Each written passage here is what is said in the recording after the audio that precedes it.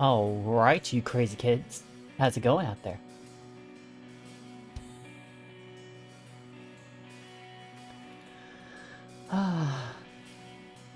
Well, me, I'm so glad you asked. I'm doing well.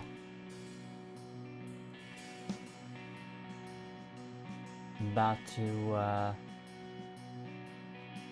to crank up this game.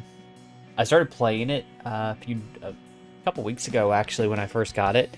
Got through like the first stage of it and realized, nah, I need to stream this. This is too good. This is too good not to share. So now, I am here. Need to actually pull up the game. But yeah. I had an alright day. Did some errands running, did yoga, did, you know, all that happy stuff.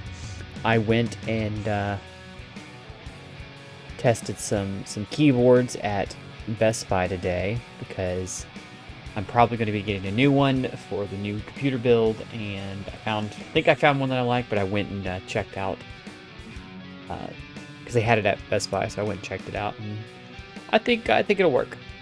I think it'll work. I'm not going to buy it from Best Buy because the one I want is going to have a special color scheme to it, but I will have to clean up my desk and stuff before the new build comes in and post pictures. So when I get it all done, it probably won't be done until after my birthday because I've had it strongly implied that people are going to try to get me pieces for my birthday. So parts for my computer for my birthday. And if you can hear, I don't know if you can hear that whining in the background there. That is the Lucy trying to beg for my attention. You're not getting no more treats, so you can either come up here in my lap or you can lay down. Is that what it is? You're cold? You need me to wrap you up in the blanket? I'm pretty sure that's what she's crying. She's just cold. She needs some.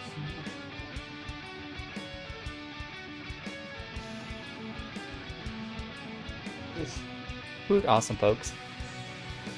Sounds fun, yeah. Just got home from the road in the Colorado backcountry. Oh, that sounds fun.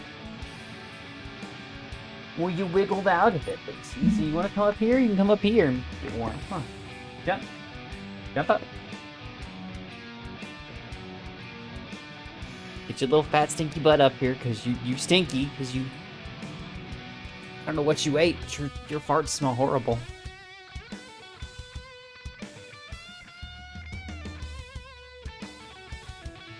Settle down. She's being obnoxious.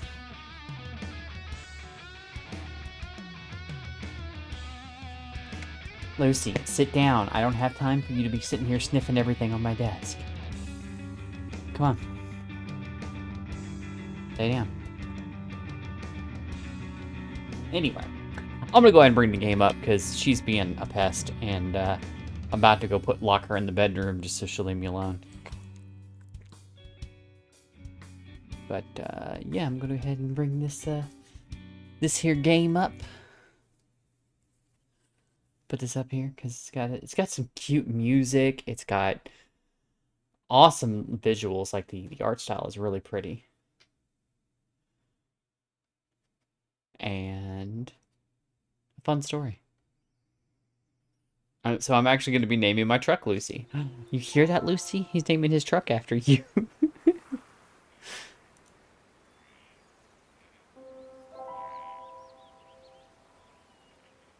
New game. Like I said, I already started playing it. I'm not doing it. I'm going to click this one.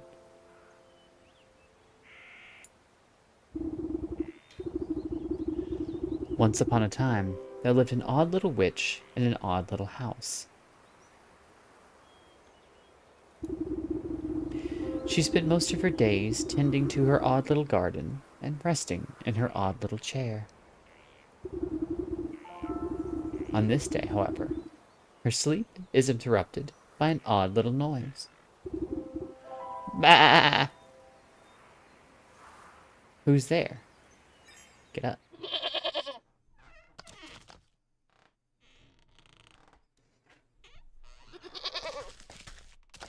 Oh wait, I'm actually going to use the controller for this because I think it's what I did before. Of course the controller's unplugged.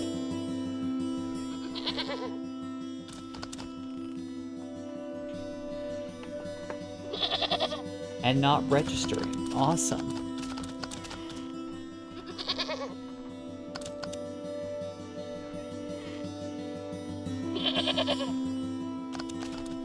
Hang on, guys.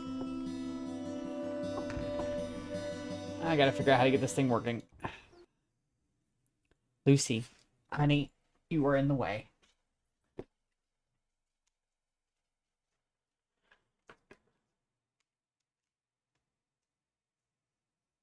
Might be just the cable is bad, but it was working fine the other night. Hang on.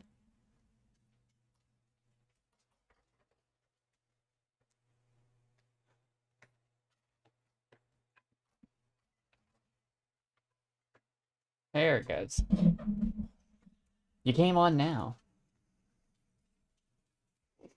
LOL, well after the B-17 with the tail number 12666. Oh, okay. We're doing demonic things. 666. Alright, sorry about that. I got it working now. It should be registering. Fingers crossed. Yeah, there we go.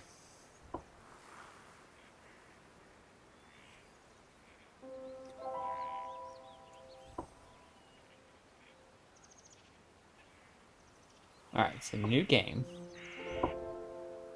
This bottom one to keep it separate from the other one. Once upon a time, there lived an odd little witch in an odd little house. It's going to be a lot of reading with this one, so I hope you like my voice. She spent most of her days tending to her odd little garden and resting in her odd little chair. On this day, however, her sleep is interrupted by an odd little noise. Bah! Who's there? Get up.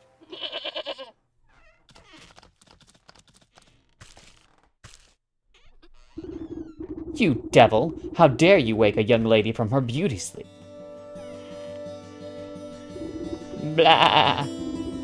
Shoo! Shoo! Get out of my house, you mindless beast! You're making a mess! With a swift kick in the rump, you boot the goat out through the front door.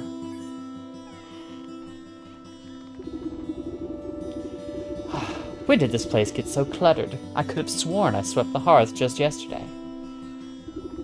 First things first, my old grimoire must be around here, somewhere.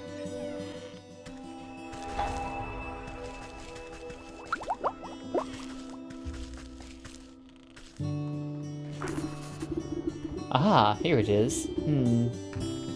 It's lighter than I recall. Your grimoire contains all of your craftable recipes. You can open it at any time by pressing triangle. There's a lot of recipes. All my recipes are missing! That damnable creature has chewed up all the pages of my book. Where's my belt? I'll need it to carry my things if I'm to go confront the beast. I must have left it in that trunk over there.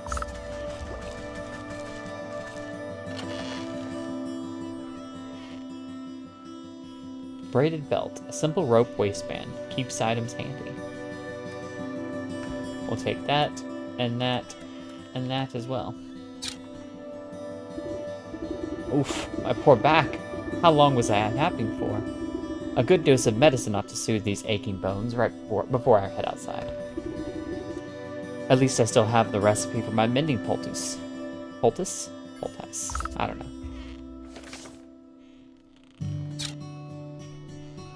It's just a tiny bit loud.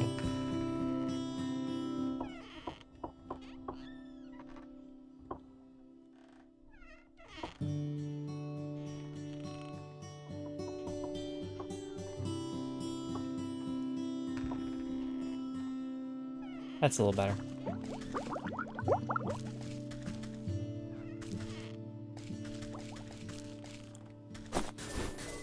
Some hag shroom. Some forest herb. Oh, there's some more forest herb. Right. A speckled herb paste that heals aches and pains. Heals depleted hearts.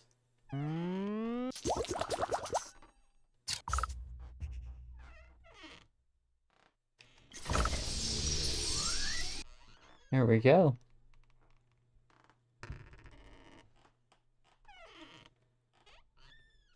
Oh, 666 was the most decorated air crew of the Pacific Theater World War II.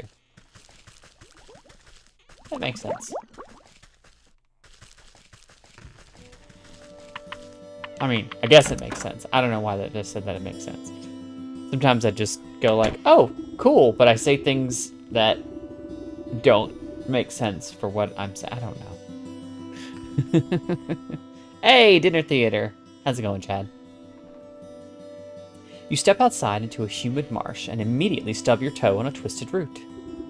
Ouch! Close your eyes for a wink and the next thing you know, your whole yard's gone to the weeds. Somewhere in the distance, you can hear braying through the dense bramble. Where'd that cross-eyed Billy get to? He could at least put those gnashers to good use on the lawn. He could at least put those gnashers to good use on this lawn. Open your map to get a better look at your surroundings.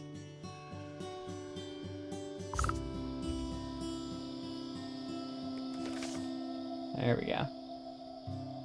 Not the button it said I should use, but I'll need shears. Let's get some more Seeker Vine.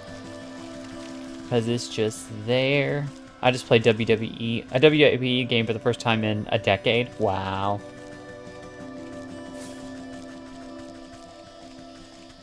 It's been longer than that for me. I'll be honest, I haven't played since I was a kid. I finally beat Kronos and Prometheus and Hades 2 last night, so I wanted to play something different. Yeah. You have to break up the monotony sometimes. You'll get burnt out on it and you'll never finish it, so. Just making sure I get all the goodies. Egg shroom. Alright, I'm gonna have a word with this goat. Ma! Is that all you've got to say for yourself? Bah! The goat coughs up a disgusting hairball. Ah, yes. Hello? Hello? Can you hear me now? Apologies. It's been so long since I've used a mortal vessel. Yuck. There's dirt in its mouth. Puh, puh. You can talk. Of course I can talk. Has your mind become so filled with cobwebs that you've forgotten your old friend? You wound me, madam. It's good to see you up and about. I was beginning to wonder if you'd ever awaken. Though I suppose time flows strangely in this place. Anyway, I've come to collect. Do you have the amount we agreed upon? Amount? Amount of what? Oh dear. If you really don't remember, we should go over the contract details again. Down there. The goat nods its head towards the ancient stone gateway looming nearby. And just how am I supposed to get through that solid rock? You're the one who sealed it last. Take a closer look, and I'm sure it will come back to you. Open your witch's eye to inspect objects and creatures and discover their weaknesses. The goat. I'll help you out. Trust me. Well, thank you for the follow, Zoe. Zoe? I'll just say Zoe. I appreciate it. An unusually large standing stone wrapped with etchings and engravings. Weaknesses, unveiling powder. A sprinkle of this dust will reveal hidden mysteries. Don't underestimate your senses, my dear. You may be old, but you can see things others cannot. Hidden weaknesses lie below the surface. Lying below the surface. Hey, welcome in.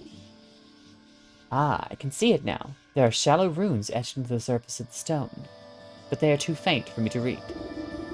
A powder of unveiling ought to do the trick. If you hadn't made a snack of my book, I wouldn't have to retranscribe my recipes. I shall not be held liable for any losses or inconveniences incurred as a result of abyssal possession. By inspecting objects and creatures, you can learn new recipes to craft in your grimoire. So, we have now learned unveiling powder. And that's basically how this game is going to go. We'll inspect things and go around and learn new recipes to get through the game. So, thank you. What we doing today? We're playing Wytchwood. We just started, so.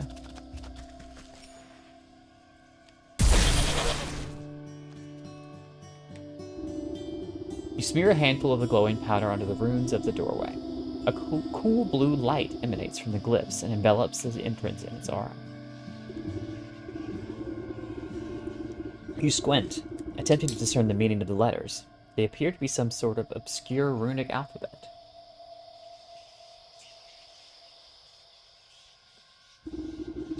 What gibberish is this? It looks like it was carved by a frightened hen.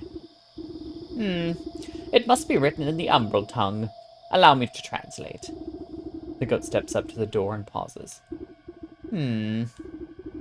Well, what does it say? The goat swings its shaggy head towards you. Dark matted wool obscures the creature's beady eyes. I cannot see. Unbelievable. What help are you then? I didn't come here to help. I came to collect. Now do something about this mop of hair, would you? Fine, fine. I think I have some rusty old shears down in the garden.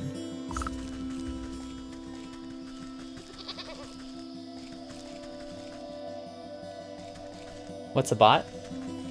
That's a bot? What's a bot? Oh, you're talking about over in... Yeah, I have a bot that relays between YouTube and Twitch chat, so... And we got our first tool, shears. So now we can go over here and I can snip to get things. Snip.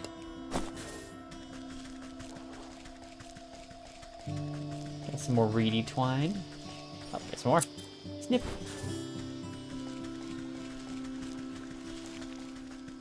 There's a bit of RNG to the spawning mechanics for it, but it's not bad. Like, it's not like, oh, no, you won't get this thing from this. You always get the stuff you're trying to get. It's just, you may have to do it a few times if you need more than one or two.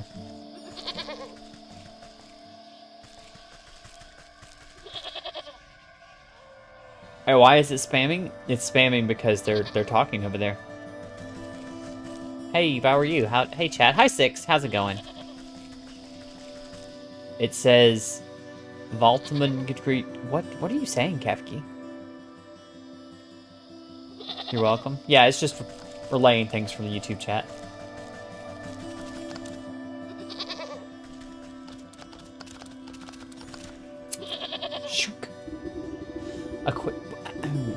With much protesting and a nicked ear, you shear away clumps of dirty hair from the goat's eyes.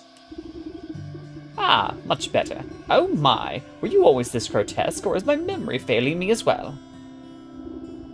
Watch your tongue, or I'll give it a good snip too. Now you can read the. Now can you read the runes or not? Yes. Ahem. Space beneath, she sleeps alone. Tokens given up to the unknown. Fires of 4 shall unroot the stone. Braziers burn and await the crone. Crone? Who's it calling a crone? And what are these tokens I'm to burn? Perhaps you ought to take a closer look at those braziers. Yeah. I do it so because I sometimes get more viewers on one than the other. So I don't want like people to feel left out, so you can just talk between each other. And there's a Kefki that just popped in. Hi, Kefki. Okay. So I said it said. I feel like you just like spoke old one there to me. Maybe. How you doing? I'm dying. I'm alright though. How are you? Well, you're not allowed to die, so we need a blue feather. The dog hair. Frog slime. And a shiny stone. Holy crap. Kevki popped up from YouTube? Yeah, she did. She has access to my Discord server, and as I'm sitting in the Discord channel. So, I'm gonna go ahead and do this. You wanna sit and watch in here? Ah! Thank you. That makes it easy. But I am gonna do something real quick. With the, I'm gonna move you over so I can,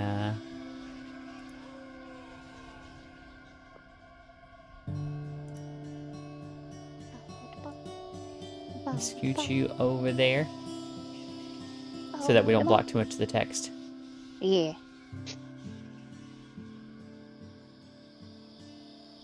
And then I'm going to lock all that back.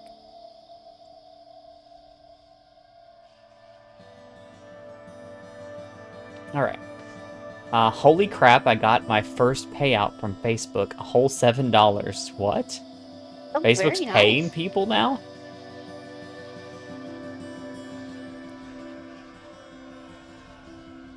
Dog hair, bird feather, frog slime, and a shiny stone. I don't suppose you swallowed up any of those things while I was asleep?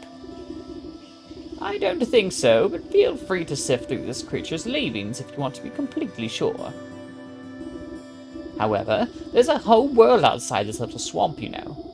See that gateway over there? The one with the lovely green flame? The goat motions to the far side of your yard. I guess a brisk walk in the woods would do these creaky joints some good. Too much time indoors is bad for the humors.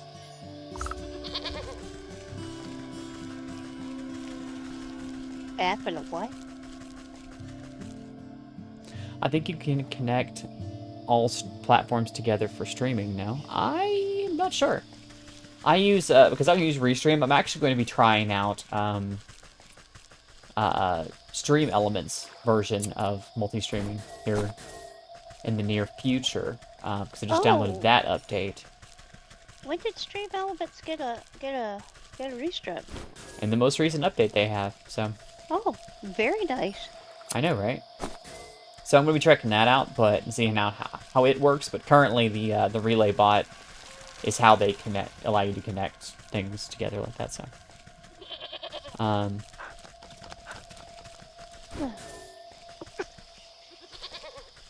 that's essentially what Restream is for, right?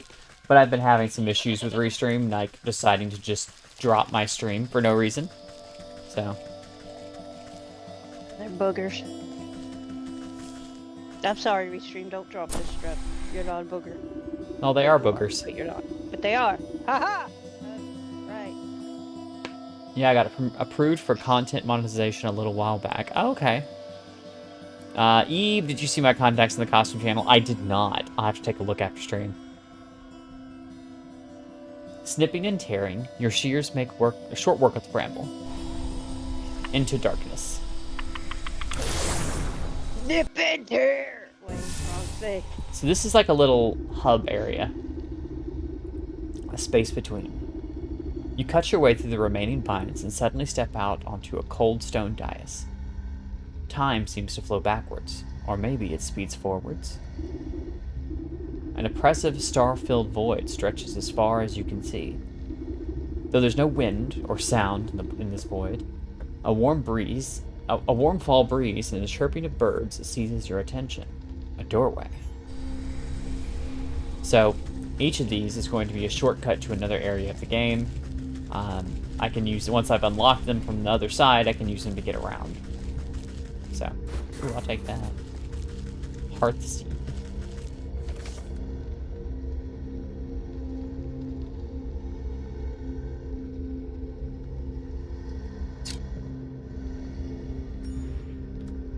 Oh, yeah, because Hearthseeds allow you to teleport home.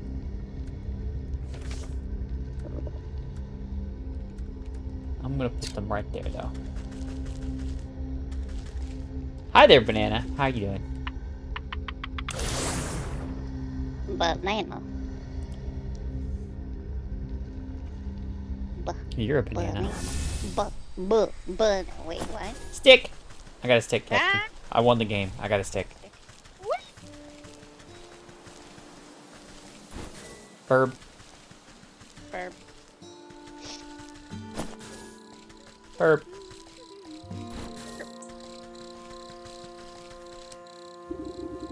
The woman spins around on her heels so quickly, she nearly hits you with her spyglass. Ah, you startled me. Can't you see I'm busy with my scientific research? Research? What is it you're looking for with that contraption? Why, the famed indigo-tuft forest lark. They're said to be native to this forest, and this forest only. Have you seen one, perchance? Hey, Kevki. Yeah. What's it on her head? A banana. Wait, a burp. Banana burp. Dropped you a follow on YouTube. I appreciate it. Even Kefki, I'm going with the orange and red flowers on the cover. Is that nice? The first day in here. That's fair. I prefer Twitch too when I'm able to because it's just better latency, better response times. For whatever reason, YouTube, if you want any sort of quality, you just can't get those kind of response times. But have you seen one? Have you seen one, perchance?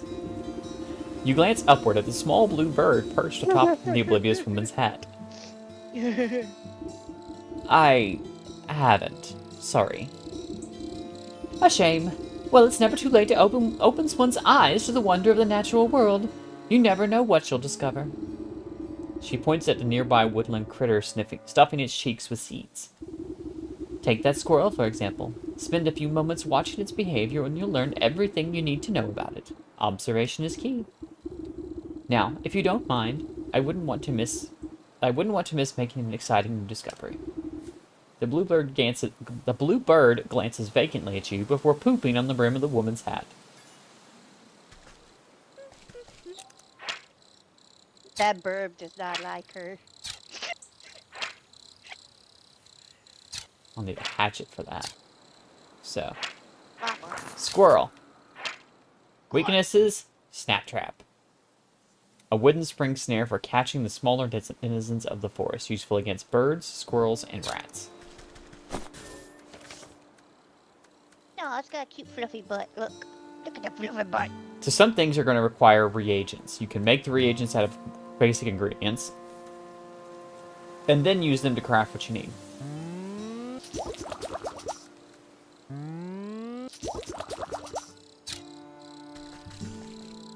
Fluffy butty squirrel jumping around like it's having a mad good time. Boop-a-do-boop-bo.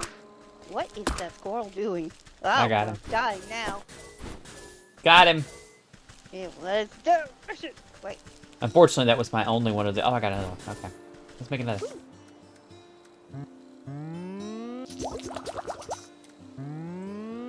Because I also need to catch a burb.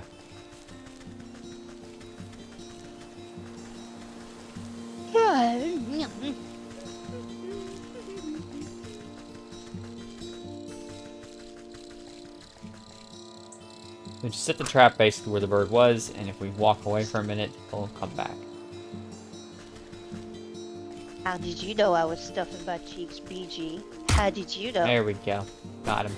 But not that that's not what I'm usually doing. Woodland critter stuffing their cheeks, and so the bird watcher spotted Kefki.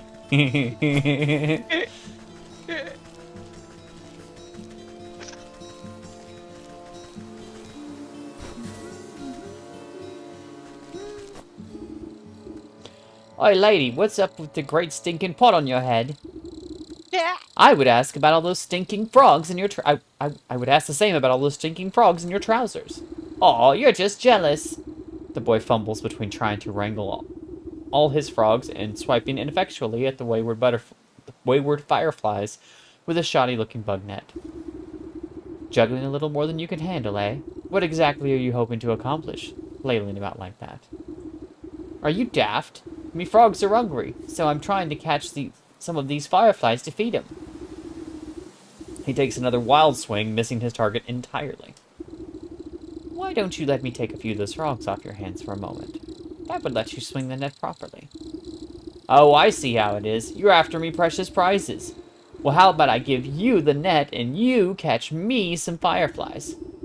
Then maybe I'll think about trading you one of me froggies. We'll take the net.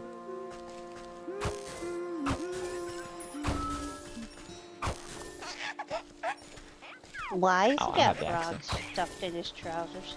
I don't know, nor do I That's really absurd. want to know. I'm going to be Yeah. honest with you. There, it gets everything. Well, these hoppers aren't going to Braggadocious. stick around here with empty bellies. The faster you catch those fireflies, the faster we can... the frogs can eat. Ah, he's frog. Well, I'm going to hand him 5 fireflies. Do you actually stay active on X, though? So I was pretty active until about November of last year, and I've gotten less so. Mostly just because there's a lot of toxicity and stuff, and I don't need to fill my brain with that. I've got other things to do with my life. I still get on there and post every once in a while, check in on people that I follow, but... the boy shakes the jar, rattling the captured insects like pennies in a picking bank. Oh, these are nice and juicy. The lads are gonna feast tonight. Now, about our deal. You agreed to trade me one of your pets there. Ha ha ha, what deal? I don't remember making no deal. A frog squirms out of the boy's overalls and plops down by his feet with a wet slap. Dang it, there goes Slippery Pete. He takes a clumsy swipe at the amphibian, but the creature squeezes out of his grasp and bounces into the underbrush. Aw, shucks. I never liked him anyways. If you can catch him, he's all yours. He's And 40 there's my frog frogs slime. in a kid suit, isn't he? He might That's be. What he is. Yeah. Then but Blue Sky must be your place. I'm not really on Blue Sky either. I'm not a big fan of some of the privacy, and there's some privacy issues on Blue Sky that I'm kind of like, I don't know. I have an account there. You will find a Chaos Eve that is an account controlled by me. I've never made any posts or anything. I'm just a big fan of brand control, Eve, what is Blue Sky? It's like Twitter, but not. Oh. You're right, thank you. It is another Go social back to media. sleep, Lodi. Hey, you there! Give me a hand, would you? With what? You seem to have everything under control. These stumps aren't going anywhere. My darn useless son was supposed to help me, but he's wandered off again. Probably to go bother frogs and eat bugs or some such nonsense. Anyway, I need help clearing away some of these dead logs. It's late in the season and the wood has started to rot. Why no one tell me about the privacy issues? I only actually knew about them because some of my friends were talking about it. They're like, yeah, I looked into it, and there's not as many privacy options, I should say, and stuff as there is like on Twitter, for example, when comparing it to like Twitter.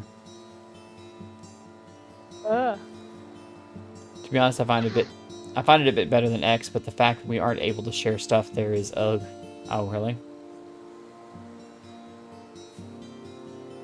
Yeah, I've not looked into it much myself, mostly because I've not posted much on Blue Sky, but I haven't posted at all on Blue Sky, but I do the same thing though, even with the brand name things. Like, oh, there's a website. Let me steal my name.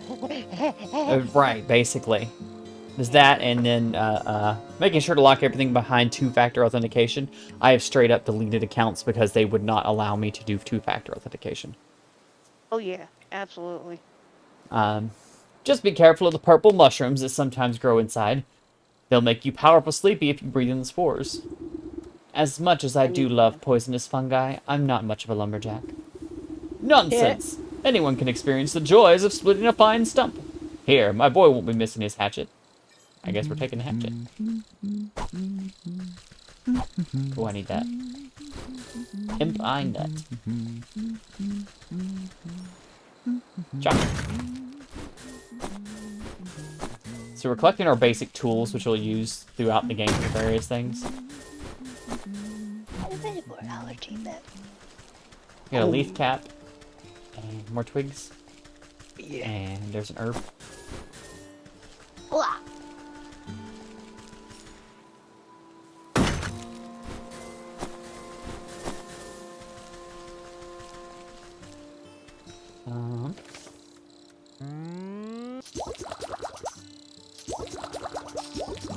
This game looks neat. It's so cute.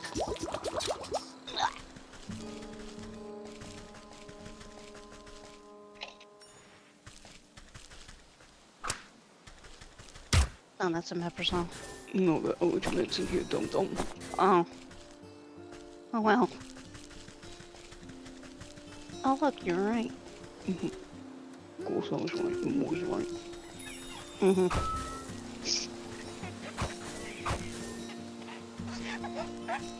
Come here. Changeling root.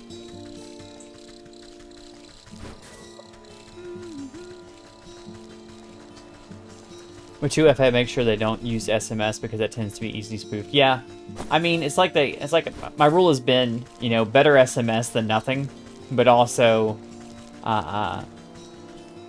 prefer not SMS, prefer apps or hardware. Nobody really uses hardware, two-factor anymore, but. No, wait, no, Apple uses hardware two-factor stuff. Oh.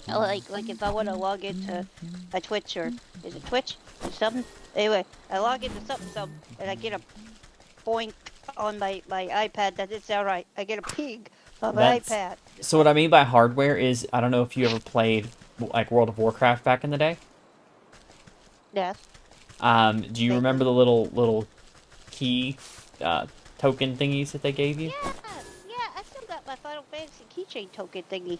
Yeah, Final I love Fantasy 11, I think, did it. I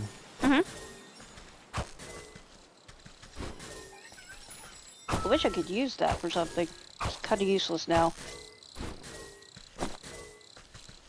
Yep, it was designed for one purpose. So.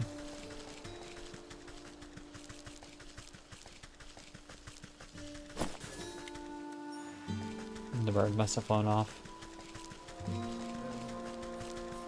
Anyway, the burp. I'm sure you'll find many more ladies Oh. with big hats to poo on. Or not. Might just, you know.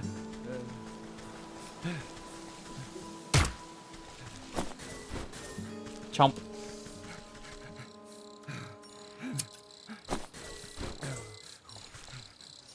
But yes, you are correct. Text is easier to spoof. I actually almost lost my Steam account yesterday. Oh, what happened?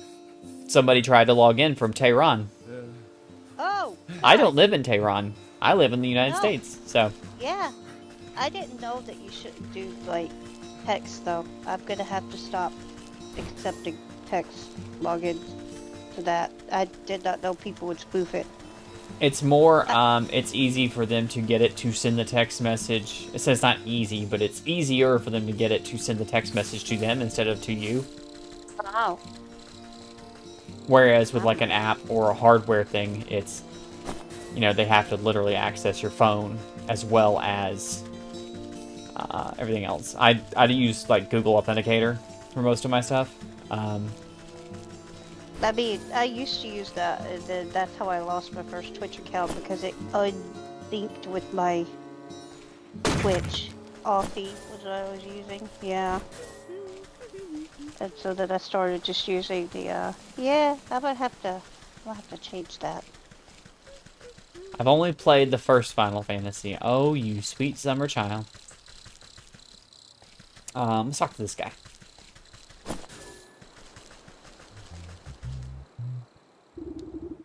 Evening, ma'am. Come to check on the pottery. I'm afraid I just fired the kilns up, so there'll be a while still. Pottery? Bah! I was just admiring that fine canine over there. You point to a scraggly-looking mutt patrolling the yard. May I give her a petting? Oh, you can try, but I wouldn't if you value your fingers. She's a touch bitey today and doesn't like people going near the ovens. I have a way with animals. Surely I can find something to calm her down.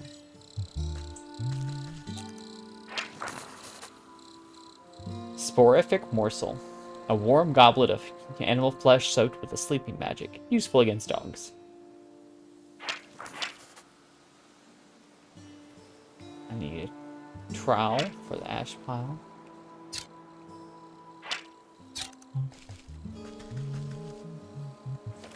So now I can make this.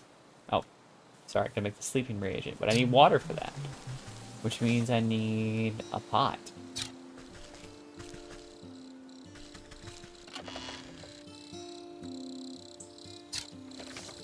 Think. Yeah, I have clay there, but I don't have,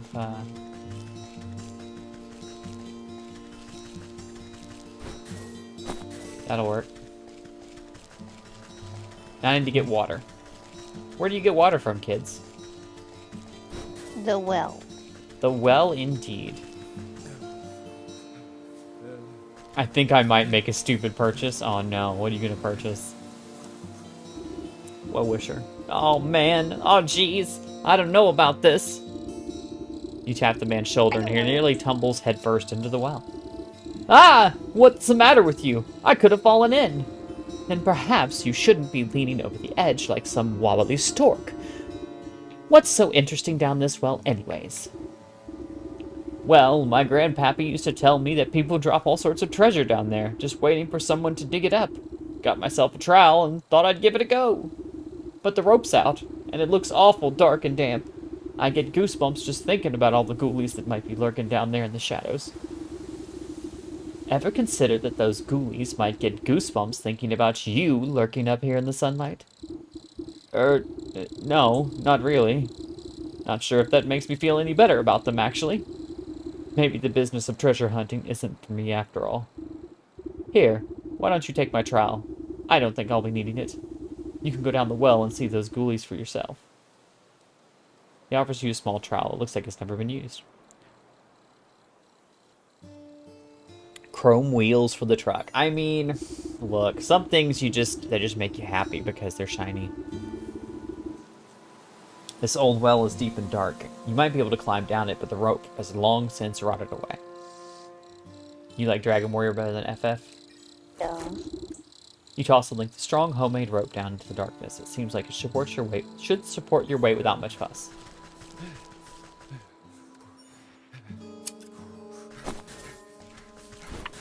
I mean, I like them both, but I'm partial to Dragon Quest. Yeah, I love Dragon Quest. Welcome back. Chrono Trigger though. Chrono Trigger's best. Coin. Coin. Trowel. Get some clay. Coin. Collect some water.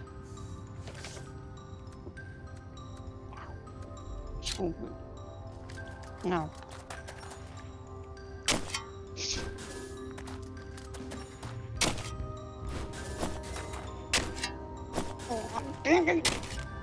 Ow! You stop dying. You're out, she said. Or frog slime. That's why I'm dying. I'm not dead. I'm dying. Oh. In the process of. Didn't say I'm gonna do it. I'm not. I got a shiny stone finally. For the shitty thing. Yay for the shiny stone. Sorry, do you need us to leave? No? You're fine. Okay. I don't mean to be If I'm reading something, I'd appreciate not being talked over, but other than that, Yes. I'm sorry if I do. I don't mean to. you are not talking over me though. You were letting me read things, so. Okay. Something stirs inside, but does not emerge. Still haven't figured out what that is. Huh. Gets everything down here. Guy was selling 2 for 75 total, wicked price. But what are you gonna do with 2 chrome rims?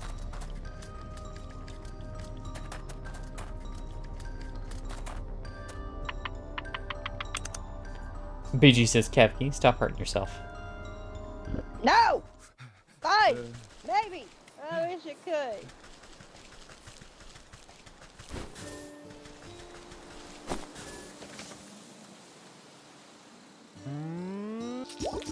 I like the sound effects of your crafting. Right? Alright, now we'll take this. Throw it out there, and doggy gets a little treat. And goes to sleep. Oh, so cute. We're gonna go a little snip snip, get some dog fur. Yeah. Frog slime, blue feather, shiny stone, and dog hair. That's all I need for those braziers. I should head back home now.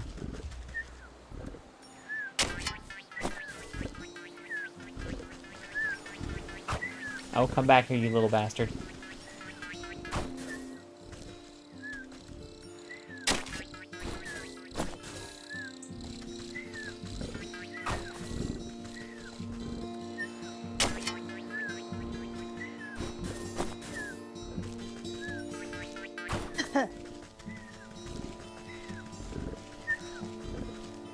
I really think she Just a didn't little like the sneaky sequels. pup.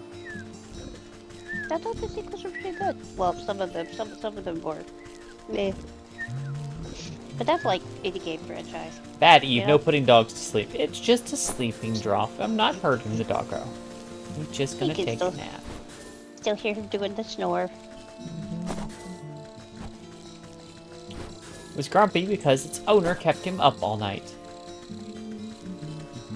Just needed a little something to help him sleep.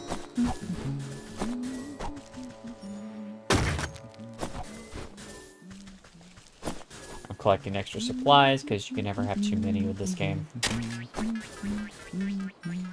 I don't actually know what the soot sprites are used for either. I've collected them, but I don't know what they do. I'm sure you'll eventually Bad. have them handy, you know, whenever it turns up that you need some. Yeah. I would have stopped playing this game immediately if the dog was harmed in any kind of way, so.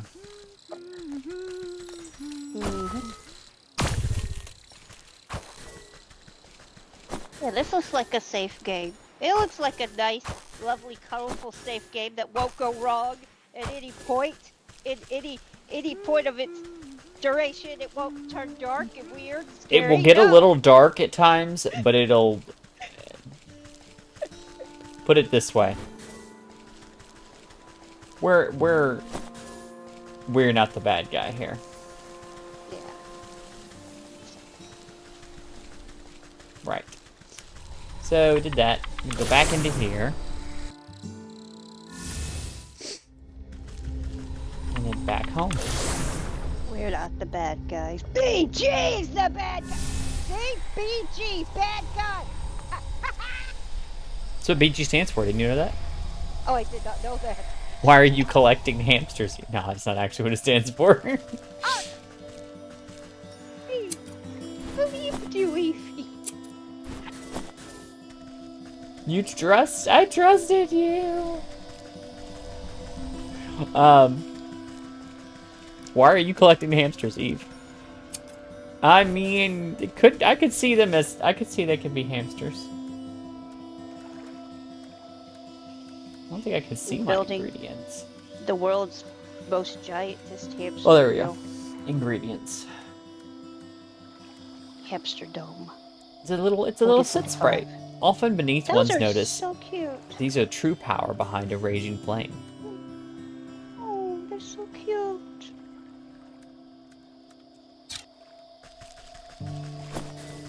Aw. That would make an epic plushie. A little soot sprite plushie. That would be so adorable. Hey, look, it's Black Phillip. The brazier awaits an offering. Shiny stone. You drop the stone into the basin with a resounding chiming sound. Fractures trace across the pebble before it cracks open, and a cold green light swallows it within its flames.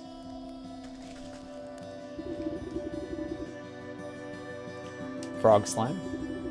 You gently squeeze the globs of wet slime from your satchel into the basin.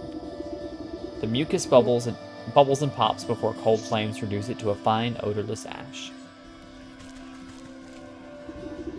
The brazier awaits an offering. Blue feather. A strong force pulls the feather down into the large basin like a magnet. Those weren't hamsters? No, they weren't. By the way, Eve, why don't you consider going for a 2D or 3D model? So, mostly from technical limitations at the moment.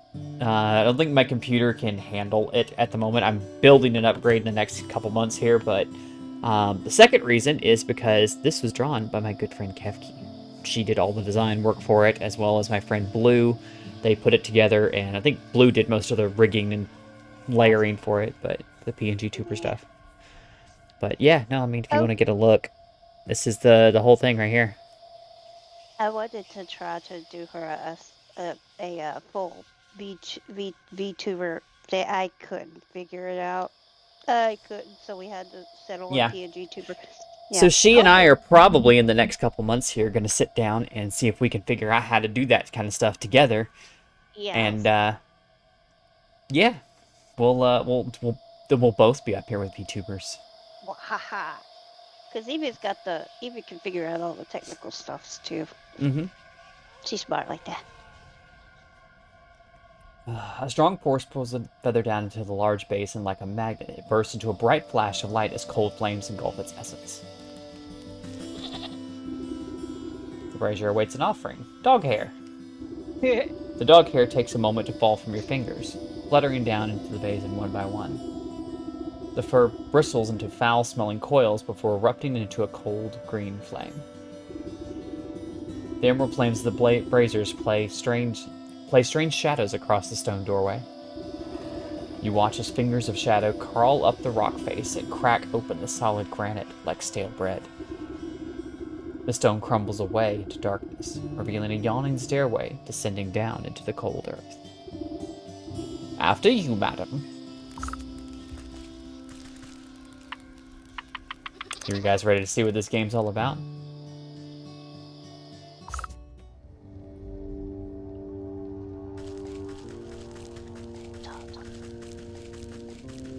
I do like the descriptive writing on that. It's very nice, like cold. This whole game is really nice.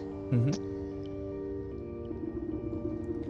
Encased like inside a gilded crystal coffin, lies the body of a young woman. Though she sleeps in an enchanted slumber, her ageless features express a deep sadness.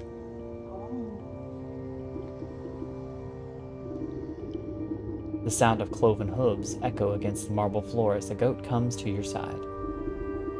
Quite something, isn't she? Do you remember bringing her to me? I brought her to you? Why? Who is she? I haven't the faintest idea. All I know is that you brought her lifeless form to me to my doorstep and begged me to save her soul. Save her from what? And why is she asleep?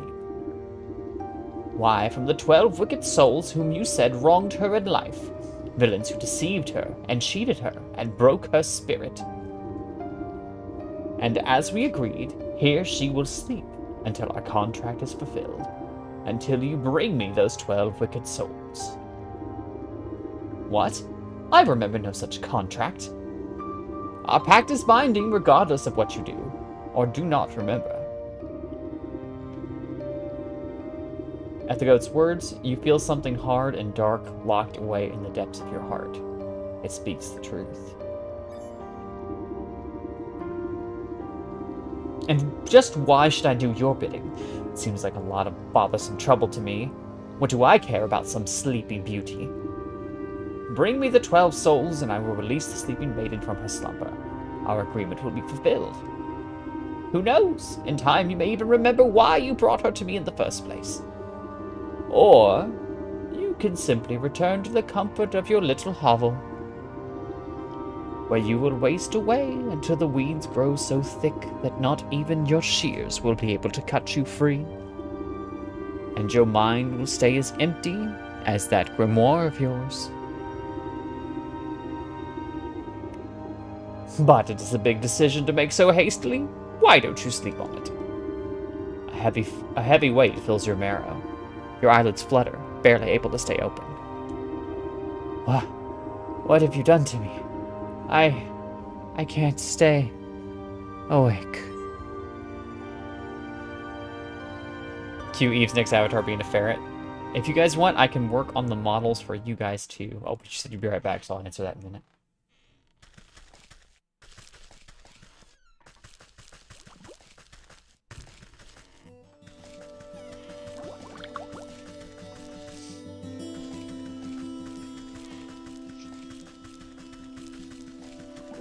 Nothing to find in here, so we're just gonna go.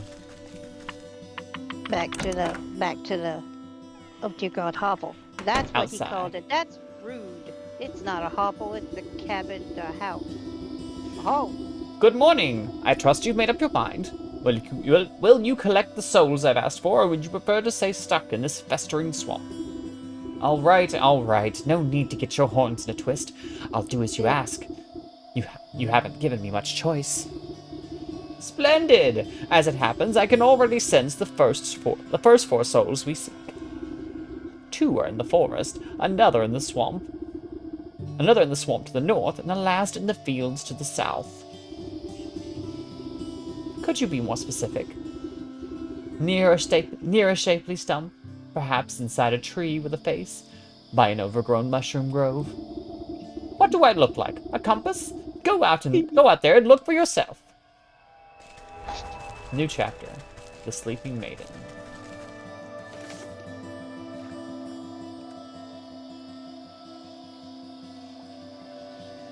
So, the 4 souls for the goat. The bear in the forest, a delayed shipment from the fields angers the bear even further. The ox in the fields, a stubborn farmer toils. The leech in the swamp. The sick house of the swamp seems a final destination for those in its care. And the snake in the forest.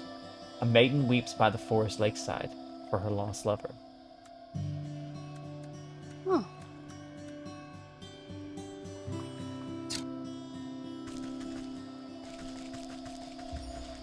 So basically you just have to find, like, it doesn't give you direction at all in which to... Oh, don't worry. We'll figure it out. Okay. It'll be pretty obvious. Because now, when we go back to the forest area, there'll be some new paths open to us. Ah. Nice. Back into the darkness. And it's kind of open-ended in this way.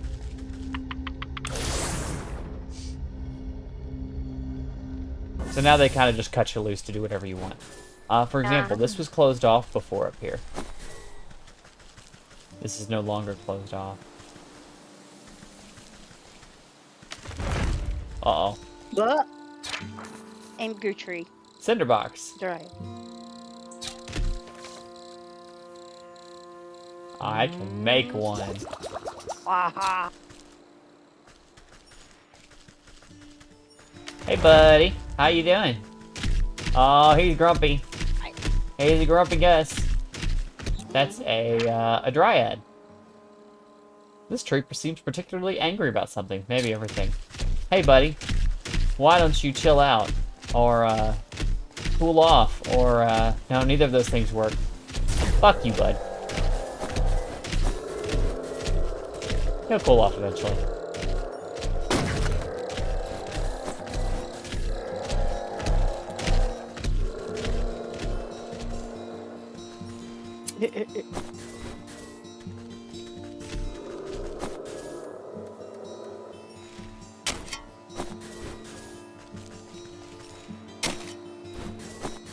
I'm up for whatever you decide. VTuber models are meant to reflect your user, so go with whatever you feel best reflects yourself. Absolutely. It's also one of those things, I'm getting to the point where... Ooh, grumpy dog. Let's make us another potion. And a sleepy meat. Because then we can take our shears and get us some more dog fur. That's a good cut.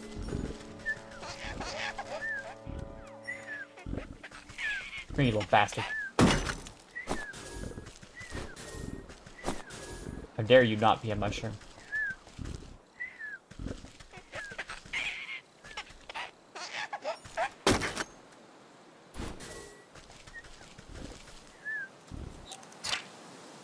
Weakness unknown. Oh well, I guess I don't know what that does yet.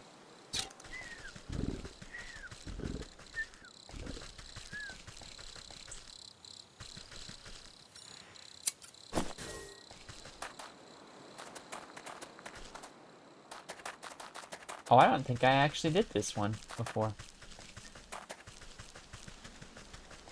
I got kind of fixated on other things and didn't, Oh.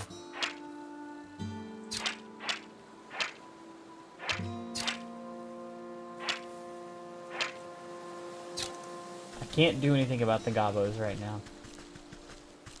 So I'm going to leave them alone. I don't have the materials for a dreadful doll yet.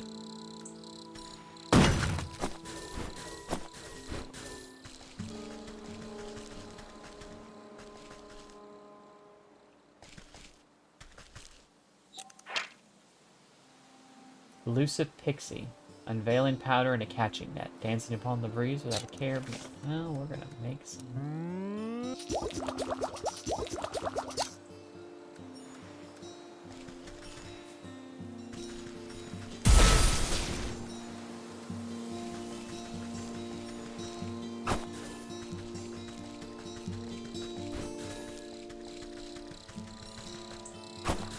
Aha! Got some fairy dust out of that. What a pretty tree. Pixie nest, an assemblage of detritus and fey saliva, but one that some tiny beings call home.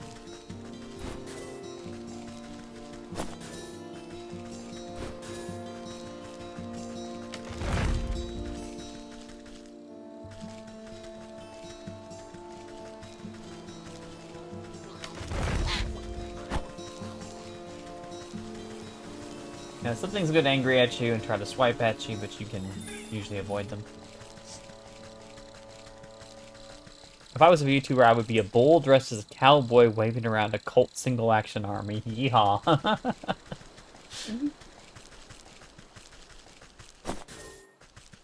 I can imagine what Cappy would be. That was an accident.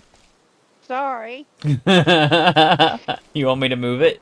You can see the top of my head. I'm hiding. You changed your icon. Here, I move it up a little bit. Oh, you're big. Move it on up. You have a big ol' head. My big head! Oh, God! There we go. Yeah. Shrunk you down.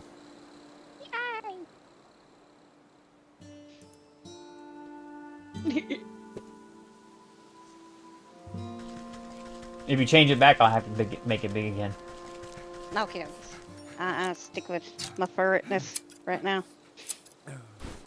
It was an accident, though. I'm sorry. It's okay. I was looking at Fujitech and I'm like, oh, I've closed it. I must have hit it. I went to close it. Like,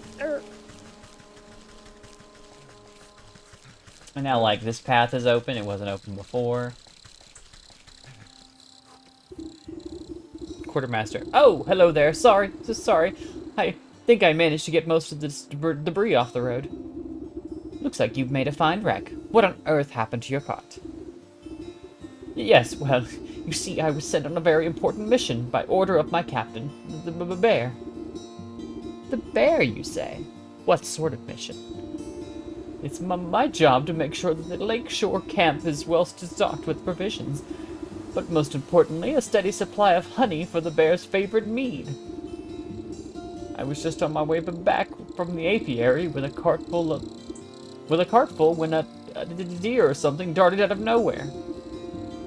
Jostled my poor mule so bad that she broke her bridle and ran off. My own heart nearly leapt out of my ribcage. Plied the darn cart right into the ditch, she did. And now every barrel is smashed, and I can't bring myself to report back empty-handed. The bear will have my guts for garters, I'm sure of it. This bear sounds like quite a brute. Oh, you don't know the half of it. If he doesn't get his honey mead, heads will roll. Maybe you could lend me a hand?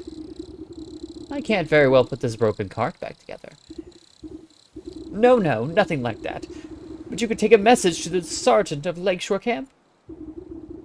He's a reasonable fellow. Let him know what happened, and maybe he can get me out of this bind. You can get to Lakeshore Camp if you follow the road northwest of here. I need to stay with the cart and assess the damages. Oh, dear. Oh, dear.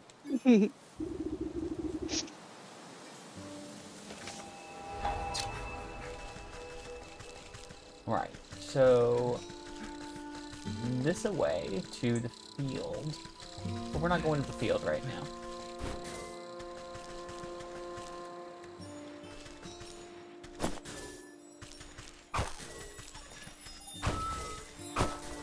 wait, was he collecting honey for the bear? Honeymead.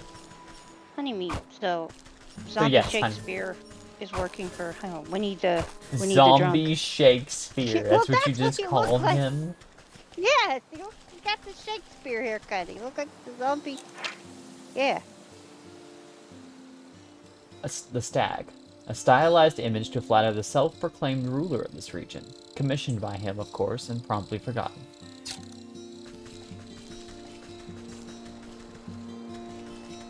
I have a feeling he'll be like the head honcho of the Wicked Souls. Mm-hmm. But I don't know for sure.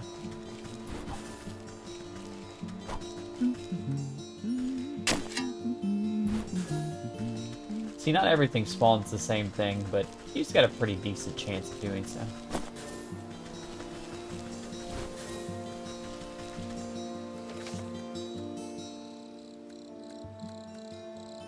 Oh yeah, we need grain from the fields, hopper legs from the fields, and then we need sewing kits. And to make sewing kits, we need reedy twine and skeeter snoots.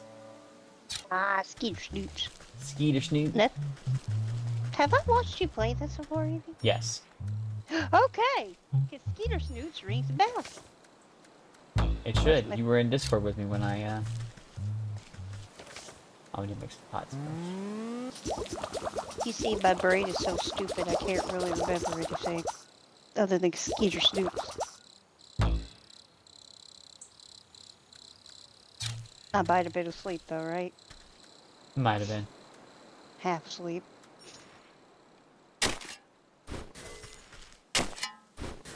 Doggy, so cute. Go borky, bork, biscuit up. Hey, Ack, not a good time for petting. Oh.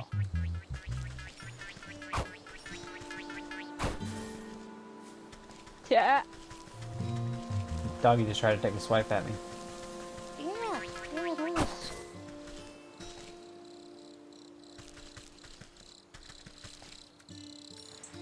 It's a grumpy little woofers.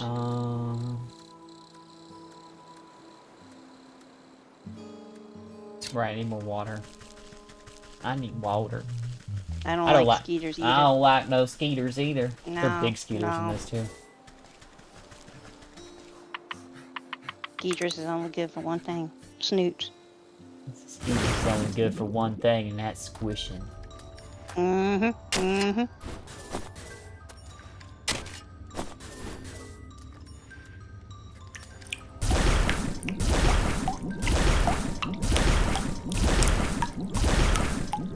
A lot of water there. Okay, no brain. Oh god, no.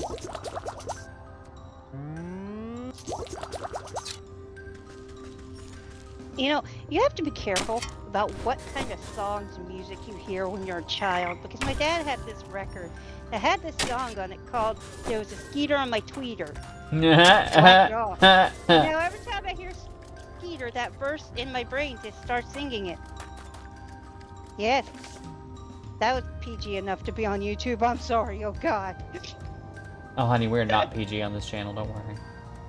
Oh, good.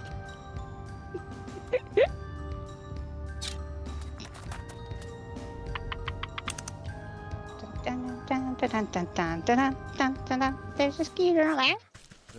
There's a skeeter on my Peter, and it's... Oh, wait. Oh, you're burning. I see.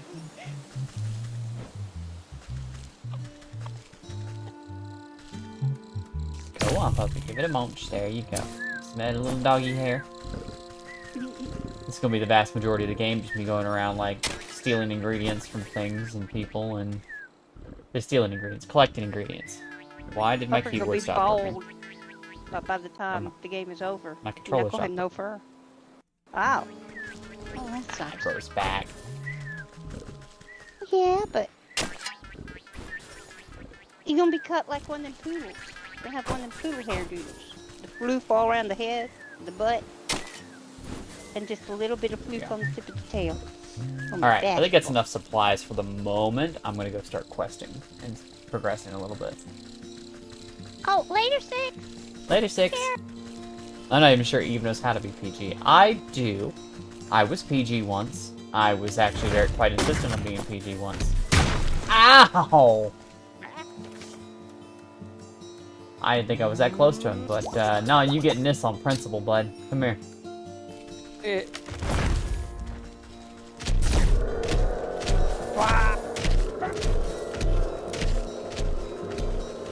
That was for my face.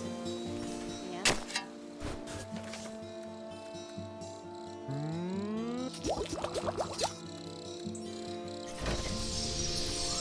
Oh, that's cool.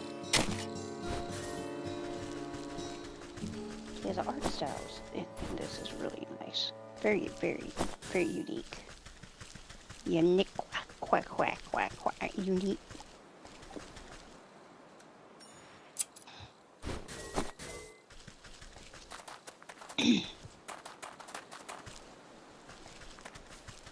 Somebody crying. Yeah. Weeping maiden. You approach a young woman weeping sorrowfully into her palms. She catches her breath for a moment and looks out longingly over the placid lake. Oh, my sweet songbird, why have you forsaken me to a life devoid of your love? Tears well up in her eyes as she buries her face once again. You consider leaving this melodrama well enough alone, but something about the poor girl reminds you of the maiden slumbering under your house.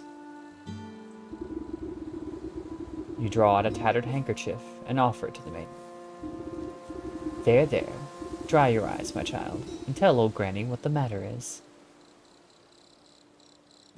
LOL, Eve doesn't like the bitch slap. Okay, at least getting it. Oh, thank you. You're very kind. She takes the cloth and daintily dabs the corners of her eyes. Swallowing the last of her sobs, she composes herself before sighing wistfully. It's It's my beloved. Such a sweet and romantic man with the voice of a meadowlark. He... Ah, I get it. He dumped you. Well, don't worry. There's plenty of other frogs in the swamp. What? No! He loves me, and I him. Though our families would never allow us to be together. He'd come and sing outside my balcony every night. One night, we both vowed to escape and meet by this lake. Her lip quivers. I waited and waited under the waning moon, even past the morning sun. But he still didn't reveal himself. Tough break. Maybe he just wasn't that into you. The woman snaps at you with sudden vitriol. He would never abandon me. We're destined to be together. She slips back into a melancholic gaze out over the lake. Even now, I can still hear the beautiful melody of his lute coming up from across the water. Over the dull sounds of lapping waves and quacking waterfowl, faint notes from some faraway stringed instrument whisper through the reeds. Oh, I hear it too. Maybe you aren't just mad in love. It's coming from somewhere it's coming from somewhere in the middle of the lake. He's out there somewhere. I just know it. She crumples into another melodramatic bout of inconsolable tears. Now, I'm sure it's just some echo bouncing off the shore. I'll go find where this tardy bard of yours has run off to. You know, actually, that choke up worked because she was crying and stuff. That really sold it.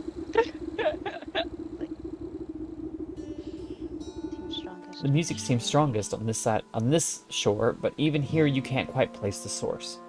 It seems to be emanating from the half-sunken ruin poking out of the lake's waters. Maybe that fool bard's hiding way out there? Bah! But I swim as well as hens fly. Suddenly, some unseen voice chitters mockingly in your ear. Ho ho, hee hee! The musical man you'll never see. You spin around, but no one is there. Just a nattering laughter bouncing on the wind. Who's there? Show yourself, spirit.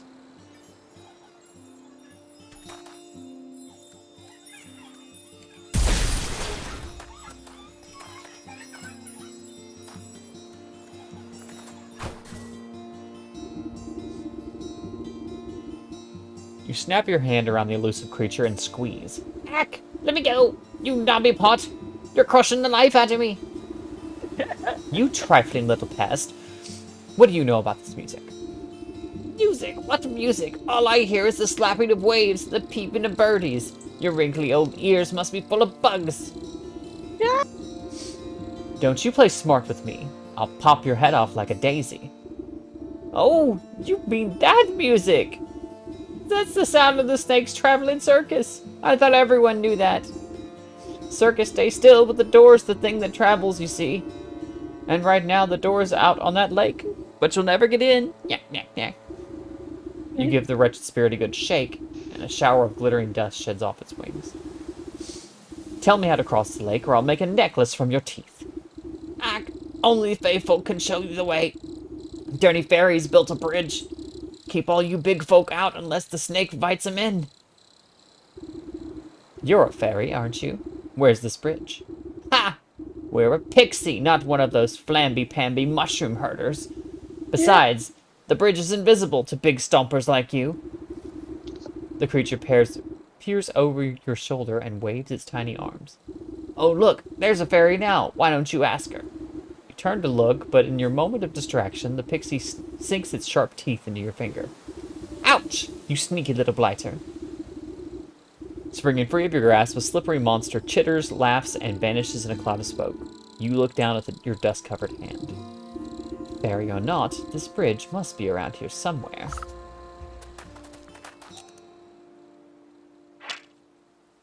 Pixies are so rude.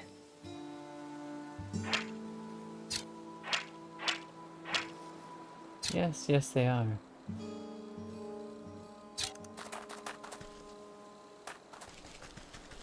Okay, I got a dumb question. What's the difference between a pixie and a fairy?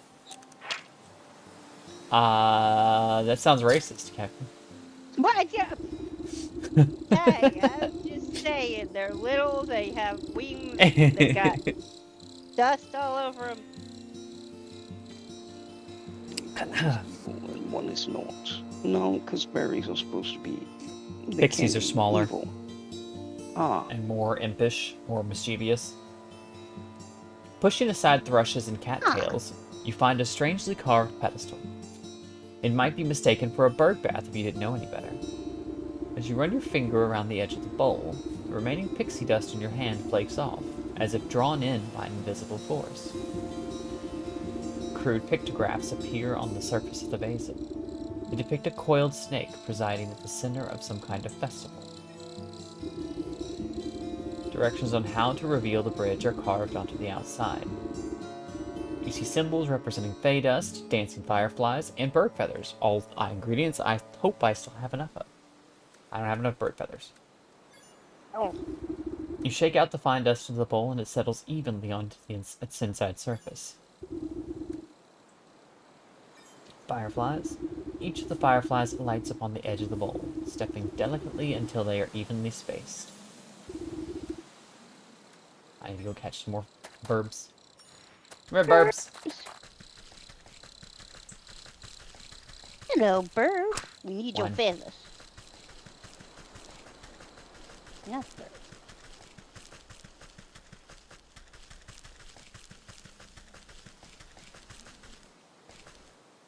Two. That should work. Yeah. That'd be poor burp. Oh no. Try that again. Find another bird.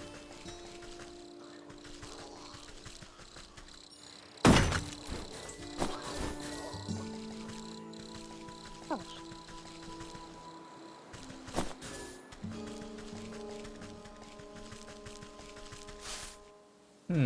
There's a path, but it doesn't go anywhere. At least not yet.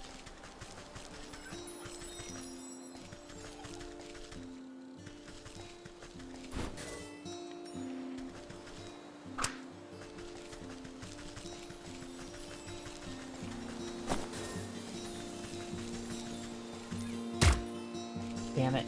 Stop. Squirrel.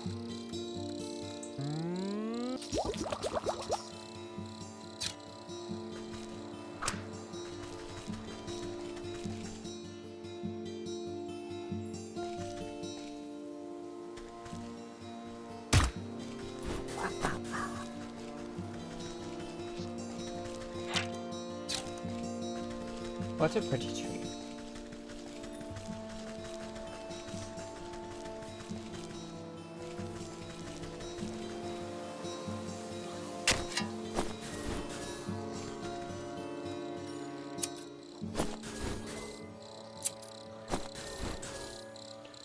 Morning, Pat. Jake! Running!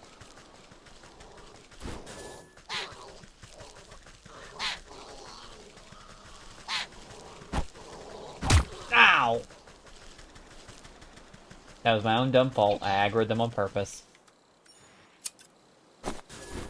That stunned you them. know. Hmm? Said they were still a bitch for hitting you. Mm-hmm. Placed into the basin, the feathers arrange themselves into a perfect triangular symmetry. The basin begins to glow a soft yellow as the fireflies rise from the muck within. They begin to dance up and down, drawing circles high above the bowl. Glitter rains down gently, shimmering as if catching the rays of sunlight. As it catches the rays of sunlight. Slowly, the particles trace the form of a bridge, leading from the edge of the water to the center of the lake. You tentatively test the strength of the spectral walkway and find that it is as strong as if it were made of solid stone. Ah, cool. We've all.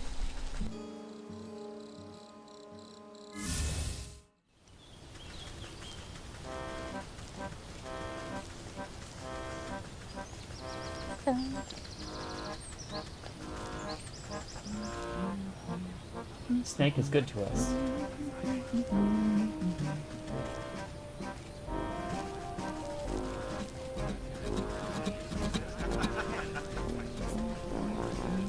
snake would like to meet you. You know, I get the feeling that there's a snake here somewhere. Caught in You get the feeling he's intuition. probably in that big tent right there. Yeah, I think you're right. But there are several interesting characters to meet first. Well, what's that guy doing over there? This guy? Yeah. Oh, very nice. I'll be flexed. Oh, very nice. Put on some clothes, guy. He seems to be in some kind of trance. Ah. Oh, yeah, maybe they An almost are. hypnotic emotion. Yeah. People really like these parlor. People really like these parlor tricks.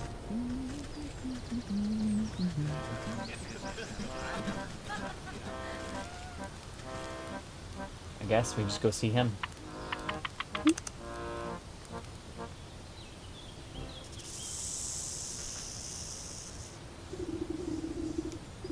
Draped in glittering jewelry, the serpent stares intently into a crystal ball. As you approach, "Welcome, my dear, welcome. I saw that you would come here in search of answers." Ha, I just came here in search of a bard. That's him outside, right? With a lute? The minstrel? Yes. He is working off a debt to me. All those folk out there seem a touch addled. What did you do to them? They're all humble folk looking for something, just as you are.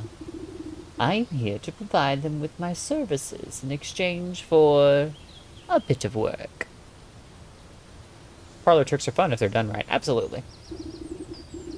But you have to understand it from her perspective. She's a witch who can do magic. So what are you? Some sort of carnival wizard? You're making quite the racket in my forest. A wizard? No, no, no. I am a seer, a scryer of the hidden mists, a foreteller of fortunes, a keeper of secrets. Fancy titles you've given yourself. Sounds like you're nothing but a used car salesman peddling your wares to the gullible. A used cart salesman peddling your wares to the gullible. Ah, a skeptic. Step closer and let the crystal ball reveal its mysteries. The snake's voice drops low and seems to fill the tent with a heavy weight. I am a helper of sorts, an unraveler of knots. I make the forgotten remembered. You feel the scaly touch of slithering coils wind around you, but you are powerless to move. And you have forgotten much. The snake's eyes swirl in a pattern you've never seen. Imperceptible colors collapse into themselves and fracture into kaleidoscope mosaics against the canvas walls. A voice speaks from far away. It takes you a moment to realize that it's your own. I have forgotten so much. Let me help you find your answers. The serpent coils slowly squeeze the consciousness out of you. With a desperate push of willpower, you blink away the snake's hypnotic gaze. Wait! Get off of me, you worm! You wriggle your body like a sack of loose twigs. Despite your protesting bones, you manage to squirm free and tumble backwards out of the tent. When your eyes open, you find yourself back outside the snake's tent. You pick yourself up from the ground and dust off your shoulders. I guess that sly serpent has some tricks up his sleeve. I better come up with a plan for next time I go in there. The festival patrons seem confused after your tussle with the snake, as if the spell over them was momentarily shaken. The crowd disperses as they fumble about in a haze. Now's my chance to get a word in with that bard. Maybe I can get him out of this mess.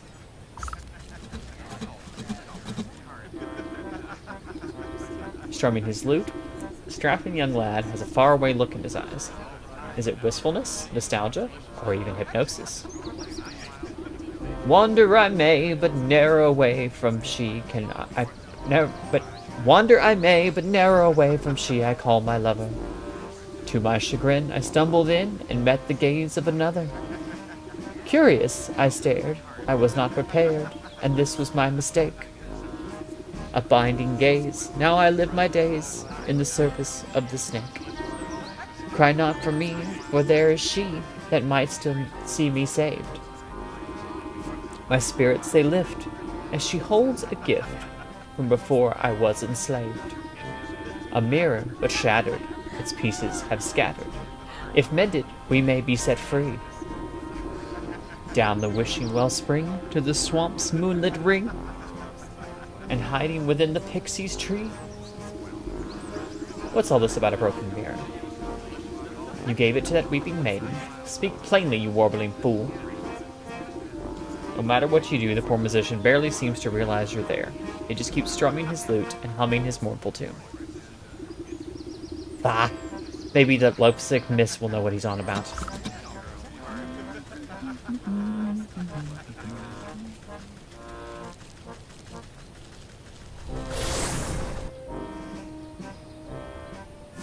Let's go talk to the lady. You still there, Captain? She might be sleeping, guys. Nah, I got some french fries. Oh, so you just munching. Yeah. I hear ya. Munching's good. Oh, still my beating heart. Have you seen any news about my dear sweet love? I found him at the carnival. Oops, sorry. I'm making noise now. I found him at the carnival, but he's been mesmerized by the snake. Unless I can break the spell, no one at that carnival can leave. Snake! Say it isn't so! I've heard how he grants wishes, but only for a terrible price. Why would my love be so desperate as to consort with that charlatan? I haven't a clue, but he's stuck deep.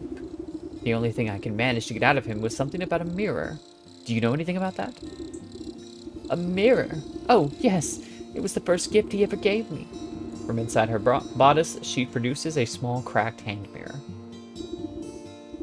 But one night, it slipped from my balcony and shattered on the cobblestones. I tried to piece it back together, but I could never find the last 3 shards. His song mentioned something about a wishing well, a moonlit swamp, and a pixie tree? Keep that mirror close. I'll seek out the missing shards and return them to you. Oh, thank you. I should very much love to see it whole once again. Well, the pixie tree is just right down here. I have an idea. I think I know what you gotta do. I think I know. What? Take the mirror, piece the mirror together, hold it in front of that snake's face, and wow. Seems like it might be a good idea. Yeah.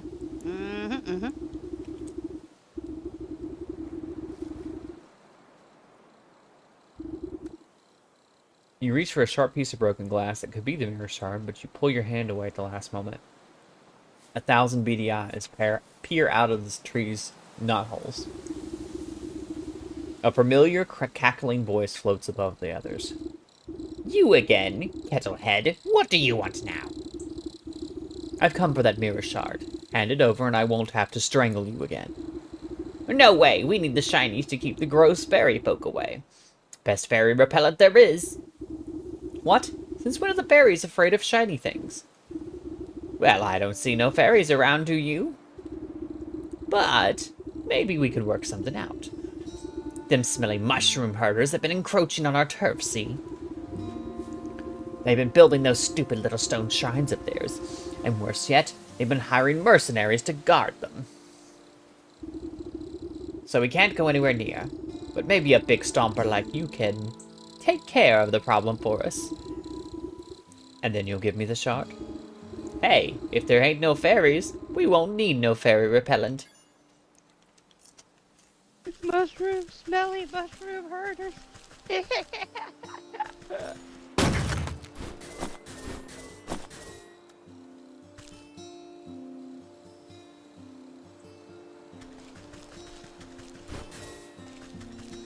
So one of those is...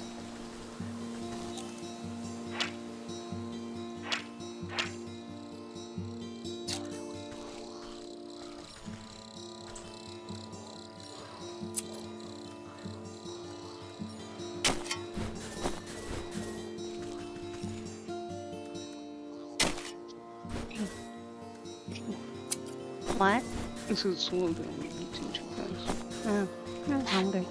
I know, but you make so Of course, I gotta deal with the goblins first, which means I need a dreadful doll. That burns!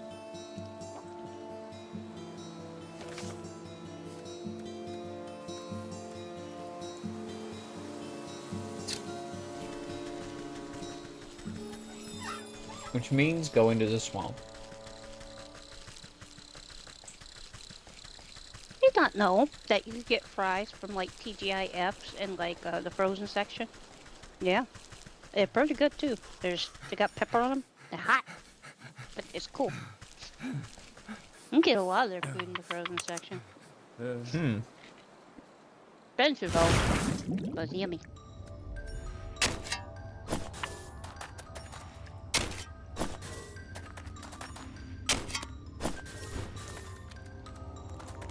I try to gather materials as I go, just because it means I have to go hunting for less later when I need it.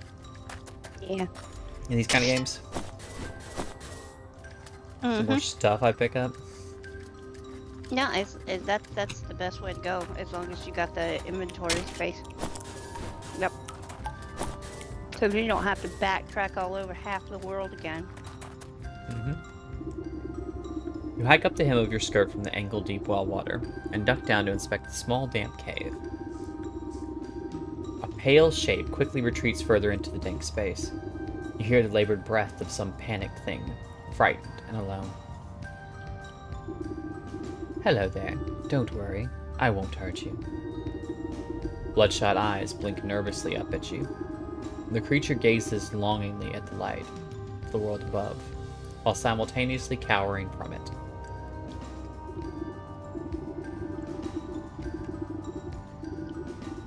Poor dear. I bet... What are you doing down in this hole? I bet you're hungry, aren't you? Two thin, malnourished arms twist out from the crevice. One hand tightly clutches a shard of glass, while the other hand reaches out to you, begging for food. Aww. I don't have roast beast yet, but I do have the recipe for it now. Maybe I can... not without... Oh, wait, I can make witch spice.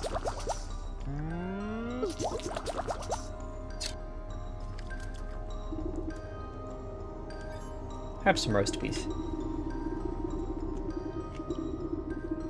The creature snatches up the meat so quickly that you nearly lose a finger. It scurries back into the crevice, and you hear a satisfied munching from within. The mirror shard lays abandoned in the silt. Take it. I know the feeling. Every morning when I get you breakfast. I got one.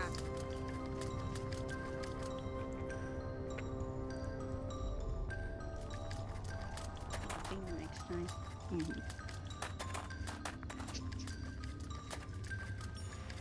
So, there's a second shard in the swamp. And we'll also need to go there to get the skeeter snoots to make the sewing kit to make the dreadful dolls. Ah. To deal with the goblins.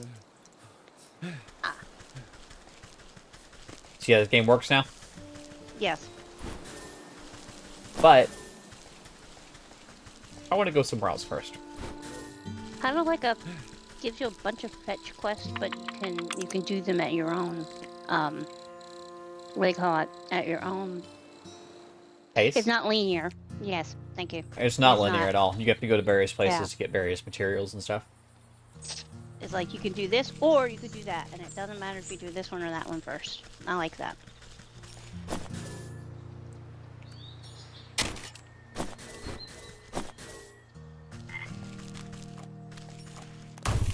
There'll be plenty of frogs in the swamp, but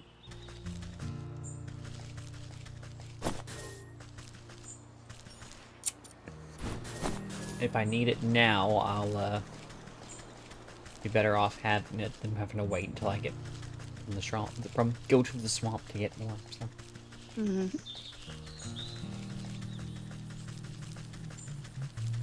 Oh, this guy. Vegetal farmer. A hefty gourd stands before you, wiping beads of dew off his bumpy forehead. He tilts up the brim of his hat and greets you with what you interpret as a smile. Welcome to my farm, stranger. What brings you out here? How's it growing, farmer? Oh, you know, not so bad. Trying my best to win the harvest competitions this year. Well, you look to be making good progress. I'm sure you'll be a shoo-in for the blue ribbon. You would think so, wouldn't you? But every year, without fail, that sour ox takes the prize. No matter how hard I work, I can't seem to outgrow his crops. Careful now, you're beginning to sound like a sore loser. Yeah, not sore loser. I just think it's quite suspicious, don't you? Last year, the ox and his family grew the largest corn cobs I've ever seen. I was only barely able to get second place because of my own little helpers. He motions to the animated turnips and potatoes busy with menial farm work. But this year, his crops are larger than before, even though his family is nowhere to be seen. It doesn't make any sense to me. He's working the fields all by himself. What happened to his family? That is the fishy part. No one knows. They just disappeared one day, and the ox had said nothing. That does sound suspicious. Perhaps I'll go and ask him myself. Yeah, his farm is down to the southwest. You can't miss it. I must get back to work.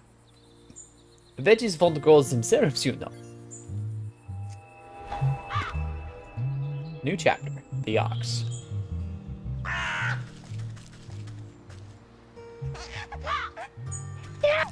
The turnip guy. Oh, rip turnip guy. Freaking changelings.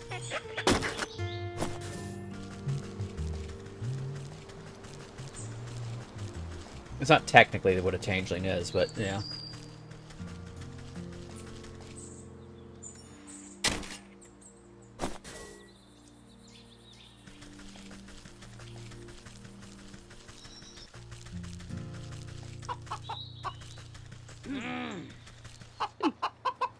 But I don't want to go in there yet.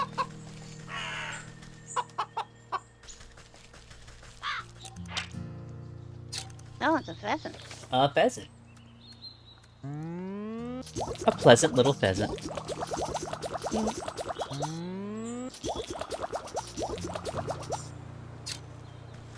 I know I'll need a crow feather. I don't think I can do anything with the pheasant.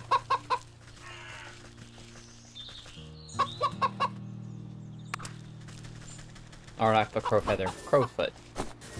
At least one. But later.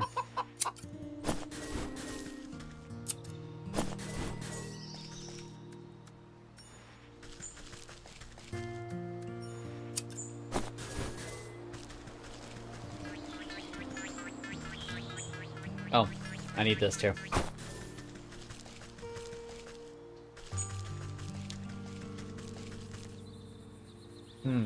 Oh, look. Here we go. Ah. Unusual hay bale. Upon closer inspection, this mountain of hay appears to have been deliberately woven into an intricate wickerwork structure. Carefully pluck a single piece of straw from its center, and the whole bundle begins to swirl and unravel until a gaping vortex opens before you. Our shortcut. Nice.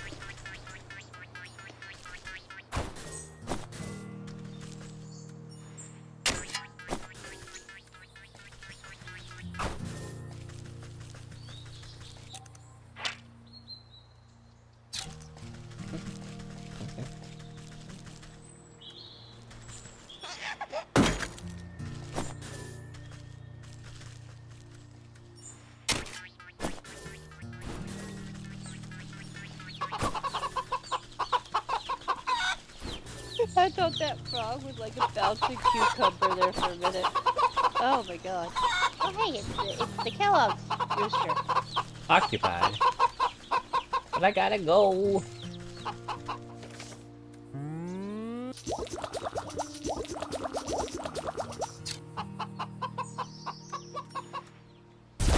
Sorry. More jars of water. Ah, shit. I think I saved one. Because I will need milk at some point. Moo juice.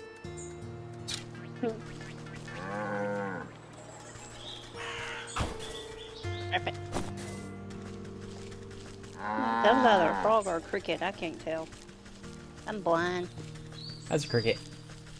Okay. I'm not gonna go see the ox just yet. I'm mostly here to collect materials.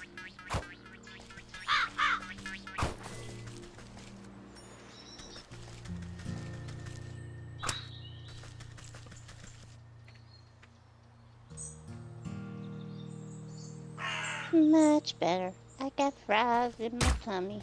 Yay!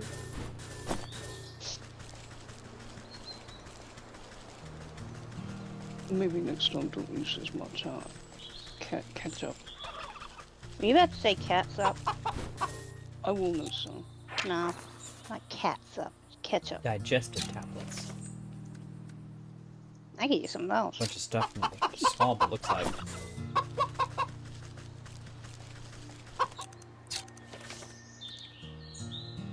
Swamp, swamp. Oh, that's from the forest. Where do I get goblin snot. Turtle! I saw a turtle. I see a turtle. Yeah, I hate Cranky too. Cranky turtle! I'll need something from him later, but for now. I think there's another one of those trees up there. Oh no, that's a person.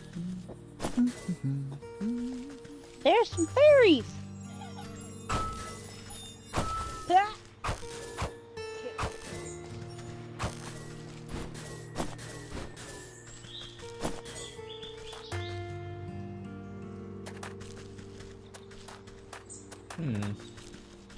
That's interesting. I wonder what that's about.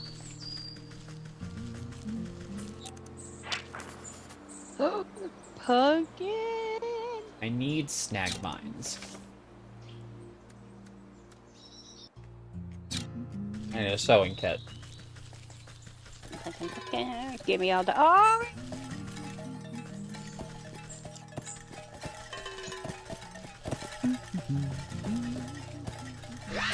Whoa. Oh, they're so adorable. Oh, hush. I figured you'd enjoy that, Kathy. Yeah, These guys have a little really pumpkin. long aggro range, too. They stay on your ass.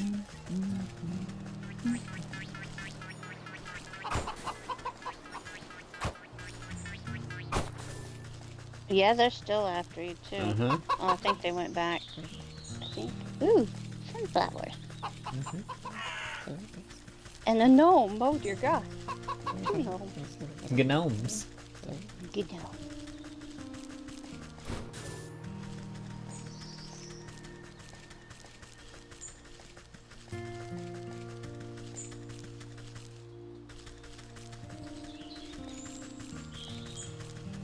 There's a little bit more. Let's see.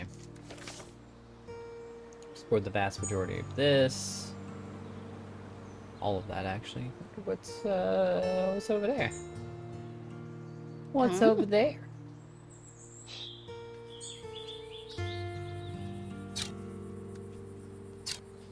Ox's farm. I'm gonna go explore up here.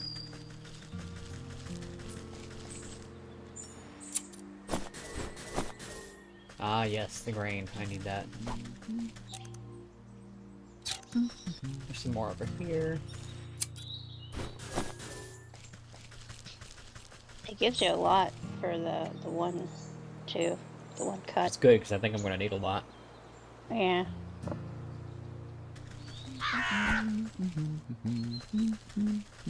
Did he just slap a crow? Oh.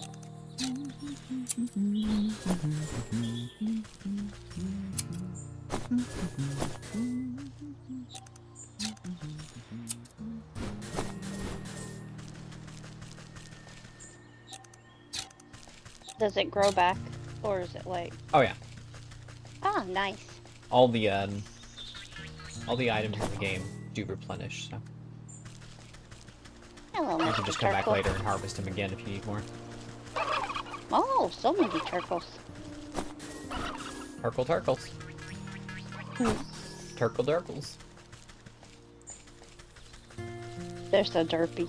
I think this is a path to the apiary. But I don't need to go there yet. At least not that I know of. So.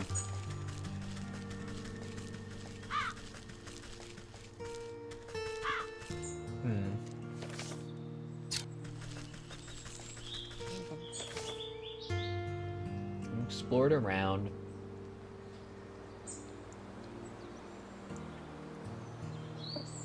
So let's go meet our other adversary. Yay! One of our 4 adversaries for this. Is that the ox? We're gonna go meet the ox. Ah, Mr. Ox, how many leaps does it take to get to the Tootsie Roll center of a turkle pop? No, wait. Turkle center of a turkle. No. I'm hungry still.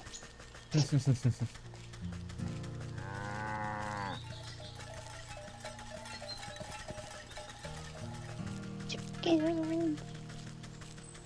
Oh, that's the YouTube of dirt brain.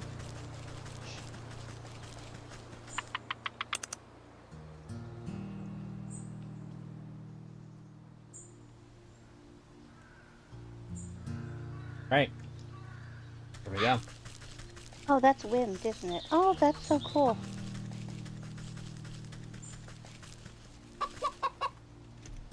This old pooch deserves a treat.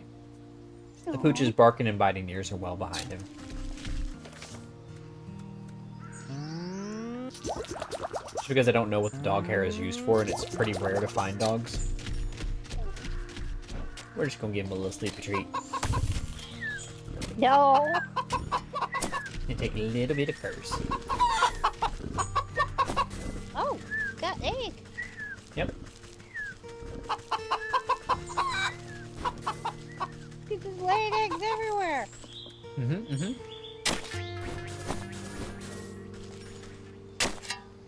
The ox won't mind if you miss an egg. He'll never know they were there. He's not concerned with the eggs. What happened to his family? That's a good question, Captain. He ate them. No, he didn't. You don't know, Lottie.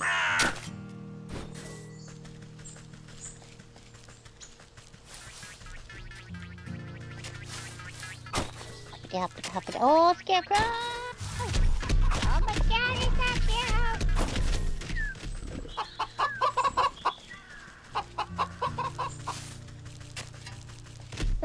There's the ox. She's working the field.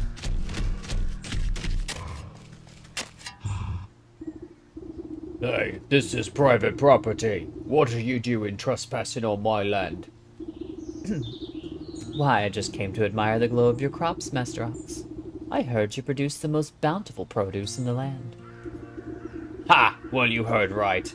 I work day in, day out till my hands are raw, and my back is broken, but you won't find a finer farm anywhere else. You're sure to take first prize in the Harvest Festival again. You and your family must be so proud. The ox spits on the tilled soil. See, I really like the character of the witch because she's clever.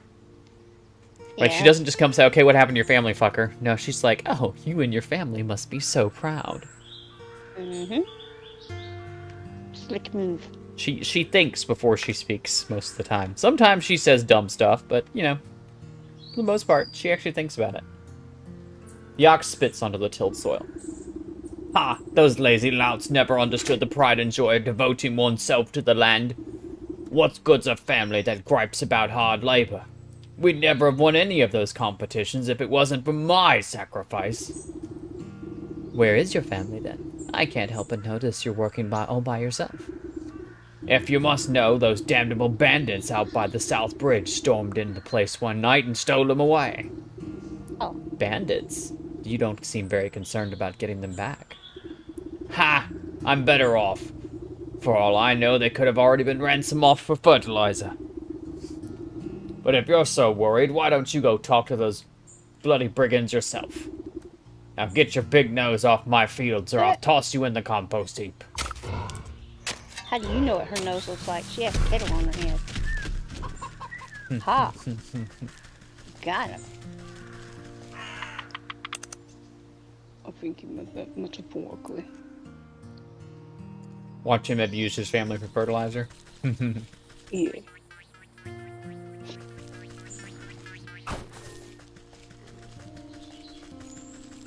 So here's the bandit camp.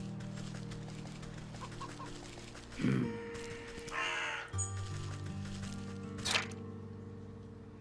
then Pleasant Store. Okay, so here's where I'm tied up again. I need a dreadful doll to get through here.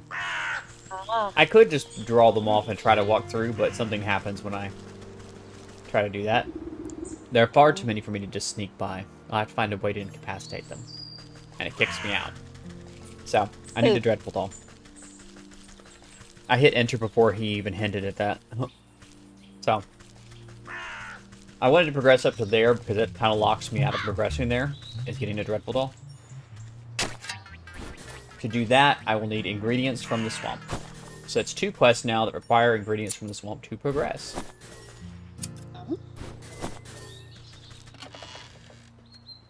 So the swamp is going to be my next stop. I think that the vegetable farmer is literally a vegetable. It's cute. Right? He's a gourd. Yeah. He should just enter himself into the vegetable. If only it worked like that.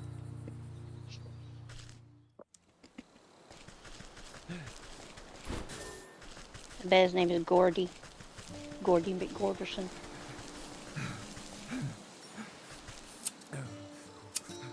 That would be a fine name for a gourd. Or a farmer. Yeah.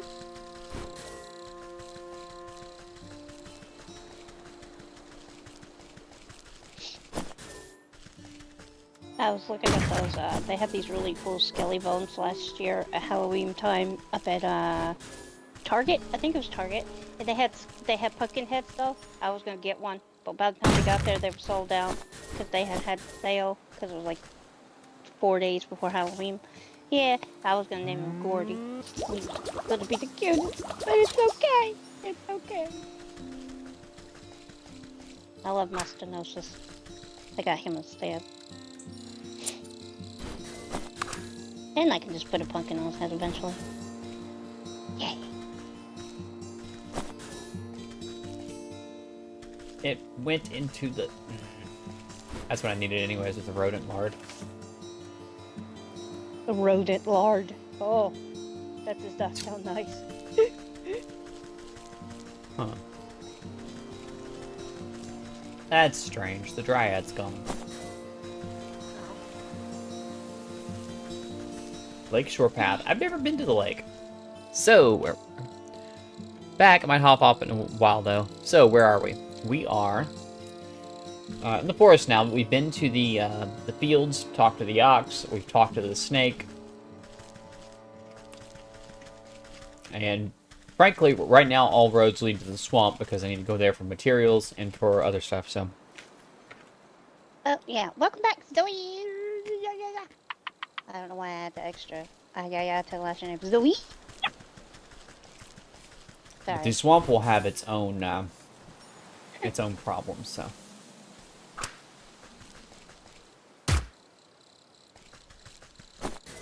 So the ingredients are... So, right? Yeah, you said swamp. What about brain? Rat brain.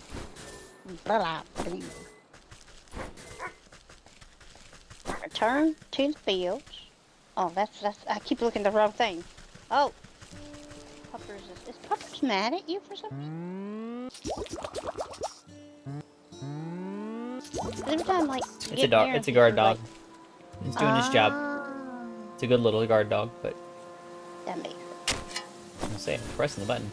I was pressing the wrong button. He looks kind of like a wolf. Cute little baroo. Right? Put him to sleep. I like how they snore. It's cute.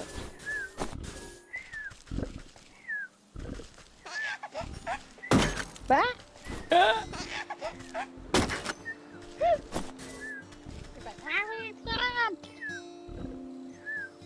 Heading to the swamp. Eva's going to DC. How long would it going to be? What do you mean? Like how long am I going to stream?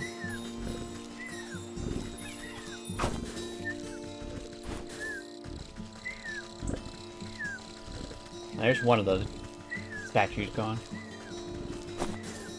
Thank you for the warm welcome. You're welcome. You're welcome for the welcome. Yes, it's nice to have you back. Welcome back.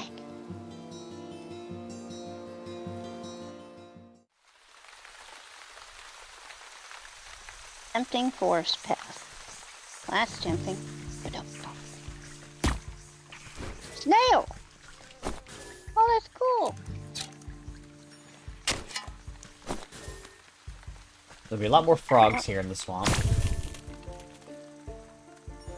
What the heck did you get from the frog? Slime. Oh. So let me get stuff dry. So I need spirit salts for this leeches. The bloodsuckers. The skeeters, I need smoke pellets. And I should now have the recipes for both. Woo! Oh yeah, because skeeters don't like smoke, yeah.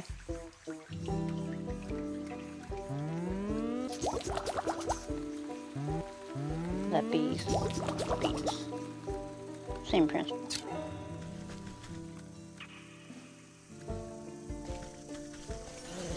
Ugh, beaches. Blech. Oh, What that shouldn't have happened. Well, you got them though, didn't you? I did, and I got their skeeter snoots. Woo!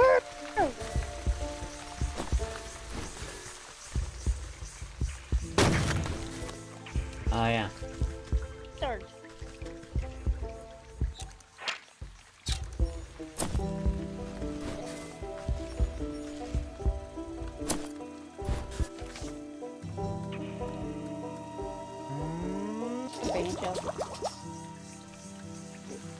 This is where my little bit of inventory management comes in.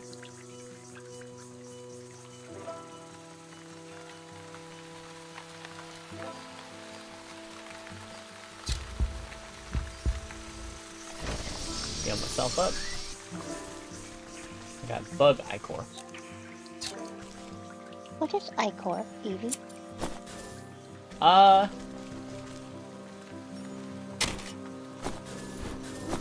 This is one of those things, like, I understand what it is, but I don't know how to explain it. It's like essence of It's a viscous liquid. Mm-hmm. Snail shell, nice. Also kind of like bug blood. Kinda. I need a bait stick for those guys. So which I happen to have a bait stick that I got right here.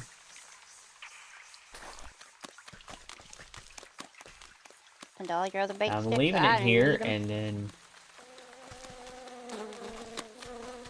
Ooh. Keep the buzzy sound of them things. because I need So these very guys too. Mm-hmm. No, he's gonna ruin my day. Okay. And I found that if I actually leave the meat stick out, the dragonflies will come close enough that I can just bop them. Oh, hey. Yeah. I have newt. Toe a frog, wing a bat, tongue of dog. No. Wait, yeah, that's full of powerful toil, have both foil and bubble. Yeah. Double toil and trouble. Yeah, that's the Shakespearean. No, it's tongue of dog, wing a bat. I don't. Oh, I didn't mean to talk to her yet. Who's there? Please, my eyes have gone milky. My eyes have gone milky. Please come closer, sister.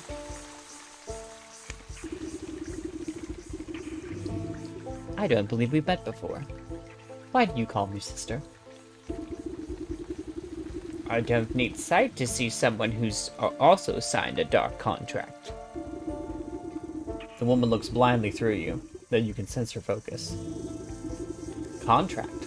So you've had dealings with that damnable goat too? What sort of pact did he rope you into? Oh, you know how it is. I was young, and he weren't no goat when I knew him. We used to dance naked under the blood moon and raise the dead to frighten the dull country folk. Ah, but it's ancient history now.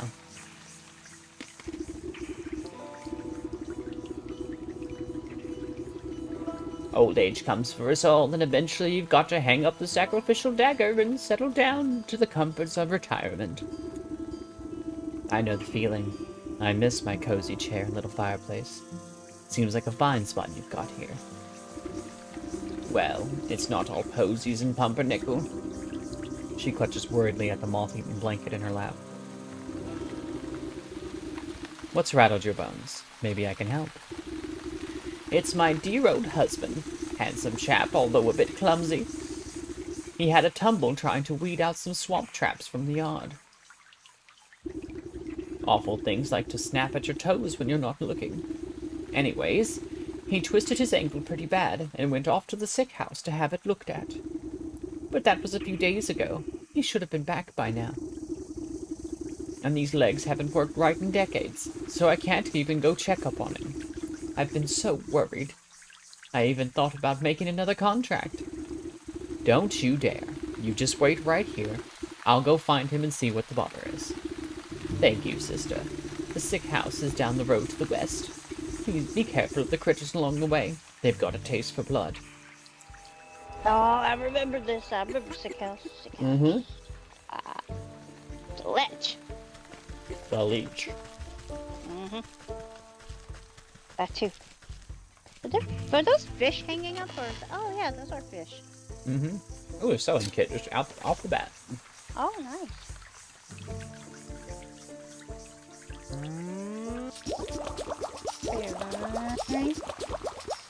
Looks like 4 of them bitches. Oh, make a drift doll. Yeah. Yep. Nice.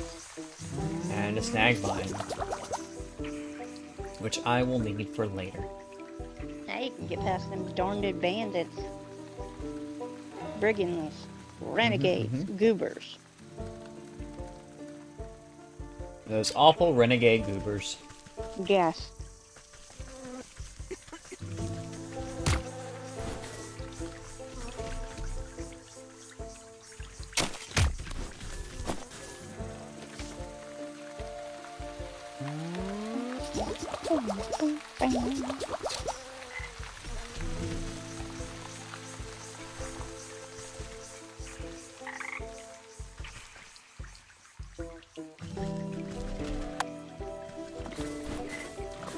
If I walk up to them and just activate them, they pop before they even touch the trap, so I can keep using it to draw in dragonflies.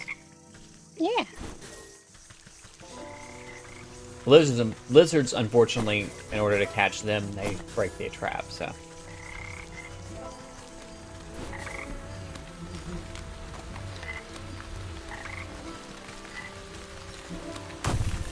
Good. Wow. Don't take this. Take your blood pressure. Thanks. Yes. Thistle-threaded body. There's no rest to be had here. This corpse is joined now with the fate of the thistle that runs through it. Oh, that's cute.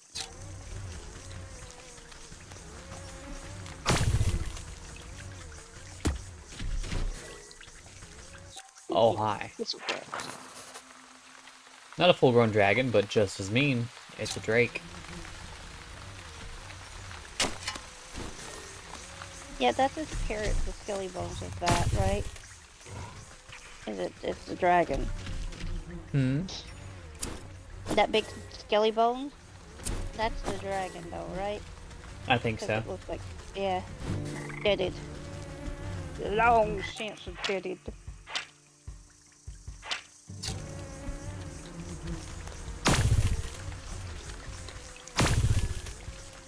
Might have been its mama or something. No wonder he's grumpy. Oh, Yeah.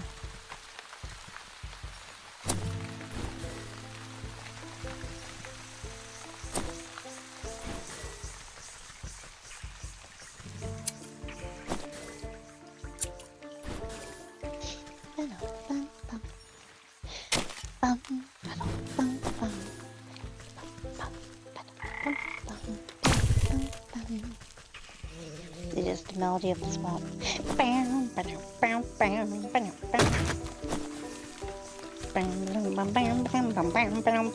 Sorry. Oh, I heard an off-key banjo. That's neat. I like that.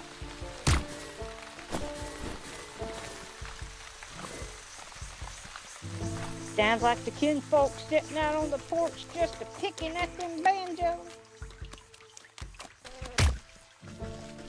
On a piece of grass. What? Not the skeeters.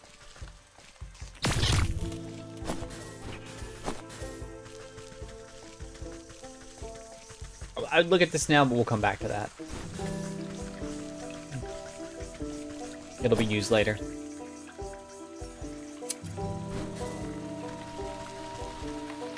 Oh, it's this fucker. Okay, hang on.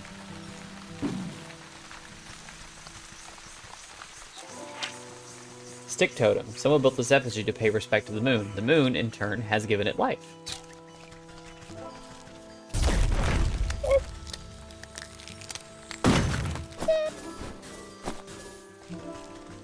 And I got a totemic moon drop. I think the moon's gonna be upset with you, dear. You killed the moon child. Oh no. It'll be aight. It'll make more. Trust me. Hippie, and I don't know what to do. Yeah. This seems like something. What, the old hippie song? Yeah. Willie Nelson. Oh. Oh yeah. Because that man is archaic. He's almost as old as Ozzy. Ouch. Ah! Fish!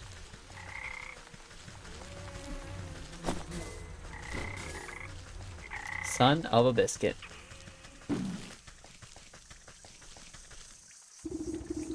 Suspicious stump. The thick moss growing over this massive fallen trunk seems to recoil at your touch, revealing strange etchings on the bark below. Slowly, a spark of swirling energy seeps forth from the waterlogged wood, until an ethereal doorway opens before you. Another shortcut open.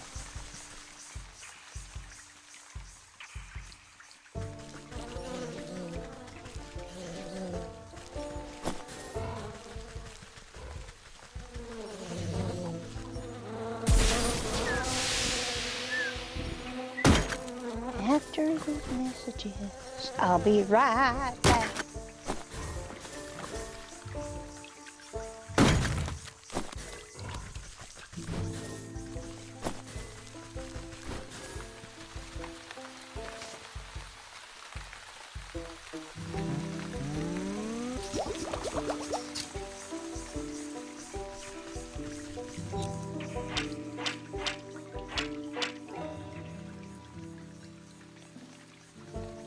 An impassable hulk, unless perhaps he likes you.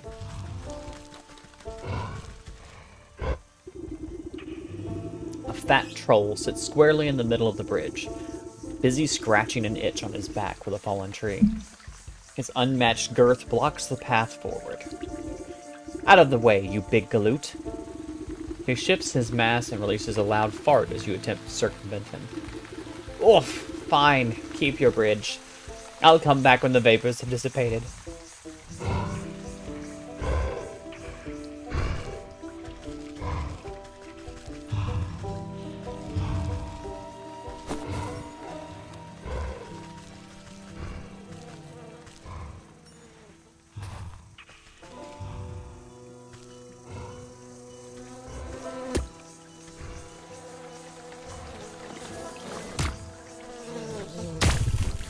Ah, you broke the trap. I got 3 out of it, so that's not bad.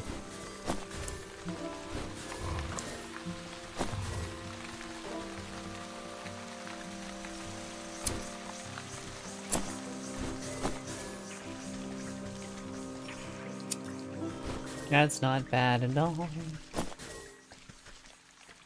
Alright.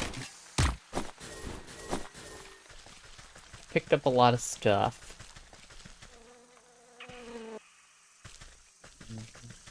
What are y'all doing? These animated wooden effigies seem engaged in a ritualistic dance. They march in stiff patterns around the reflective piece of glass embedded in the soft ground.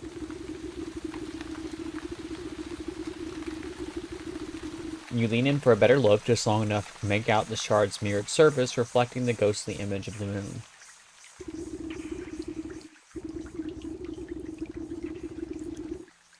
You think to reach in and grab it, but the swinging limbs of the dancing totems are too dense and quick. Out of the way, you overgrown twigs. Maybe I can get them to shift their attention to some other glittering bubble.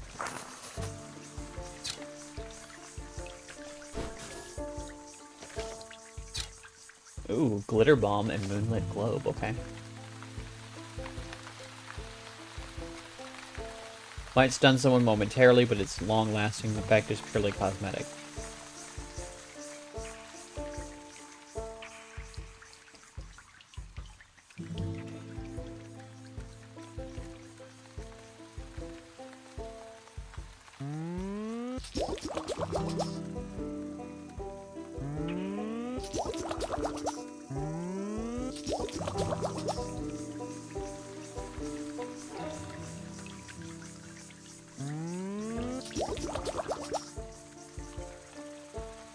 I need a glitter bomb to make it.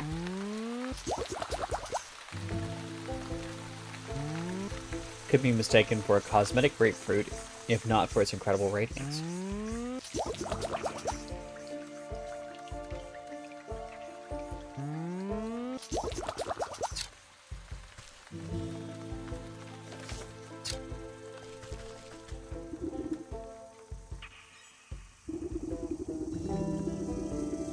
You cast the glowing orb into the ritual circle and watch the golden effigies. Watch the golden effigies suddenly lose coordination and knock their wooden limbs into each other. You take the opportunity to slip between their tall frames and snatch the mirror shard before their frenzied dance begins anew.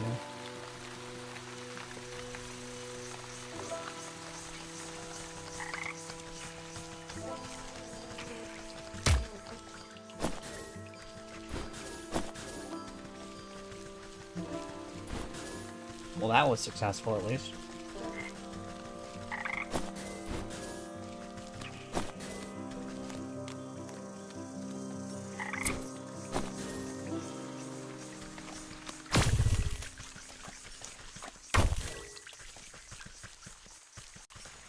Now is Kefki asleep?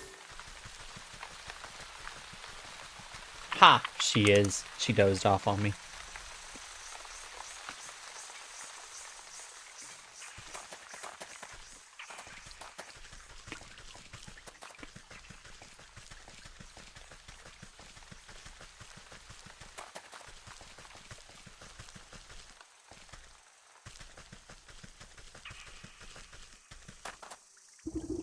Hold on now, this sick house is full to the brim of festering with the disease. Don't you know there's a deadly plague going around? A plague, you say? This is the first I've heard of it. Oh, it's terrible. It affects the young and old, and the healthy and infirm alike. We're so swamped with patients, I can barely catch my breath. So what are you doing out here? Shouldn't you be inside tending to the ill? We've just got so many bodies piling up. Someone has to bury them before they spread the sickness further. She drops her voice to a whisper, looking ashamed. It's gotten so crowded I've even had to dump some in the swamp. That seems unethical. But don't worry. The leech is inside working her miracles on the other patients. They couldn't be in better hands. The leech? That's the doctor of this place? The best in the land. I don't dare think about how much worse it would be without her skills. I need to speak to her. I'm checking up on someone who came through here. Sorry, I cannot in good conscience allow a person of your, years to enter such an infectious place without proper inoculation. But with all the patients we're low on medicine, I'm afraid I don't have any to spare. Bah, what's a simple booster shot made from anyway? There's plenty of medicinal ingredients right here in the swamp. I'll go get them myself. Well, it's a pretty basic prescription. If you could bring the components, I'll be able to mix and administer it. Then you can go inside. I need 3 milligrams of bug ichor extract, 5 grams of toxic thistle powder, and some lazy grass to numb the pain. I have all of that. It's part of the reason I went to see the ox first, because I get the lazy grass from there.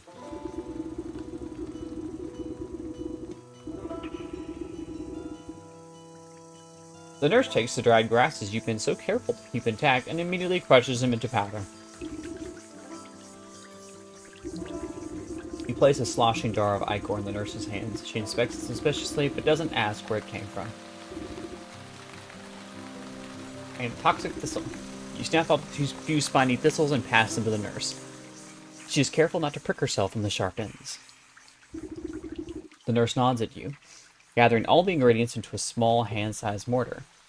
You hold your breath, and she mashes everything into a slimy, stinky liquid.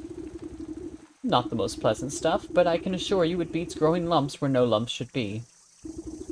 Speak for yourself. One can never have enough lumps. The nurse shrugs at you, sucking up the bubbling mixture into an oversized syringe. She gestures for you to hold out your arm. After stabbing you into your flesh several times, she fails to find any veins with the point of the needle. Sorry, you seem to have some strange physiology. Bah, give it here. I'll do it. You seize the injector and jab it into your arm without further fuss. A cool sensation climbs into your fingertips. You doubt the medicine will have any effect, but at least should make the nurse happy. There. I feel much better. Can I go inside now? Oh, yes, of course. You should be immune to the plague for the time being. Just be quick, the leech is very busy.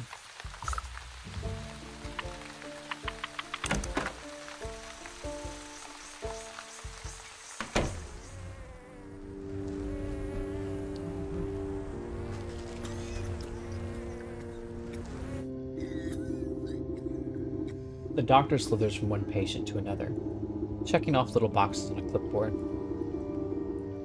From under her wide-brimmed hat, she appears to notice you enter, but pays you no mind. You must be the leech. I was hoping you could help me find one of your patients.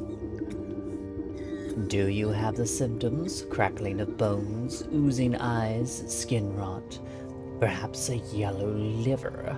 Let's get you examined. The leech extends her toothy snout, prodding your body and searching for some hidden malignancy. You slap her away with a swift palm. If it is sickness you're looking for, you won't find it on me. My dear, we are all sick with something. Whether it's a broken heart or a broken arm, we all suffer in one way or another. You peer through her tightly wrapped garments and see a deep darkness underneath. Despite the warmth in her words, there's a sense of hunger and urgency in her tone. I am here to heal, to mend, to put all of your troubles at ease. Now tell me, what ails you? I told you already, I'm in perfect health. I'm here to find someone, a man who came through here with a sprained ankle. Half the patients who come to me have twisted this or broken that. Before the pox sets in, that is. Can you be more specific? What does he look like? Oh, I'm not sure. Well, then how do you expect me to help you? Come back to me when you know who you're looking for. You look about the sick house at the coughing, wheezing, bedridden souls. Perhaps some of them will be able to identify the missing husband. No, we just walk around and talk to people. Is it the beardy guy you're looking for? You know where that short fellow got to, eh? So short, beardy. Can't find the short guy? Sorry, can't help you. I missed that man with the beard. Short. Leave me alone, that's fair. Fellow with the dark hair and dark eyes.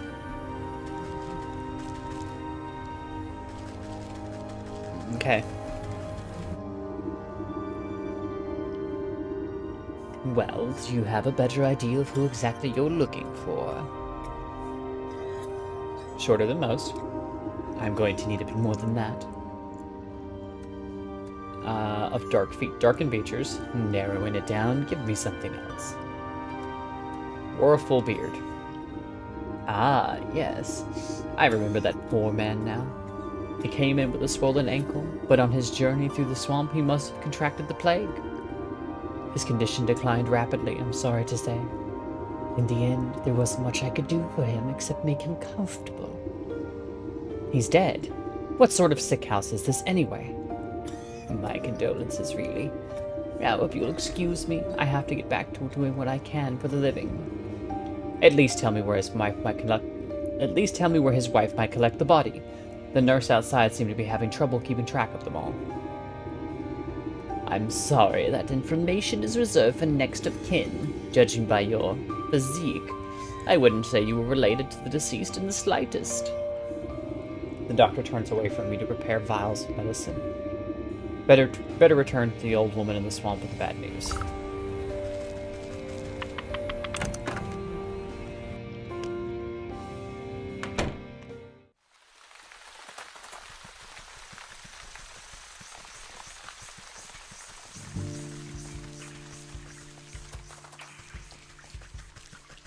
I already checked, there's no goodies. Disappointing.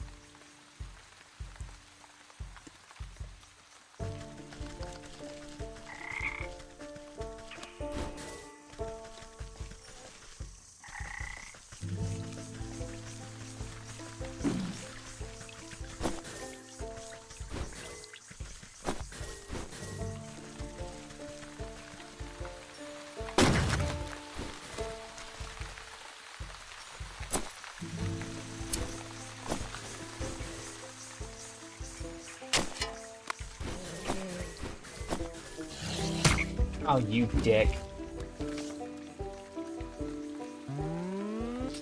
I'll just heal this.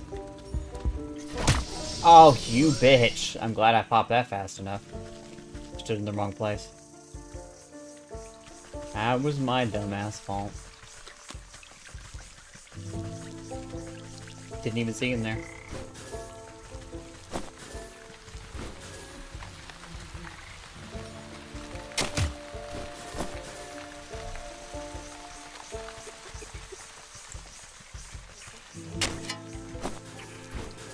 I love her reaction here.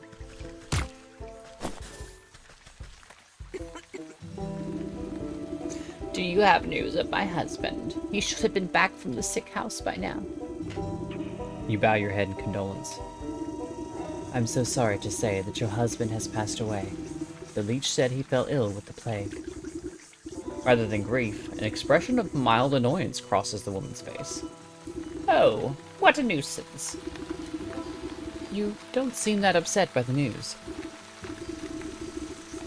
Well, he was getting on in years. It was bound to happen sooner or later. I just didn't think it would be from some measly plague of all things.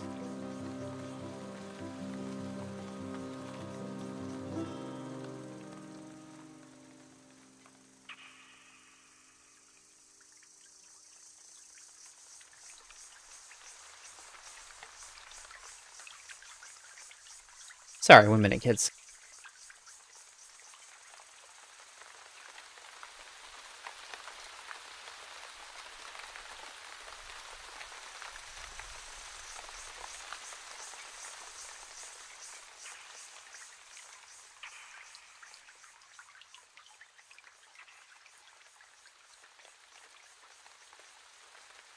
Alrighty. So, where's the fool now? I'm not sure. The leech wouldn't tell me. But her assistant mentioned having to dispose of the dead out in the swamp. Brimstone and Baldersnatch. I know I'm already in your debt, sister, but can I ask you for another favor?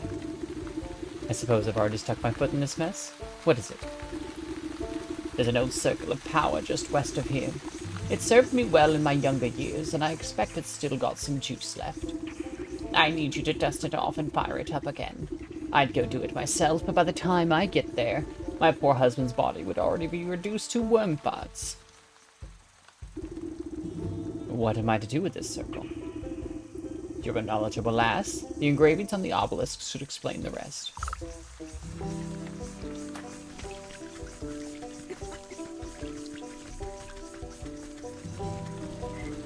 So we're gonna need to get some things.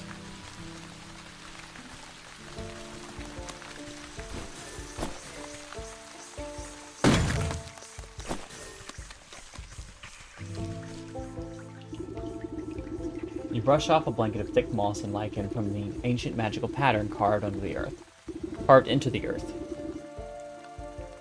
The essence of power wakes at your touch, bringing slight warmth to your fingertips. 4 blackstone obelisks surround the ritual spot. You'll need to scrape off the overgrown decay to read the runic lettering engraved on those surfaces. The eastern obelisk yearns for the tooth of a dragon. You haven't seen any real dragons in years, but who knows what's out in the swamp. I need a drake fang. The southern obelisk asks for a collection of bodily fluids to breathe new life into an unliving vessel. Apothecary humors. The western obelisk requires a source of undead animation, a necromantic charm. And the northern obelisk calls for proof of the dead. The afterlife is nothing if not bureaucratic.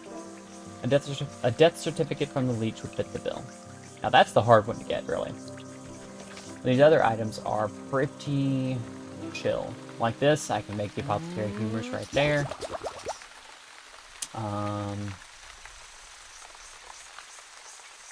The necromantic charm, I just need this. Oh, no I don't. What else do I need? Ah, the pumpkin jack bone. I gotta go kill the pumpkin jacks. Much to Kepke's chagrin.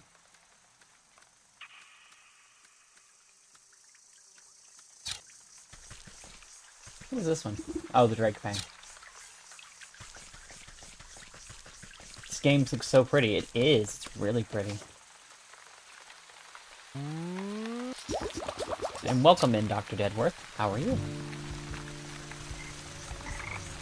So we're going to take this thing we just made a snackrifice.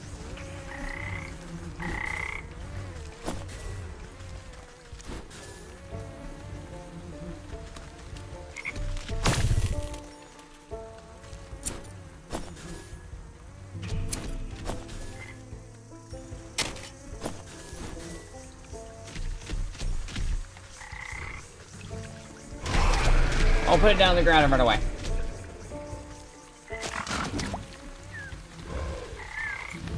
Oh, he's just a sleepy baby now.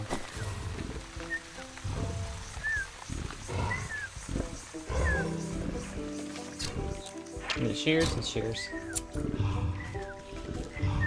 You won't miss the one. Dozing like a happy puppy. I'll leave him to it. Looking for games to get. This one seems this one's for me. Oh yeah, this is a fun game. Got a kind of a non-linear approach to how you complete stuff.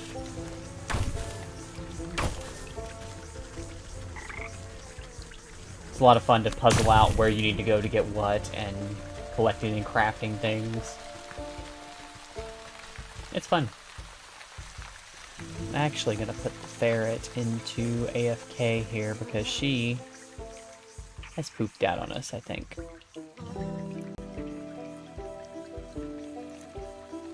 I get my whole screen real estate back.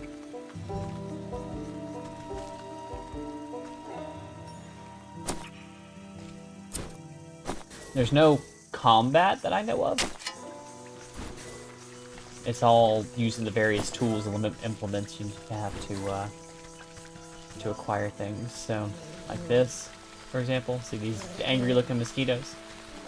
Use a smoke pellet to knock them out, and then whack them with my axe.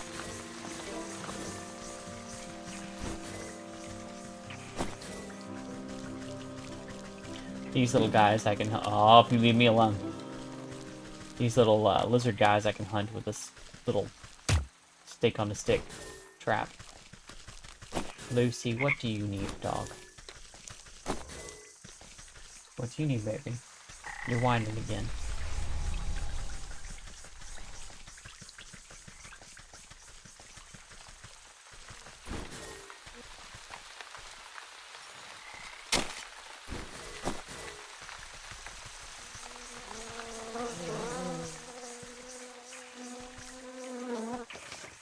I need another smoke pellet.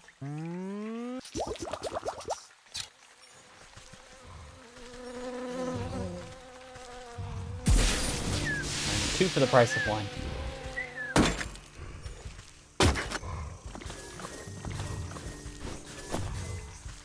Take all the goodies they drop.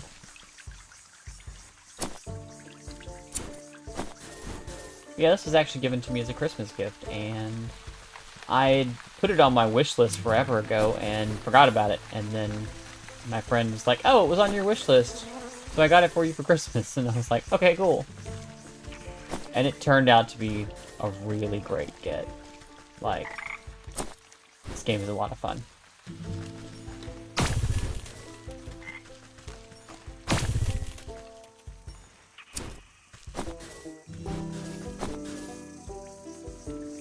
Come here, bud. Sit down. No. Alright, let's start with the leech, because we're going to have to get the death certificate. I wrote down what I want most out of a game. Magic character creator and sandbox. I don't know if this has a character creator, but your person looks cool. So, no character creator in this. It's very story-based. I'm Benak. You can come back in, Kefki. I thought you'd passed out on me, so I moved you to A-OK.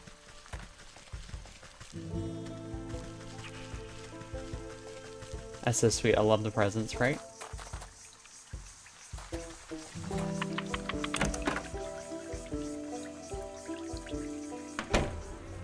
Ack, been exiled, lol. You can come back. It is loud. Welcome back. Nah. I stepped away for a few minutes. I appreciate you popping me in play wheel there, though. The shadowy doctor prowls among the cots, eyeing the weakest patients with a dark hunger. She snaps a quivering tentacle at you as you approach. Not a step closer. Who knows what sort of disgusting maladies you might be carrying. Yes, I'm a pox-ridden wretch, I know, but I need a death certificate from you. Specifically, of the short-bearded man we spoke about. His wife is in no condition to roll her chair through the swamp, so she's asked me to collect it for her. About to get this early morning started, I'll be lurking. Thanks for stopping by, Pat. Have a good morning. I don't simply give out death certificates to anyone claiming to be someone's aunt, grandmother, or friend. This is a legitimate operation. She turns her back to you and rummages through a nearby medicinal closet. Now, where has that serum gone to? Don't tell me we're already out. What's the matter? Out of stock? It's a shame you don't have the time to go out yourself. She tenses at your continued presence. What are you getting at? Medicine for the death certificate. I think that's a fair trade, don't you? You would barter with people's lives when people's lives are on the line? Fine. You'll have your paperwork, you filthy degenerate. Clearly too angry to speak with you, she shoves a list of the required medicinal supplies into your hands. I need to make the mending poultices. Do that real quick. I don't like when games make combat required to progress. I might have to kill frogs for resources here, but I'm so thirsty for potion making. This looks like Don't Starve, but it's easier to stay alive. So it's not like Don't Starve and like there's no survival aspects. You can get hit by things, so you have a little health thing in the corner, which is covered up by the ferret right now, but you have 3 little hearts in the corner, so if you get hit by a hostile creature. There's a whole crafting menu. You collect items as you go along.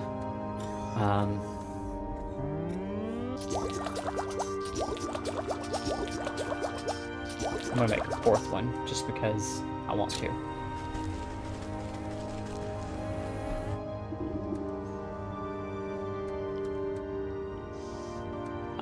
Yeah. The leech stuffs the poultice into an unsanitary-looking cabinet without a second guess. Without a second glance.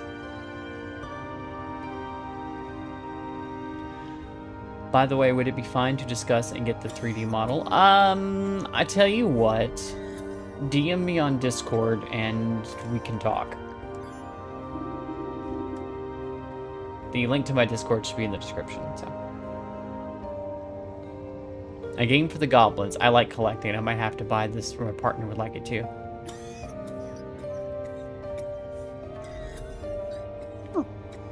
Yeah, it's definitely one of those that I like to go through and collect all the things, because then when I have things like this, I don't have to go run out and hunt for them. I just collect all the things. So, isn't it a server though? Yeah.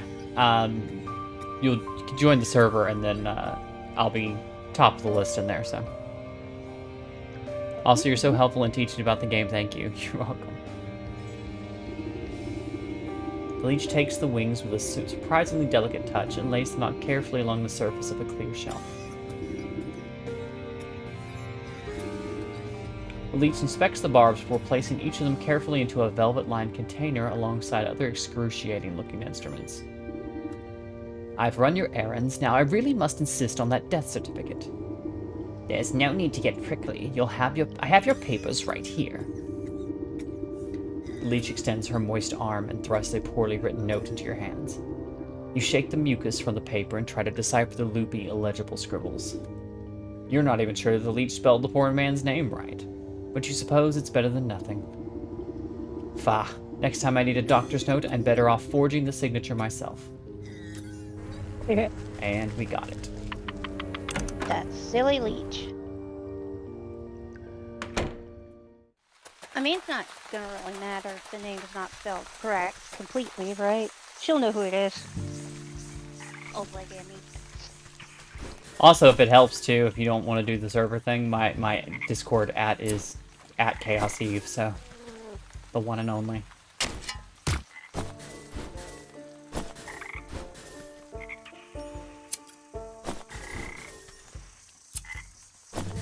I'm a bit of a stickler for brand control, which I may have mentioned earlier. Same, same. Although, you know, my plight with Kefki on Discord and Twitter. Kefki. Oh, yeah. I had to have Kefki too. No. And you can join. Everyone's welcome. That's why it's in my description. Alright, so we need one more thing.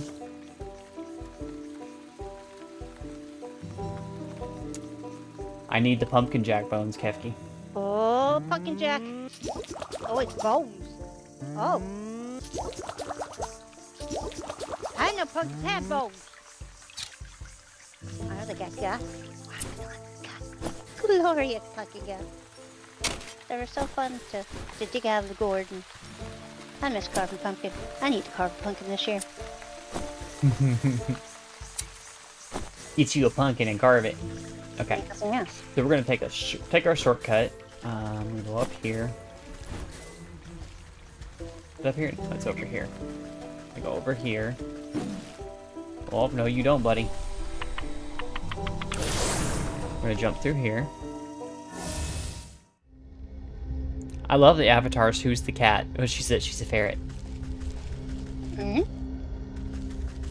Didn't realize they were there. Yep. Yeah, it looks like a cat. That's one of my very oldest avatars, yeah. It does look like a cat.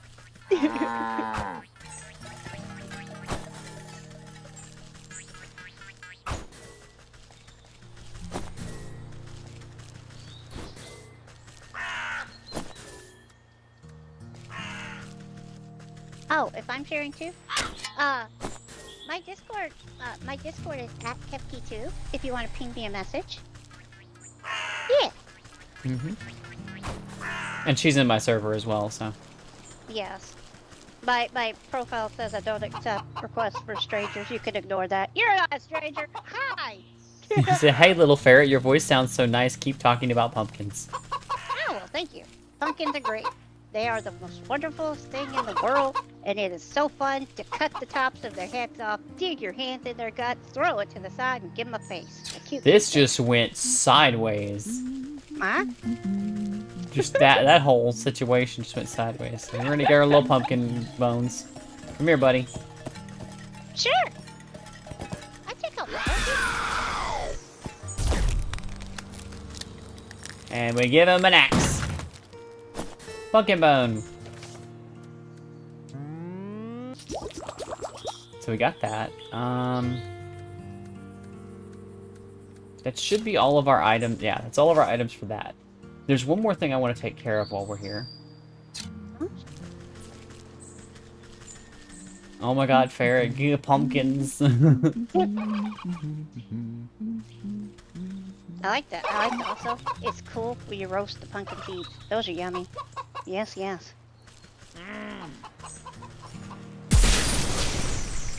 So now they're all scared of me because I used the dreadful doll.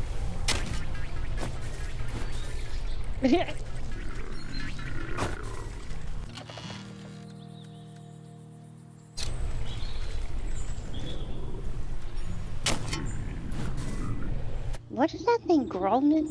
The bandit boss. That's, Ah, that's sly the old bandit. fox, how'd you manage to get your creaky bones past me grunts? Tch, my mooks must be getting fat round the waist to let you slip by so easily. Never too old to teach some young'uns that hands are better... Never too old to teach some young'uns that hands are better left out of other people's pockets. Next time I catch one of your thugs rooting for gold, they'll have to recount their fingers. Ha ha ha, ain't afraid of nothing, are ya? Well, let me be the first to welcome you to our merry camp. Though I suspect you didn't come here just to scold us. What do you know about the ox who works the southern fields? He told me his family might have come through this way. Oh yeah, we know all about the ox. We also might have seen that family of his, but on the other hand, maybe we didn't. What's it to ya? Listen up, you big lug. That information is just about the only thing stopping me from changing the whole lot of you into stinking chickens. Alright, Granny, no need to get upset. We was just playing games, you know. Yeah, we seen that family. A boy and his mum, if I remember. Always walking in the big ox's shadow, always looking afraid of him, too. Oh. So you didn't kidnap them? Where are they now? You know, you remind me of my dear old ma.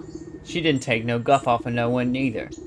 Ah, she used to make bake the most delicious meat pies. I sure do miss her cooking. Me and the boys been awful hungry lately. Thieving is hard work, and crime doesn't always pay. Say, do you know how to bake? I even got Ma's pie recipe right here. Who knows, on a full stomach, I might even remember something about that missing family. Humble pie. Pie. Humble pie. Who knew it could be more than a figure of speech? You literally put crow in it, Oh my god, that's awesome. right? So, the 3 ingredients are crow's feet, which I have 2 of, dough, and roast beast. Roast beast is going to require morsels and embers, which I have, but I also need witch spice. Make some witch spice. Make the roast beast. That's 1 ingredient. The dough, I'm going to need some more moo juice. So I'm going to make some pots. Looks like I have a little bit left over. Yeah, they'll leave me alone now, so I don't have to do the thing again.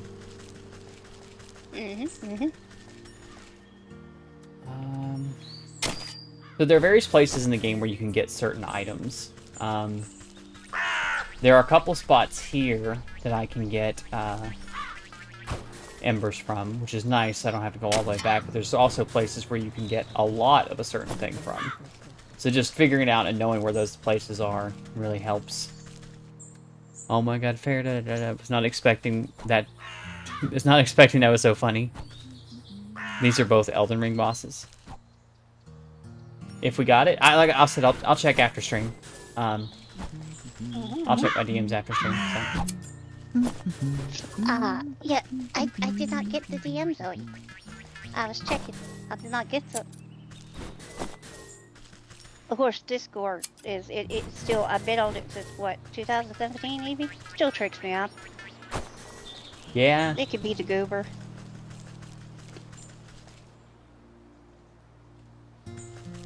They request. You might see pending requests as a separate thing, Captain. Yeah, this is true. How do I tell this? Man.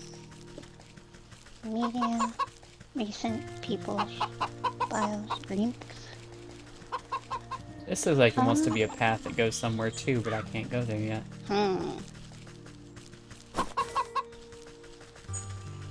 Yeah, don't got nothing. Well, poofers.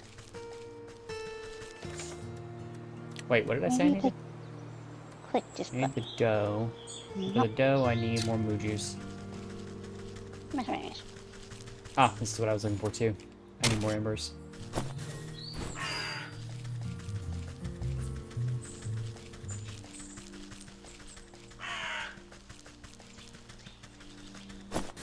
Yeah. Did not see a request or nothing on the Discord. If if you'll type out your Discord name, I can try to find you. I think it's it's in the search bar, right, Evie? Yes. Hmm? She said, they said, that there's, they said it in the chat there. Oh, in chat? Okay. You can just copy it from there. Same as her screen name, it looks like. Zoe. Z-O-E-E-E-E-Y-Y-Y-Y. Where's the cow?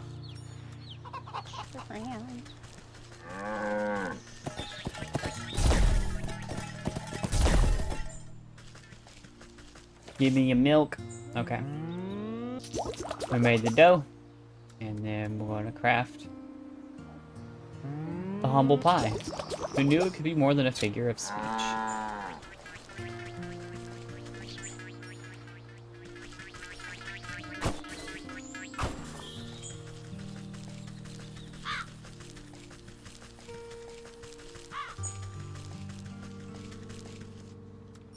It gives me the option to pop into the other voice chat for some reason above everything else. I don't know why it do that. It didn't do that before.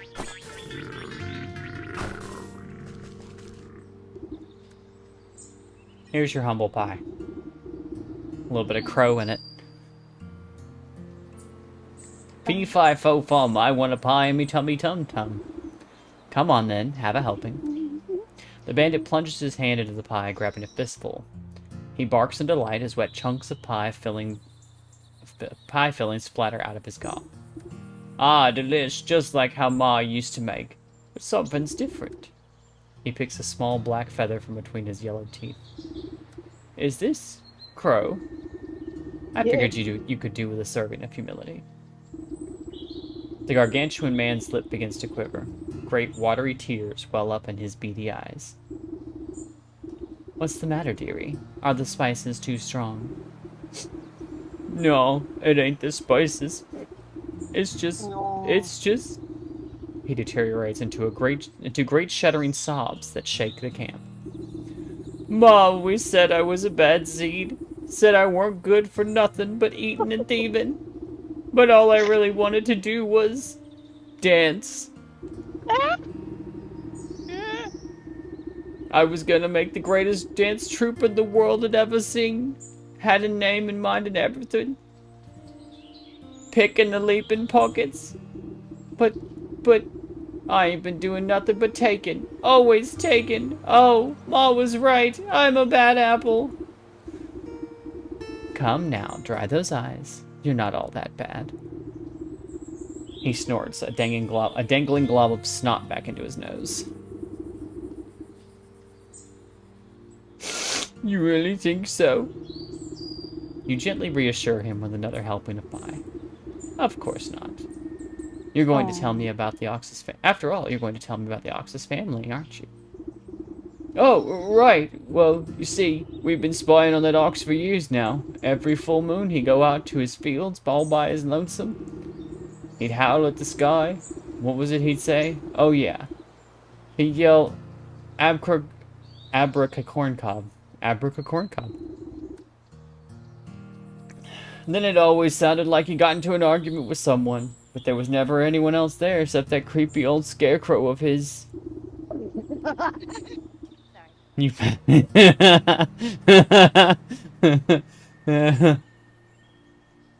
You pat the sniffling rogue on his stubby cheek. That's a good lad. Maybe next time. Maybe it's time to think about trading the daggers for dance shoes. He stuffs more handfuls of the crumbling pie into his blubbering lips. Yes, I'll do it. I'll dance. Yeah.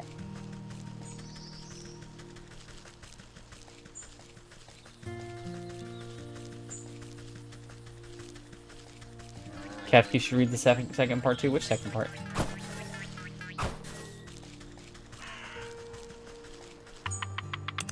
This music is too peaceful. Do I have to put an app before adding a friend? I don't think Yes, so. I know what. Oh, okay. I know what Meteor says. 3 E's and 6 Y's. Yeah, okay. Send friend request. Did it work? Did it work? I don't know.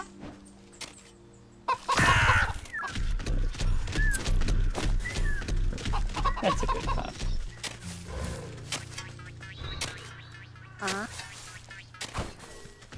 I sent friend request. I hope it went to you. I could be sending it to a total stranger in the face. What are you doing? Who are you? I'm sorry. Now run away in embarrassment. Hide in the sunflowers over there. Who are you? What do you want? If that lumpy vegetable farmer sent you, just go back and tell him to suck eggs. Yeah? What? Who? Oh, don't play innocent with me. I know it's a spy when I see one. Get lost, turnip head. Turnip head. This eerie simulacrum of a human sways in the breeze. Its lumpy face seems to leer down at you, as if expecting something. Ah. Abracacorn cup? The figure creaks against the pole as its vegetative head twists to look at you. It takes a wheezing breath, expelling a moth from its mouth hole. Hello! Yes, have you come to strike a deal with the great and magnanimous Harvest Master? Or would you rather me do it in the other voice, Kevki?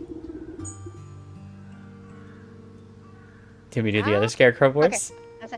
How am I gonna? Do you want me to do it? Yeah, you do it. Cause Okay. you give it a posh voice. That's funny. No, I meant the other voice. For the other Scarecrow, Okay. you know. That's good. Oh, there's another guy. Yeah. You want that one? Yeah. Oh, no thank you. I'm involved in quite too many dark contracts with supernatural beings already. Why then have you summoned me? Has the Ox made a deal with you, perchance? The Ox? Why, yes. Terrible trade, I say. But a deal's a deal. What sort of trade? Does it have to do with his missing family? Yes. He said he wanted to win pretty prizes, grow the best crops, said he would give up anything in the world. So he offered me his wife and son, and I'm not one to refuse a bargain like that. Where are they? What did you do with them? Don't worry, they're fine. But as long as I make the crops grow, they belong to me. And if the crops should fail, your deal will be broken. Ha! I am the great Harvest Master. My harvest will never fail. We'll see about that. I'd better take a closer look at these prize-winning plants.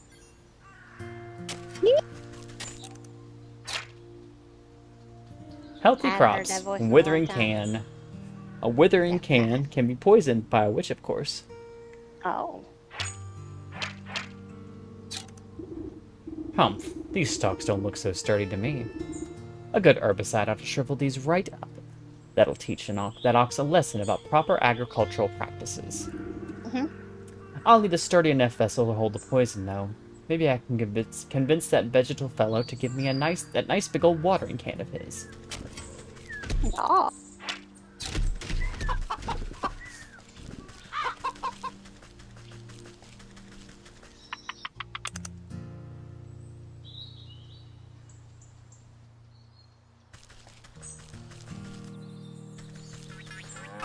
Ah, that hurts my throat to do that voice. Yeah, sorry. No, you're And not fine. here. I haven't done the Straw Man's voice in a while.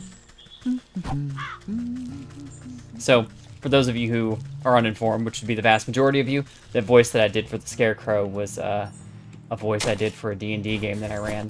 And was Kefki's character's deity. He was the Straw Man, god of fear. She was a You're cleric so of cute! Mm-hmm. I mean, very no.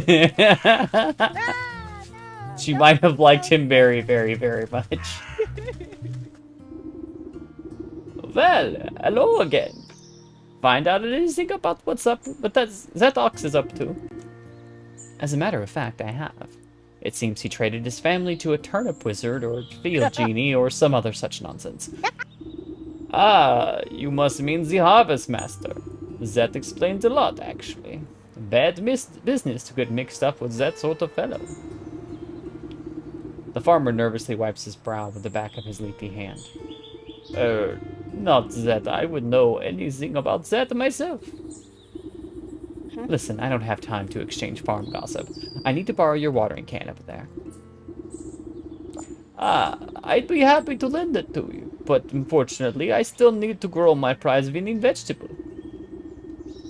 You glance down at the fat head of cabbage, bobbing gently against the blanket of big, swaddling leaves.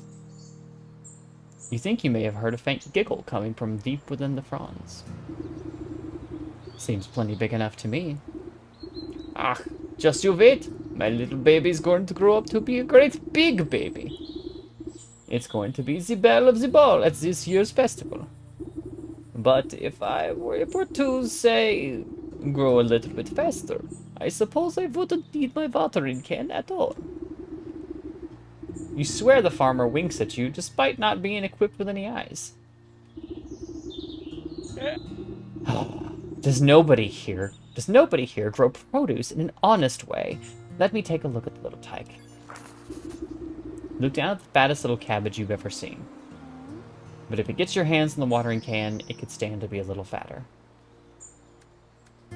So I need a growth potion, turkey, gizzard stone, and a jar of water. So the water I've got, I have the thing for the growth potion. I'll need more moo juice.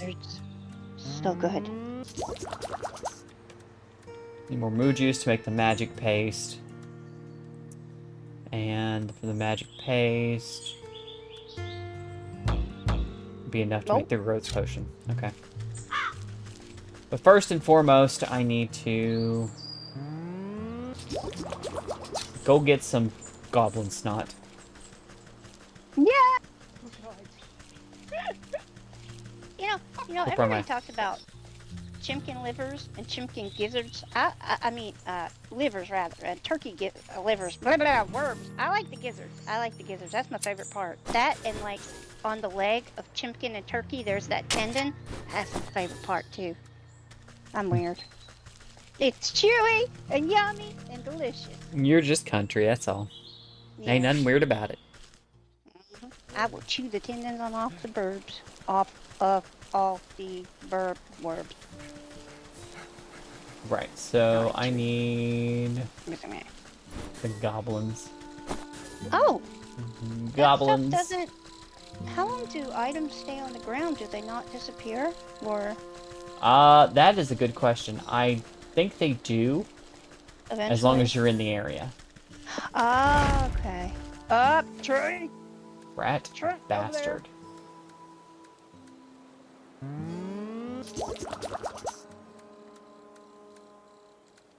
Now I need to actually equip the damn thing.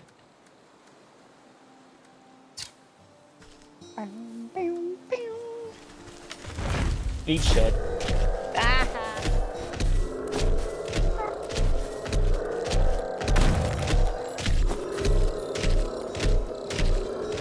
Get back here, bitch. That means fairy. Where's she going? Ha ha! Got it. I could hear her like screaming to try to get away from me. Pretty sure that was laughing, but you know, scream, laugh, it's a fine line. Yeah, it is. I like to imagine she was running from you in fear. It makes me happier.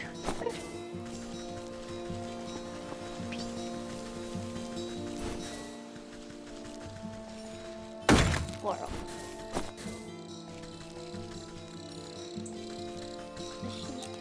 Squirrel.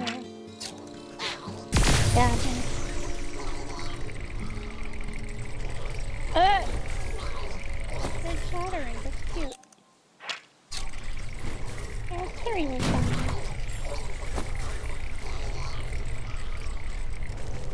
Oh, candy corn. No, that's tree, not candy corn. Dear God.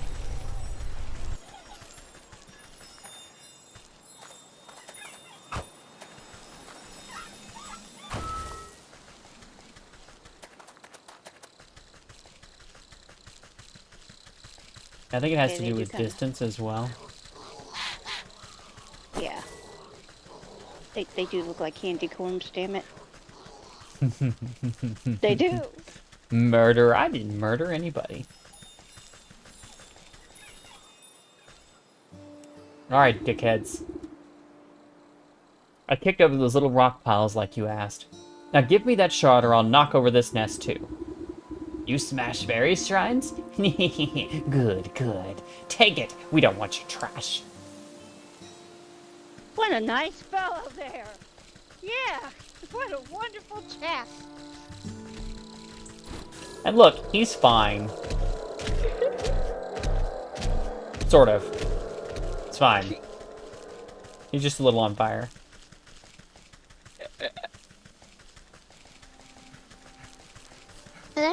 Look, they started it, okay. The tree will eventually burn down, right? Or does he just sit there and flail? He flails until you get far enough away from him. Like I said, certain enemies basically they despawn / respawn or they reset if you get far enough away from them, like the goblins did. Yeah. Okay, makes sense.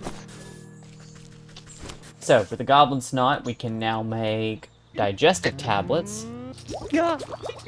Do not eat these unless you would very shortly like to have that action undone. Useful against turkeys. Oh God.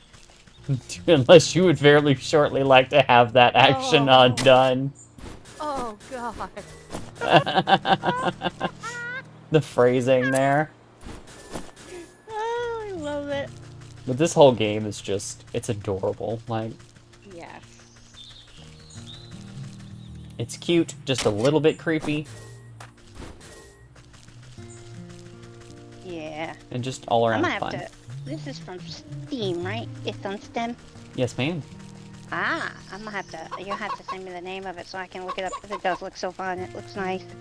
She's called Wytchwood. Spelled Wytchwood. with a Y instead of an I. Ah, okay. Turgle. Oh. No turkeys were harmed. He just barfed his guts up. Yeah. Rope his gizzard. So, He'll grow we got the another turkey one. gizzard stone. Oh, it's a gizzard stone, like a kidney stone, or a Yep. or a gallbladder stone. Ah. Well, you actually helped him then. Oh, I need to growth potion too. Which I need moo juice for still. Damn it. Murder. I hope that moo juice is talking about the milk. Yeah, it's moo juice. The milk. Milk. Wash your mouth. Give me that Comes milk. from a Moosaurus Rex. Moosaurus Rex. Ooh. See, there it is. The legendary Moosaurus Rex. There we go. Ah. That moo did not even notice you stole it moo juice. It's too busy eating the grass. What's he eating? There's no grass down there. It's dirt. That is not my business. That is a derpy moo moo. It is not my job to question anything that he does. So, let's start with just some basic water. You spritz the cabbage with fresh, clear water while uttering a simple horticultural charm. The water beads like dewdrops before the leaves drink them up and brighten in color. Turkey gizzard stone. So, this part is actually kind of scientifically accurate. Really? It's just a whole bunch of nutrients, basically. Oh. It's not something you should ever eat, but, you know, if you use it as a fertilizer, it's pretty good. Crushed into a fine powder, a gizzard stone lends potent nutrients to the soil. And now for the little bit of magic part. The growth potion. Sorry. You pop open the cork of the potion and sprinkle the bright liquid onto the cabbage's roots. The budding plant changes to a bright purple, then blue, then yellow. It suddenly goes rigid and shrinks to the size of a marble. The farmer gasps in horror as his precious baby disappears back into the earth. He turns to you, shoulders stiff and pitchfork in hand. He takes one step in your direction, but stops abruptly when a tremor shakes the ground. You look to your feet and watch deep cracks split the earth. Hold on to your hat. This one's gonna be big. You hear a booming giggle echo from deep in the ground. The vegetable farmer falls to his knees, clutching his hat to his chest. In an explosion of leafy greens and flying earth, the bouncing head of an enormous cabbage erupts into the field. The farmer reaches out to it, shakily. My little baby. Papa? The farmer scrambles towards the big bumbling cabbage with open arms. My beautiful baby, look at how big you've grown. See, with a little love and help from your friends, you're sure to win first prize after all. Oh, I don't even care about that silly thing anymore. Just look at how handsome my baby is. The two embrace, laughing and crying. I guess you won't be needing that watering can anymore? Please, help yourself. You've helped me more than enough. Oh, look at the big baby cabbage. So cute. Gurgles at you gleefully. I'll take that. It will take some work to break the Scarecrow's magical boon, but you're confident in your mastery of poisons.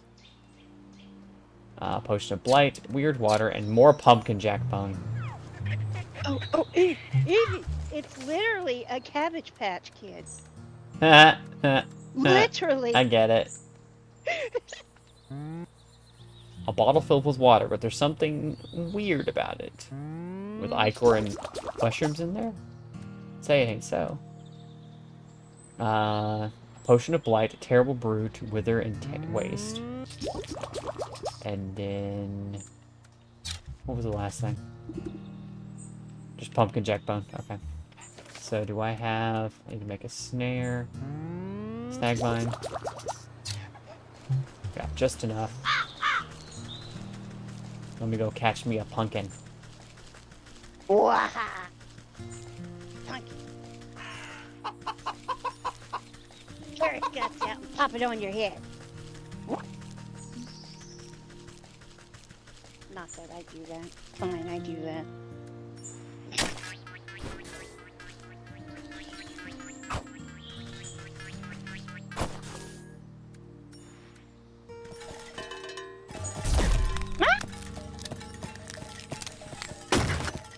Give me that bone.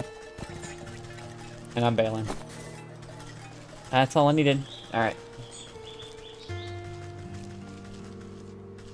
This gizzard's all empty.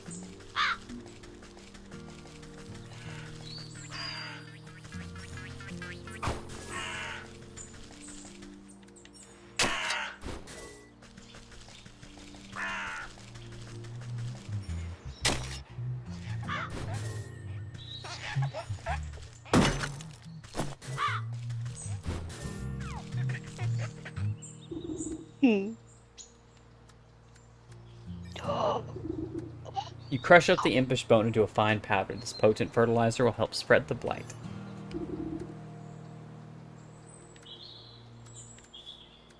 Potion of Blight.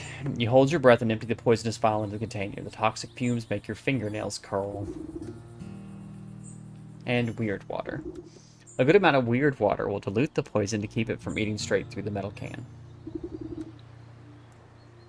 You find a hefty stick to mix all the ingredients together inside the watering can.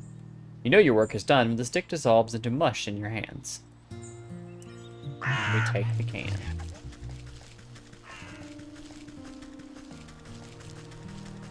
Let's go ruin an ox's day, shall we, kids? Mm-hmm.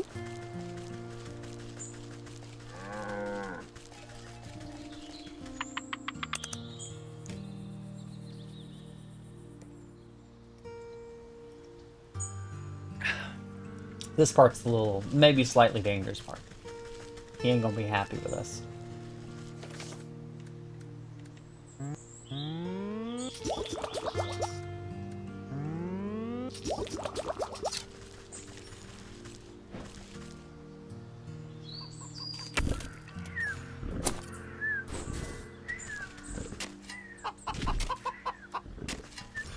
I hear sleeping puppers.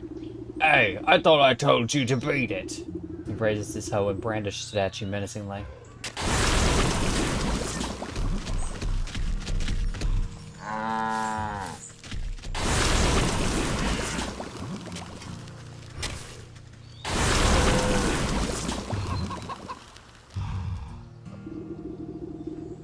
watch the sickness spread up the stalks to the very tips of the tallest leaves.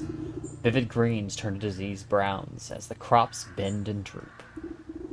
No! What is happening? Harvest Master, we had a deal. You promised my crops would never fail. Dreadfully sorry. Looks like my magic is broken. Not my fault. The ox throws himself to the ground, desperately raking the soil with his fingers. Wait! Let's make a new deal, please! I sacrificed too much for this. A new deal? What's your offer? Anything you want, just bring my precious crops back to me. Anything, This is acceptable. Worm-like roots suddenly wrap around the ox's feet and begin dragging him into the soil. Uh-oh. Wait! I didn't mean... Uh-oh. The dust settles over the spot where the ox once stood, as if nothing had happened. Though the soil looks barren and diseased, a small sprout of leafy green catches your eye.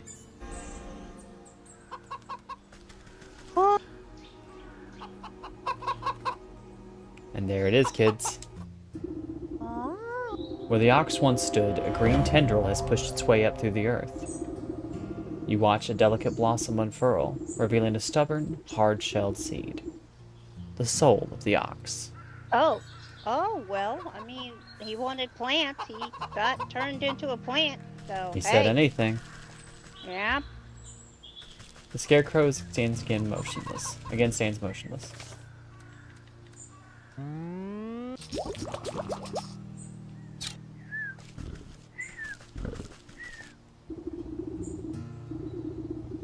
Now, am I the only one weirded out by the fact that the ox had a human wife and son? Yes. Yes, you're not the only one. Okay. Standing at the front gate, the ox's missing wife and son blink in confusion as if they had just burst forth from the earth itself. Ma, what happened? Ah, welcome back. I suppose you don't remember much. He really did it, didn't he? That stupid festival prize was worth more to him than us? Where is he? Where is my husband? Don't fret. I've already set things straight. He won't be troubling you again. And you've got this nice fertile farm all to yourself now. Aww. My son and I worked ourselves to the bone for that horrible man. Thank you for lifting this curse. Just do me a favor, and don't make any deals with suspicious scarecrows. I like her sickle, her scythe. I want it. Give it to me. Just don't worry now, child. We won't have to fear him ever again. Give it to me. You're ridiculous, Skepty. So, I love scythe. that is the soul of the ox. And that's actually the furthest I've been in this game so far. I got the soul of the ox before I quit playing the first time. And I only quit because I wanted to stream this, so... I don't know what happens after this. He deserved it. He deserved it. As a matter of fact, I would argue that most of these people were collecting their souls seem to deserve it. Yeah. Not only is the child and the wife free now, but that's also one step closer to your main goal.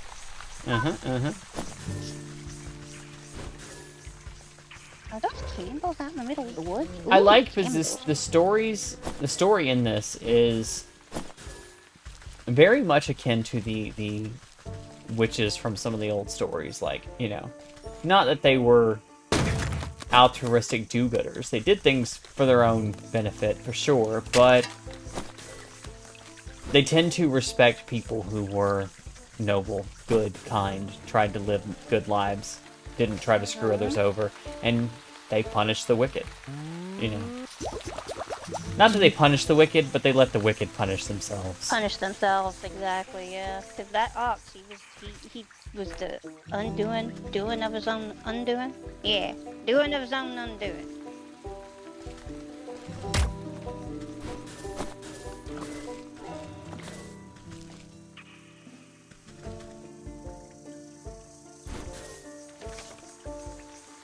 Yes, indeed he did.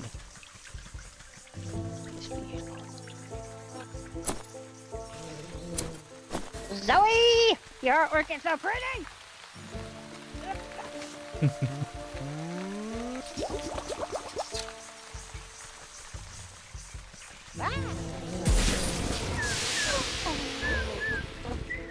Give him a little chop and a little chop.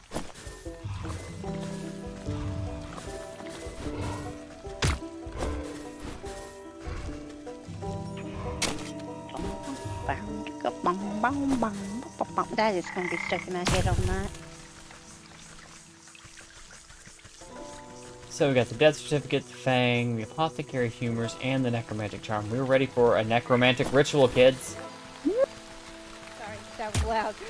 I just wasn't listening. I didn't even come through as loud. Crispy saved your ass. Yes, Christmas Eve by the foot. Alright. Necromantic charm. You place the token of undeath into the basin. It flutters like a candle for a moment before a shadowy umbra of the obelisk snuffs it out.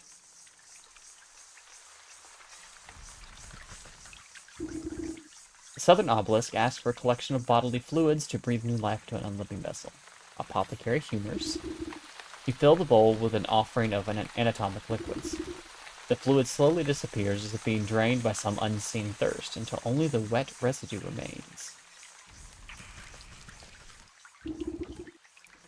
The eastern obelisk yearns for the tooth of a dragon. You haven't seen any real dragons in years, probably got the drake fang, so... You drop the sharp reptilian fang into the stone basin with a heavy clunk. It spins like a top, emitting a high-pitched whine before shattering into a fine white dust. And last but not least, proof of the dead, death certificate. The humid swamp air has made the paper of the death certificate soft and damp. As you drop it in the bowl, it decomposes before your eyes until nothing is left. With the final offering accepted, the obelisk surrounding the circle begins to hum. You can hear a strange melody playing through their discordant tones. The carvings on the ground burn with renewed energy, driving away the overgrowth. You're quick to step away as you feel a voracious force pull at the circle's center. I suppose that's done the trick. Let's see what the writing has to say for itself now. You rotate your head to read the glowing letters on the edge of the circle. Place the vessel of the deceased, yada yada, recite the evocation of Necromundus, blah blah, apply the canoptic ointment. Right. Seems straightforward enough. All I need to do now is go fetch the body of that poor fool husband. He should be in the swamp somewhere.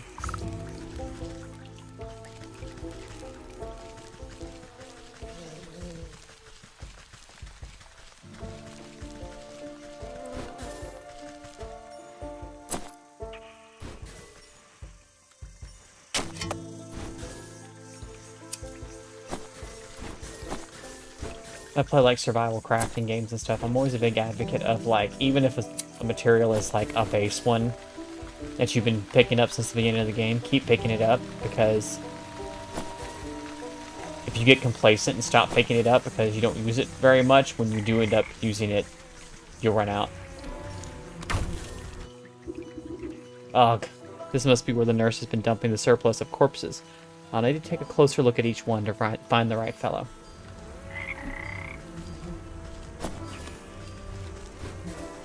We'll take a close look at this one. This isn't it. Unfortunate, nonetheless. Similar, perhaps, but not the right body. This isn't the right one. Not the husband. This one. This poor soul doesn't fit the description. Not this one. Where on earth is that stinking body? You'd think I'd be able to find him among the dead here. You watch a particularly bloated fly land on the rotting hand poking out of the muck. Its disgusting proboscis probes at the withered flesh. Two globular red eyes slowly unglue themselves and swivel to boggle at the insect. A huge slime-covered tongue lashes out and pulls the hapless fly into the gaping, toothless maw, along with most of the sunken corpse. Well, I suppose that explains where my misplaced man went. Giant frog. There's a Sam Sam here. Oh, there are lots of Sam Sams here. Look at them all hopping around.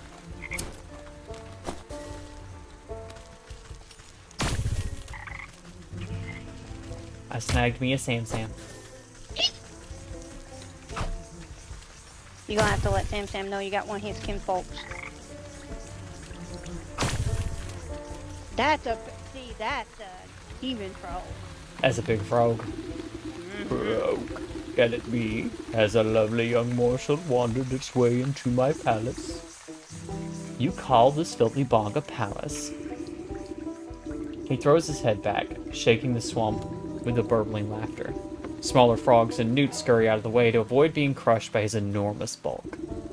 Har, har, har, wouldn't you? This place is a veritable bounty of insects, and my subjects have such healthy appetites, so they will all grow big and strong. I'd eat you too, but that head of yours looks much too hard. I prefer my food burp to be nice and tender. Look, you wouldn't perchance have seen an old man pass through here, have you? About yay high, full beard, deadish. The frog taps his fingers against a log, grinning an impossibly large grin. Oh yes, I do believe I've seen the chap. He's had such a delectable aroma, and fall off the bone ribs.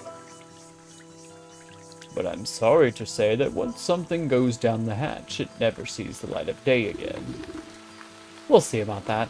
I'm sure I can come up with some just desserts for you. The frog rolls his eyes around as if daring you to try something. A witch, of course, always has something she can try. I got enough for more digestive tablets. Wow. You wrap a juicy-looking grub around the medical tablets and offer it up to the Frog King. Your Majesty, I really must find the whereabouts of that gentleman. Perhaps this small tribute will persuade you to loosen your tongue. The frog gulps down the tantalizing meal without a thought. Ah, a delectable gift. Thank you, my pretty. Now, I already told you where... His nostrils flare for a moment. Then he sneezes, sending specks of wet mucus flying. The frog's throat suddenly expands, filling with gas. The belch that erupts from his lips resonates so loudly that the entire swamp ceases its buzzing. You avert your eyes, but the noise and smell of the frog's explosive eruption almost knock you off your feet. Great Glinda's ghost, what a stench! The frog wobbles on its legs, looking thoroughly emptied. He teeters before rolling his huge body back into the swamp with a thunderous splash. You spot the slippery body of the husband floating in the bog water. Luckily, he seems to be missing some bits and pieces, so he should fold up quite nicely. With some snapping and squeezing, you manage to get him down to transportable size.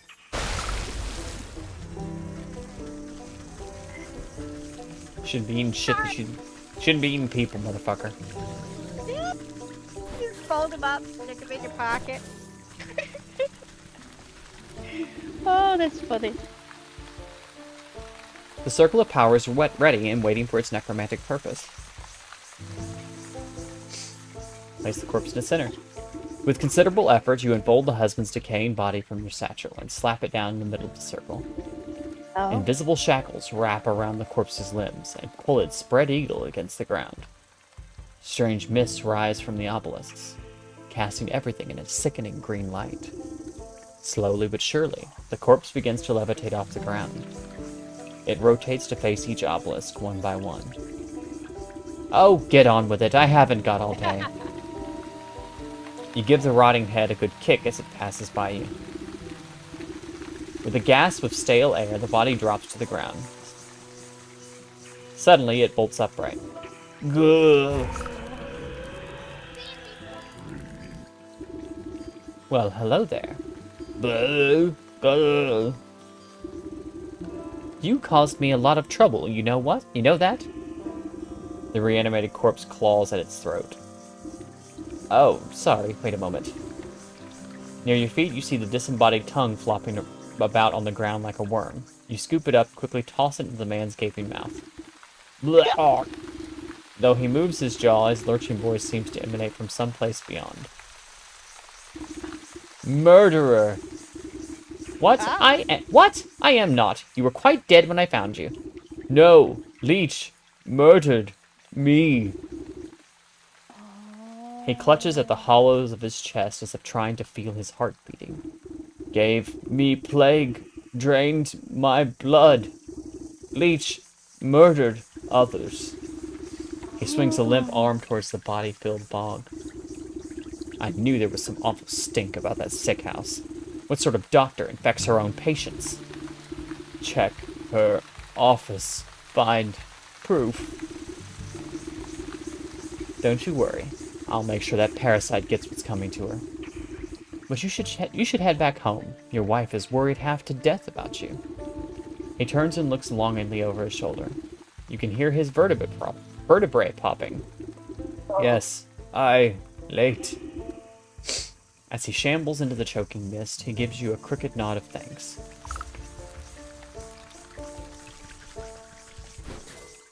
Well, just your average Tuesday, reanimating the corpse, Yep. helping them with the murder. I'm reckoning you're gonna have to go get that leech guy for murdering the zombie, right? Oh, more than Eventually. just him. A whole lot of people were murdered by her. Oh yeah. She That whole got the that whole bog was full of corpses that were right. strictly her. Yeah. There's no plague. There is no And plague. that's what I figured. She's giving them the plague. She's tricking them and bringing them in there and just killing them, sucking them dry. Because there And was they're a lot of weak and people infirm in the sick because house. She's eating them slowly. yep, Ah! she's draining them of their blood.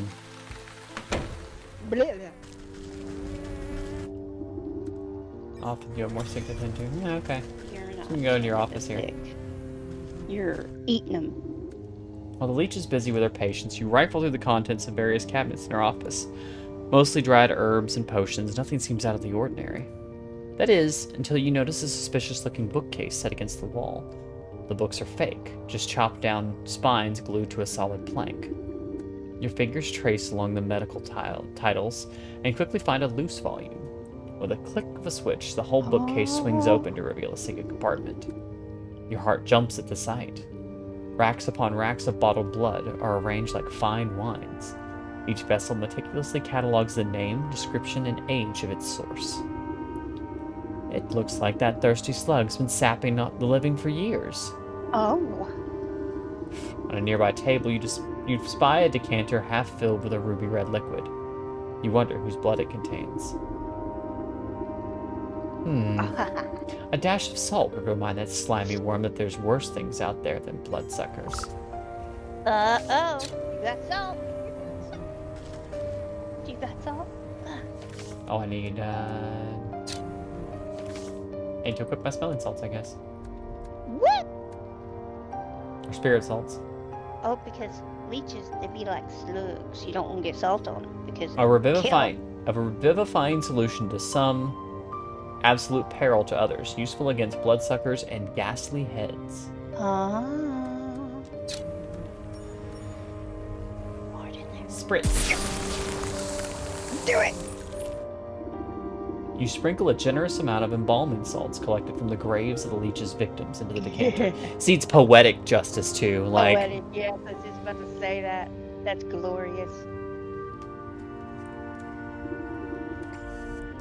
as the salt dissolves into the bloody cocktail, you hear the telltale squelching of the good doctor's approach.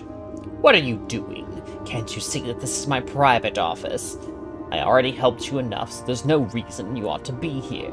She hastily shuffles you out of the room. Now get out! This place is only for the sick. You are certainly right about that. You walk just out of sight before doubling back to hide behind a withered get-well bouquet. You peer at the vexed leech as she slithers around her office, checking every cabinet and locker for tampering. She mutters something explicitive about nosy old women. Satisfied, she sighs with relief and reaches to pour herself a glass from the tainted decanter. Ah, that addition of black fever adds a certain nutty quality. Maybe it will pair well with an infusion of peat moss palsy in the next batch. She takes a sip, waiting just a moment before throwing her head back and guzzling it all down. Lovely, sharp flavor. Full body, too. Suddenly, the leech snaps to attention. Her limbs dart out, writhing with uncontrollable gestures. She stabilizes herself against the table as sweat pools on her brow. The decanter shatters against the floor in an explosion of glass. What's happening? The leech spasms as the tendrils of ghostly spirits begin to suck the moisture from her body. You watch as she dwindles in size, shrinking like some horrible raisin.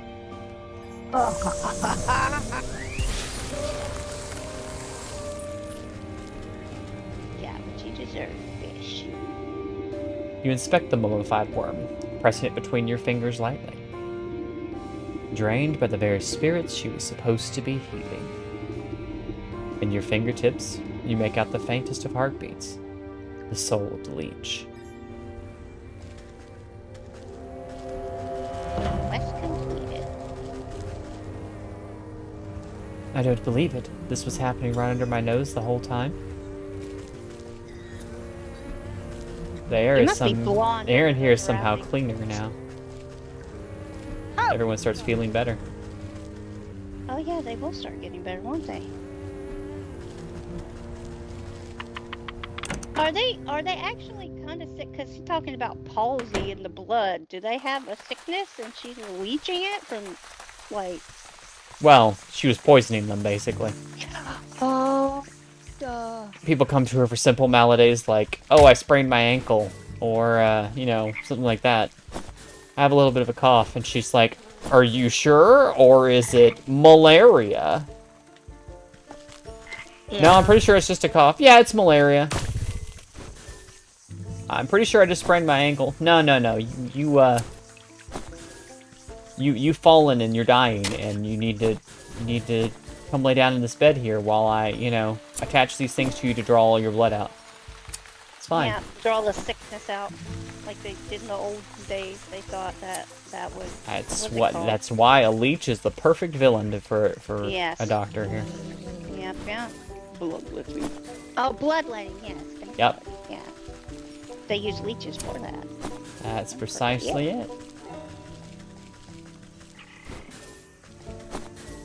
That's where I've heard the word humors. You must align your humors. Yeah. I'm not sure what humors are, but they're there, and we got them, apparently. Science. Outdated. Well, you don't have humor. Not at all. Love, Okay. wife. Thank you, sister. He's good as new. Yeah.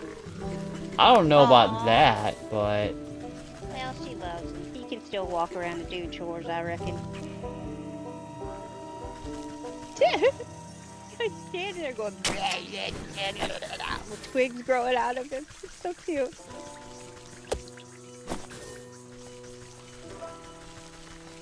I did not like that leech, but I'm glad she did. Wow. So you got the ox and the leech, and now you need... I don't know if you've even encountered the next one yet. Have Snake. you? Snake. Ooh, snake. Oh yeah, the snake.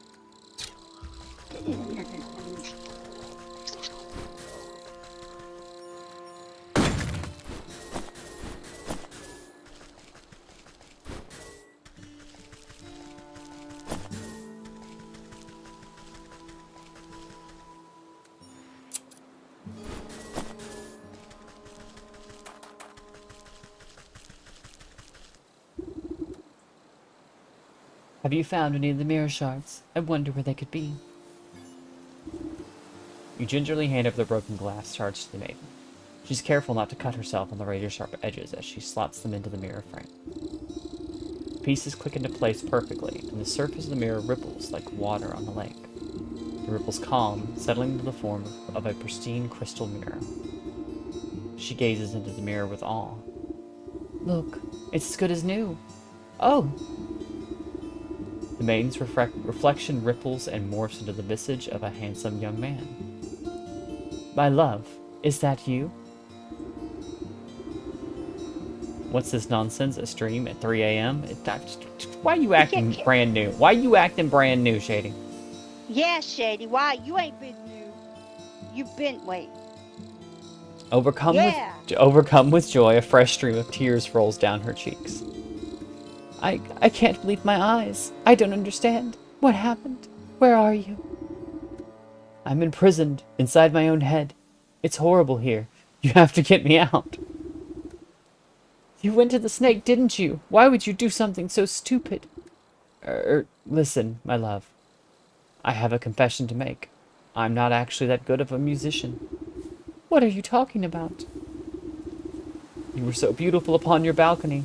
A bum like me would never get your attention. So I asked the snake to help me out a little. I thought I could protect myself from the snake's hypnotic gaze with this magic mirror, but then you went and broke the darn thing. I didn't break it. It slipped out of my hand.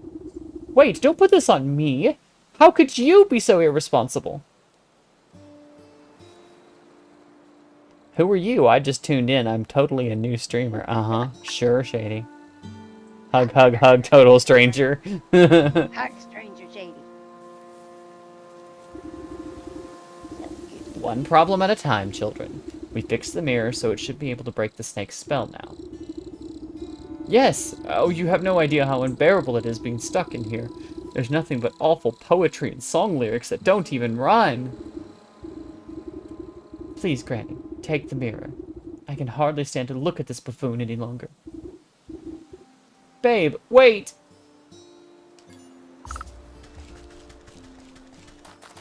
Y'all lucky. I need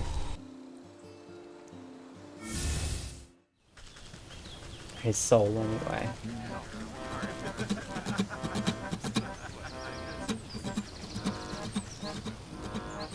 She goes, oh, very nice.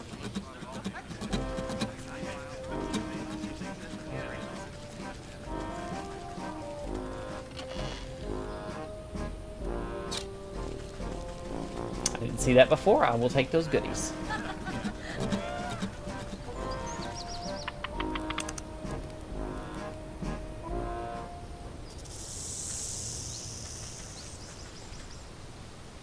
Back again. Take a seat and let me gaze into your eyes. Sudden dread grips the snake as you swing the shimmering mirror to meet his eyes. The mind-altering patterns of his gaze are reflected back to him. Slowly but steadily, the snake leans closer and closer to the surface of the mirror. His forked tongue licks against the glass and then disappears beyond it. Hey, Zig. How you doing? It's so beautiful. Like a length of rope being pulled through an eyelet, the snake rushes forward and vanishes into his own reflection. Another one? The mirror jolts and bucks out of your hand, clattering to the ground. You stoop down, careful not to look too deeply.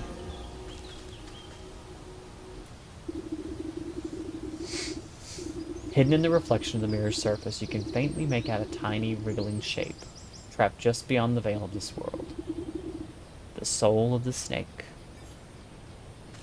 Now those people should be free, right? Uh-huh. Huh. They're even still here. Nope, they're all gone. Nope. Yeah, they left. They got the heck out of Dodge. Don't blame them in the slightest. I want to start humming Puppet Master theme every time I hear music like that. Dun, dun, dun, dun, dun, dun. Oh! Looks like the two of them are working things out.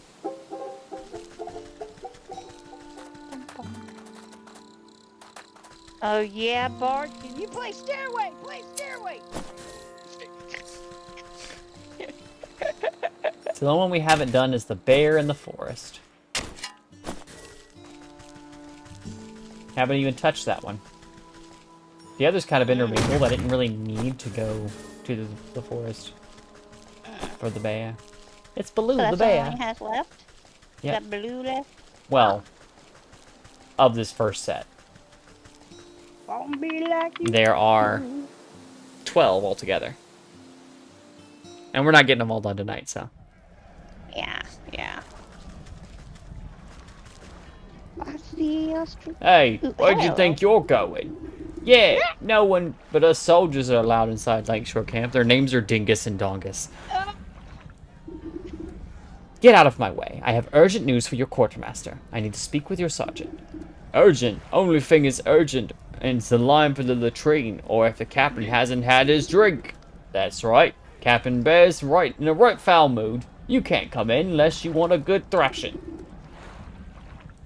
The guard almost has to shout over the clattering din coming from inside the camp. You heard him. It's dangerous in there.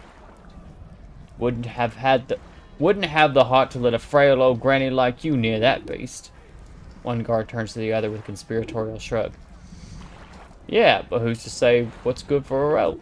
Who are we to say what's good for her health? Oh yeah, you're right. We might be convinced to look the other way if we was fairly compensated. Right, fairly compensated, of course. We'd be sticking our necks out after all. The guards hold out their hands expectantly like children begging for candy. Thankfully, I've collected enough gold coins because I'm very thorough. You carefully press 3 heavy gold coins into the palm of the waiting guard. There. I expect you two can divide them evenly amongst yourselves. Right, 1 for you and 2 for me. What? You mean 2 for me and 1 for you? I'm the one. Oh, sorry. Skip that one. You still owe me for that game of dice you lost. You cheated me. Give me them coins. 2 guards fall into fisticuffs and roll into the bushes, leaving the gate to the camp wide open.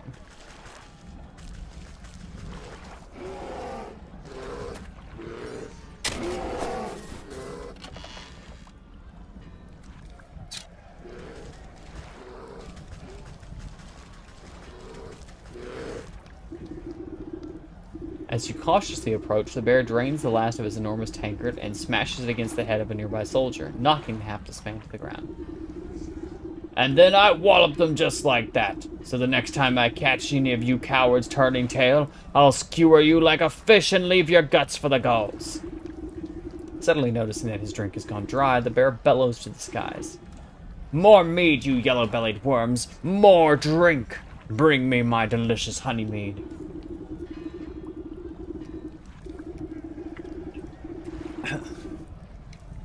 The soldiers, taking cover nearby, exchanged nervous glances at each other. None wanted to confront the bear. There's no more honey mead. The bear wipes a strand of drool from his sagging lips, and his bleary eyes slowly focus on you. A mocking smirk splits his face as he waves at you with a great spiked mace. Say now, that's a funny-looking helmet, soldier. I ever tell you the time I crushed the bucket-headed barbarians of the western mountains? You decide that now is a good time to leave the bear to his ramblings rather than make yourself an unfortunate prop in his war stories. The bear kicks an empty tankard at you as you retreat back into the camp. That's right, go get me more mead, you good-for-nothing sluggard.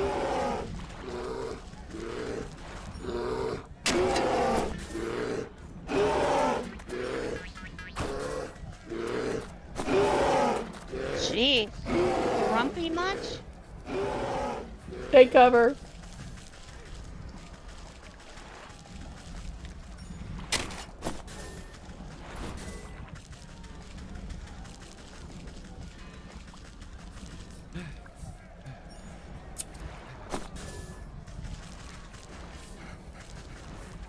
Shh, we don't want him to find us. Everybody's like terrified.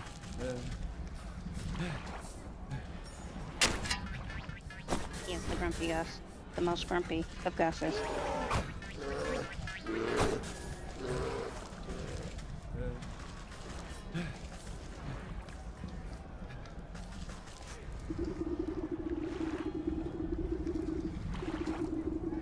The frantic-looking officer shouts hurried orders at whoever will listen, but most of the camp soldiers are busy cowering or knocked out cold. Man the gates! You, over there! Secure the perimeter! We just need to hold out a little longer. Sir, we're running out of men. Where's the damn shipment of honey?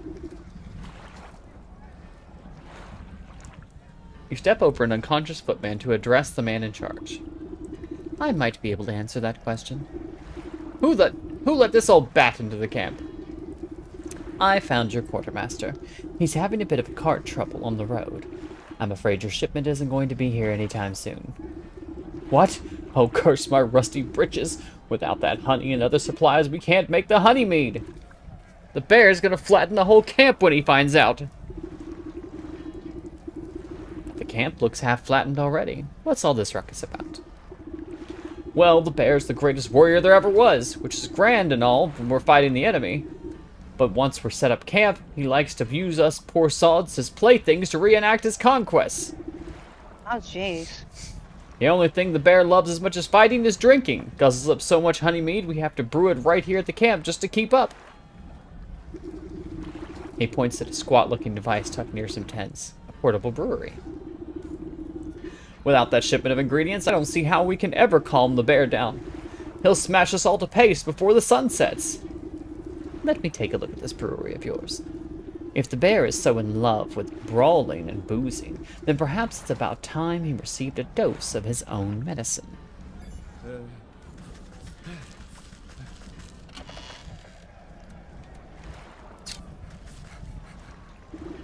You inspect the brass contraption. A tank here, a hopper there. A bitter smell of alcohol is infused into the well-worn metal.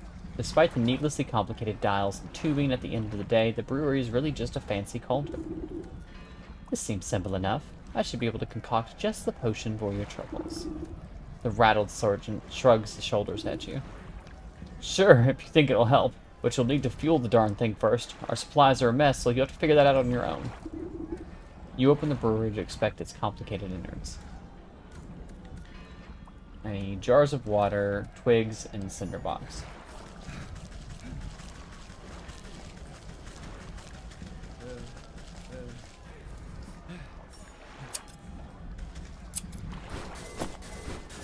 I have the twigs. I just need to make a cinder box, which shouldn't be too difficult.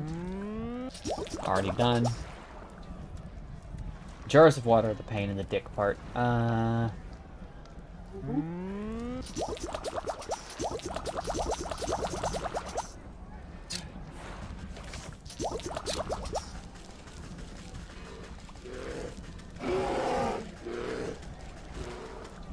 thought I saw a...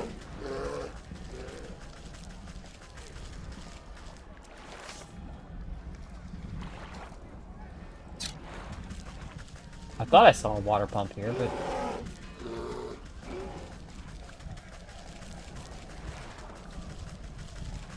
I guess that would make sense for there to not be one in this camp. It's a camp, not a...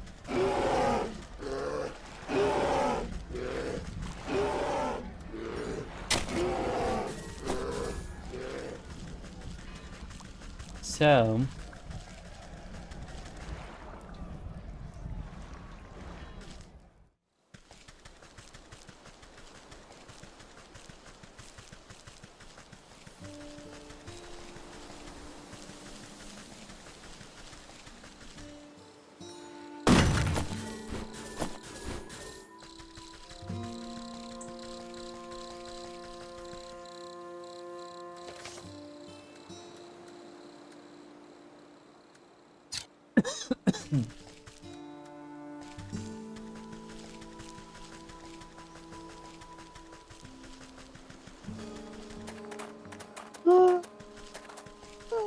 Oh, God.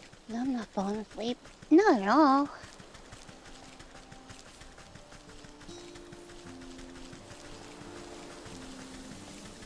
Huh? What happened, Kefki? Huh? No, what happened? I don't know. I think that shady guy pulled something weird. He seems shady.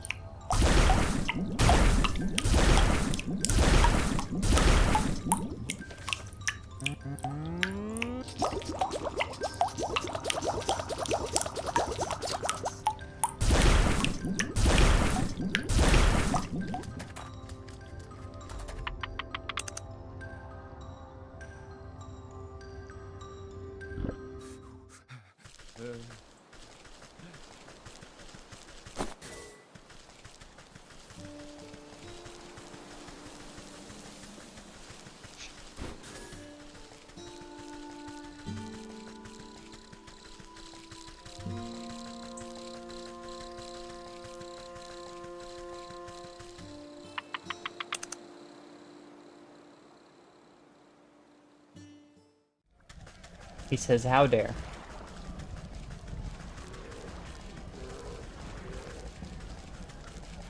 Oh, how dare you, Smitty. Ah. You slosh cool, clear water into the brewery's main tank. Not the best base for potion brewing, but you want to preserve that honey mead's flavor. The honey mead flavor.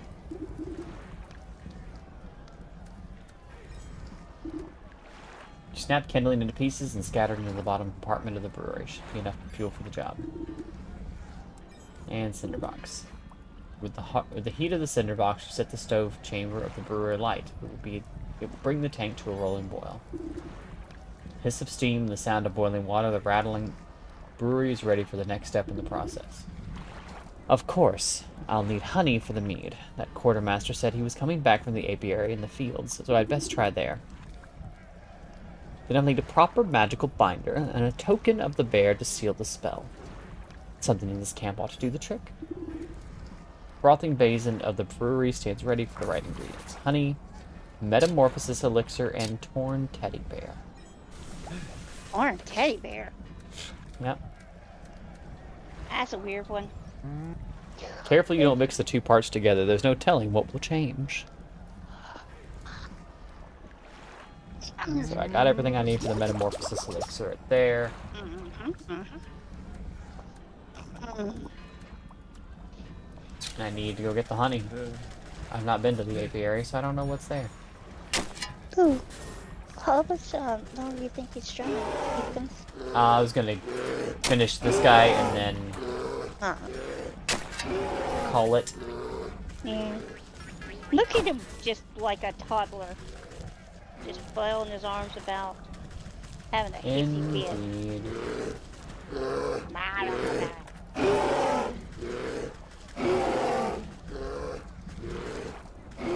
I need to go over and bop him on the nose. Bad bird.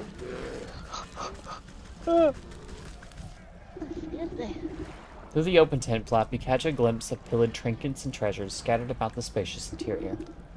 You surmise that one of these precious objects might contain enough magical essence to use as a token of the bear.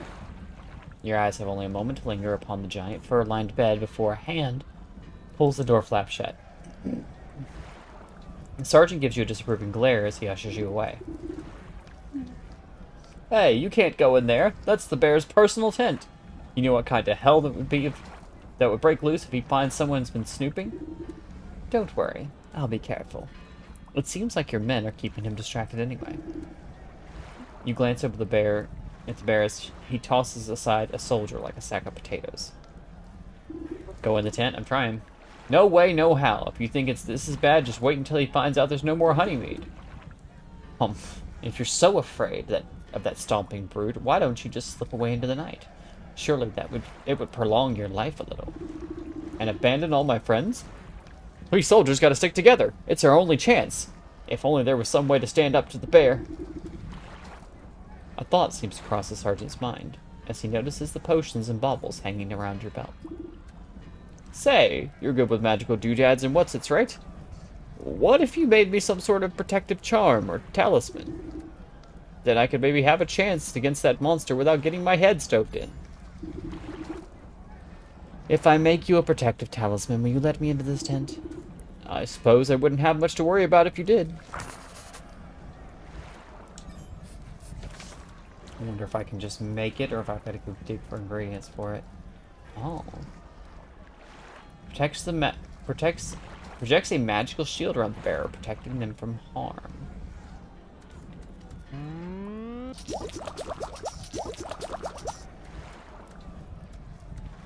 So there's 2 of those. I need more milk. Hey, that's what the dog fur is used for. Wicked gemstone, the crystallized essence of evil insofar as it can be contained. So I'm gonna get more milk. Get them out. I'm glad I did that first. Because otherwise it'd be like, now I've got to go back to the farm. Yeah.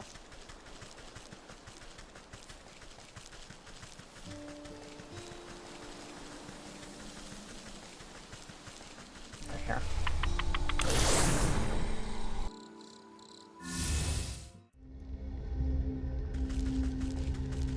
I'm not reading that, Shady. Let's see, Shady. We're done.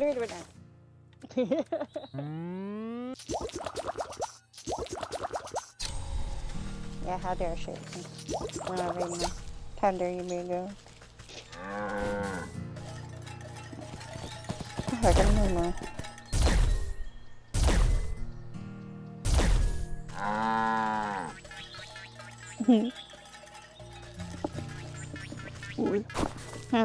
Don't fall asleep yet. Oh, sorry. Yes, sorry. Just let me go. You tell her not to fall asleep? Yeah, she's on stream. You wouldn't want her to fall asleep. I'll just disconnect you if you fall asleep. Well, that's fair enough here. Yeah. Just don't snore, because that would be super embarrassing. Quick tit snore. I'm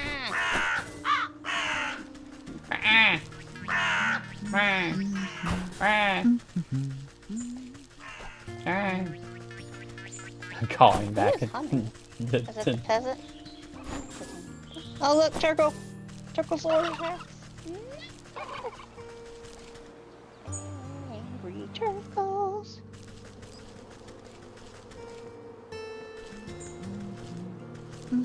What was that jingle from? I don't know. Beekeeper. He looks Pretend it. ominous. Heidi ho, I'm afraid we're closed for the season. Closed, but I need some of your honey right away. Sorry, our supply was cleaned out just a little while ago. Funny little man with a cart, you just missed him. Yes, I've met him. He's the quartermaster for the bear, but he's had a bit of an accident on the road. I need to collect some more honey for the lakeshore camp. The bear? Well, that explains why the quartermaster purchased so dang much. I'd heard that the lumbering bully would steal the nectar from a larva if it suit him. My poor bees have already worked themselves half to death for that order, and they don't have any honey left. I wish I could do something to help you, but the only honey left in the entire apiary is Her Majesty's personal reserve. Her Majesty? Why, my sweet spring flower, the jewel of my crown, the golden son of my... Yes, get on with it. My beloved queen. She's as lovely as she is wise and resides over her flowered kingdom. A shrill voice pierces the meadow and sends chills down your spine. Slave, where is my dinner? I ordered you to bring me the finest sunflowers. Right away, my love. And make it pretty this time. I don't want another one of your dandelion bouquets like some common wasp. Yes, my sweet. I think I'd better have an audience with this queen myself. Jesus fucking Christ. Are you okay? Well, it said her voice was high-pitched and shrill, so I was like, okay. Are you alright? I wasn't expecting that. I'm sorry. That tickled me. Oh, Lord. Whoa. Oh, goodness. Oh. Generally well-mannered, but can be quite hostile when irritated. Yep, that's you, all right.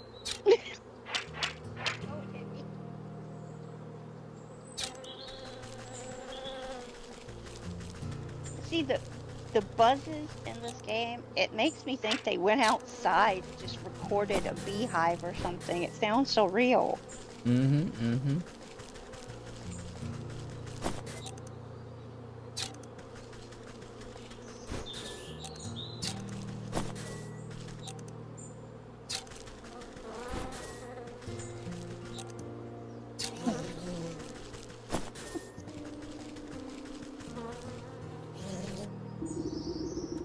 The regal insect looks down her curled nose at you scornfully. That fool beekeeper is supposed to stop the rabble from trampling my delicate garden. Good help is so hard to find, isn't it? And I suppose you've come to lend a hand? No, I don't think so. What do you want, little beetle?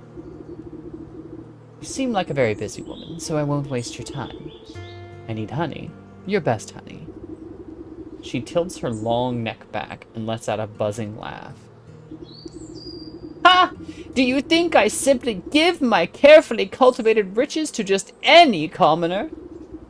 Do you have any idea how much time and energy is spent managing this colony? Everyone always wants something, but no one ever wants to do the work for it. In a rustle of petals, the beekeeper comes running over, holding out an assortment of beautiful prairie flowers. My darling sweetheart, I offer you the finest meadow flowers. I hope you find these to your liking. This is this marigold? You wax-brained fool! You know I despise this stuff. How many times must I repeat myself? Get out of my sight, all of you! My love, I have wronged you. Let me try again. You follow the beekeeper a short distance away, while he busies himself picking more flowers. She seems to be in a foul mood. Does she always treat you like this? Well, yes, but it's really usually my own fault. Sometimes when she really gets her venom up, a little bit of smoke and soothing herbs calms her right down. Smoke, you say? I'm sure I could come up with something to even out her mood. I apparently have the materials for it. Evie. That was the perfect voice. Ow! Ah, did she just sting you? Yup. Oh, jeez. Buzz off, lady. Bum, bop. Reduces the smoke to calm even the surliest regent. I can make that. I can make that. And that. Yeah, I think that's just what she needs. Royal incense. Oh no. He's blowing plenty of smoke up her ass, it seems. Not up her. Oh, blowing smoke up your butt. I get it. Dum. Yes!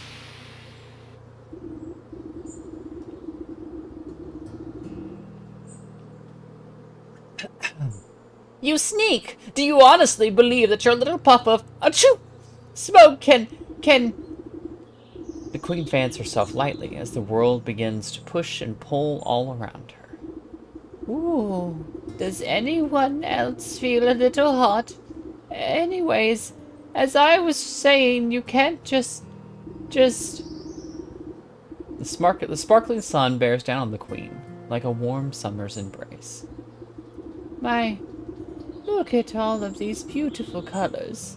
Have they always been so bright? The queen bee stretches her arms across the sea of flowers, brushing the tips of their petals gleefully. She arches her limbs through the myriad of colors swirling about her head. It's gorgeous. Oh, and what's that delicious smell? Cracking into the waxen walls of her hive, the queen pulls out a golden honeycomb. She proceeds to messily stuff the honey into her face. Delectable. Oh, it's so good. You simply have to try some, my dear. I've never tasted anything so delicious in my life.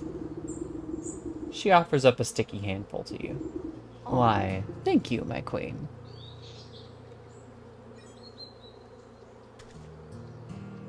She seems half asleep, but still feasting on honey. There you go, my guy. Your girl is, chill. I'm gonna be honest with you. If you gotta drug a bitch to keep her happy and stay with you, you need to find another bitch. I really thought you were going to go somewhere wrong with that, but yes, find another bitch. You gotta find another hoe. Like... Oh.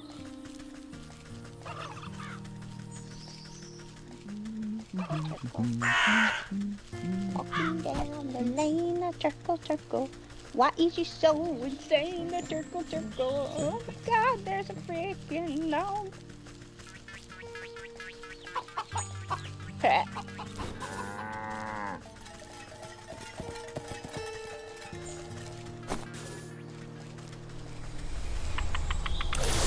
do love the voice acting you do though, Evie. That was great. I'm sorry I cracked up. That's part fine. slippiness and part that was fucking hilarious. Cause that was like the perfect voice. The perfect voice for Miss High and Mighty Buzzbutt. Oh. I'm just glad you enjoyed it. I made sure to mute some of my cackling. I apologize. No, you're fine.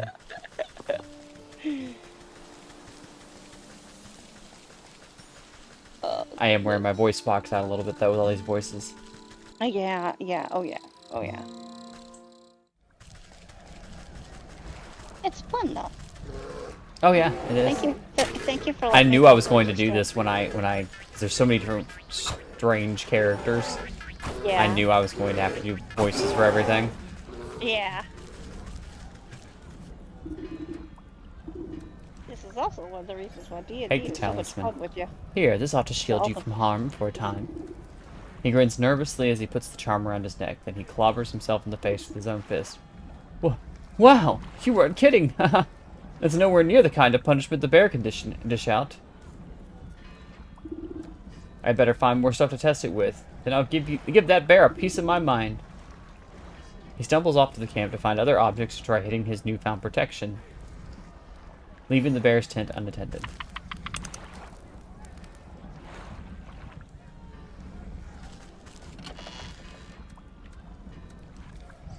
Ragged toy bear, well loved and well beyond its prime. A dear trifle. Surely this will do.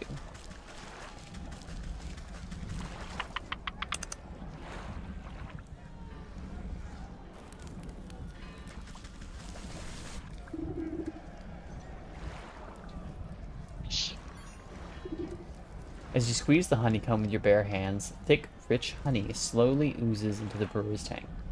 Too sweet for your taste, but then this potion is not for you. You pause before dropping the tattered plaything into the brewery. A glint in its button eye reminds you of something. A glint in its button eye reminds you of something. The thought soon evaporates from your mind. You overturn your palm and the stuffed bear splashes down into the concoction. It floats sadly for a moment before becoming waterlogged and disappearing under the surface. Metamorphosis elixir. You ladle out a good portion of the writhing tar-like substance into the brewery. To be safe, you add just a little bit more, just for texture. With the addition of the final ingredient, the brewing equipment is sealed and set to work. Steam hisses from rivets and its swollen metal belly clanks and rattles.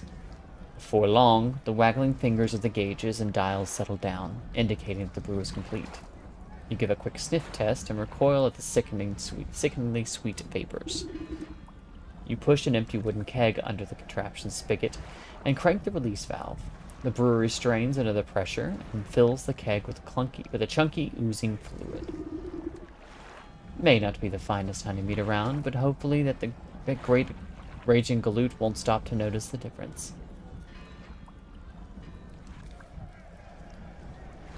The brewery wheezes in defeat. You doubt it will ever make mead again. Take the keg.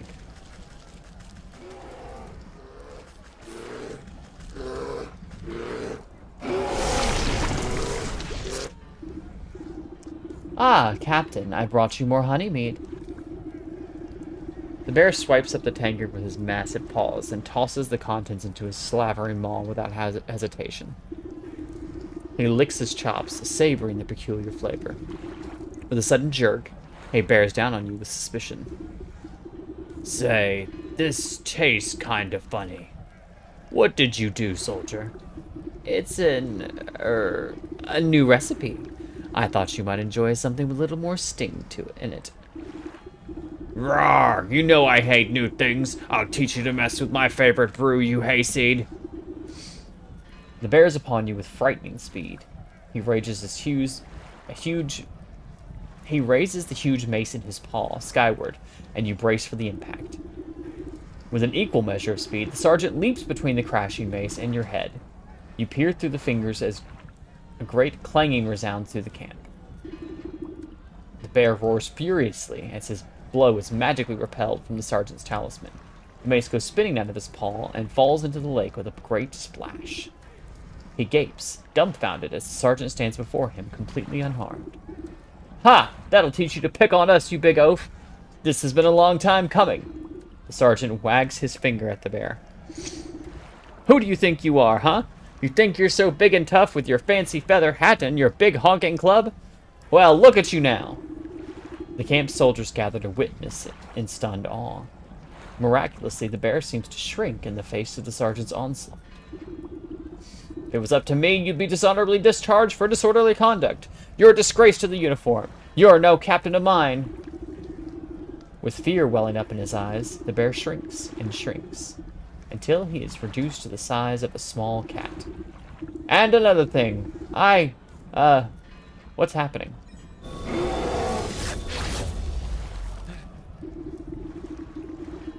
In place of the bear's drunken grimace is the stitched smile of a doll's grin. Two button eyes stare back at the disapproving faces surrounding the little plush toy. The sergeant takes a step back to reveal the small shape of a stuffed teddy bear, where the brute once stood. Your transformative potion has finally done its work. Gee, I guess I overdid it. He scratches his head in befuddlement, but seems genuinely relieved. Hey, Sarge, I guess that means you're in charge now, right? Oh, yeah, I guess it does. Well, what are you all standing around for? The camp's a mess. Let's get to work.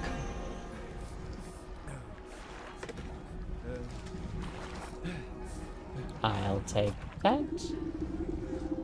You pick up the diminutive doll and brush some sand out of its fur. As you inspect it further, its head lolls to face you. Far within the glassy surface of its button eyes, you can barely make out a tiny crimson flame. The trapped soul of the bear. This ought to be what the old goat is after. Hope he's happy. The souls of the bear, leech, snake, and ox jostle in your satchel with fearful energies. That's that then. I better get these back home to the goat before he ransacks the rest of the place. So.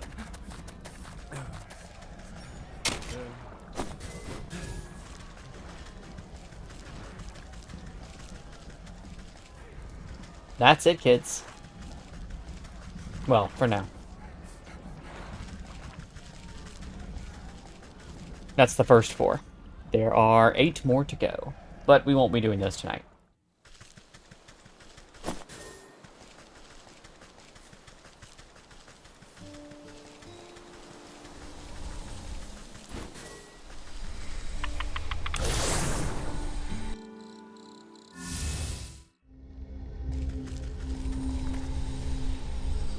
Yeah, not tonight. Look, guys. Look, guys and gals. Be sleepy. Okay, maybe it's just me. You got pretty far in the game, though, didn't you? Yeah, about a third of the way through, what I can tell. Oh, I thought you meant more like a half. Dang. Third of the way. That's good, though. It's such a cool game. It really is. Yep. So. Kefki. Yeah. Doing alright there? Yeah, I'm trying not to fall asleep. I'm trying to keep my brain Well, in order to how it scatters everywhere. Guess what, though? Chicken butt. I'm doing the outro, so you go to sleep here in a sec. Ladies and gentlemen, boys and girls, thank you so much for watching. Thank you for the follows and the people who came and popped in chat and hung out and talked with us. I appreciate it. It's one of the reasons why I do this. Isn't like because I think I'm going to hit it big as a streamer or whatever. It's to share things that I enjoy, like this awesome little game with people. So, putting it out there, letting people see it. It's already out there, but you know, I wanted to do it myself. So, anyway, yeah, if you like what I do on this channel, share with your friends. If you like my awesome intro music that was done by my friend Momo the Savage, if you like my amazing avatar that was done by my dear friend Kefki here and our other friend Blue, You can find all of their links down in the description below. I'll be back tomorrow night. We'll be starting Sinking City. Probably about same bat time, same bat channel, about 1:30 a.m. Central Time. So, yeah. Cappy, you got anything before you sign off? Don't take no wooden nickels. Be good. And has a good Monday. Wait, it's not Monday. Friday. Has a good Friday. It's Friday now, yeah. Yeah. But yeah, I second the wooden nickels part, and yeah, I got nothing else. Thanks everyone for watching. You kids have a good night. Bye.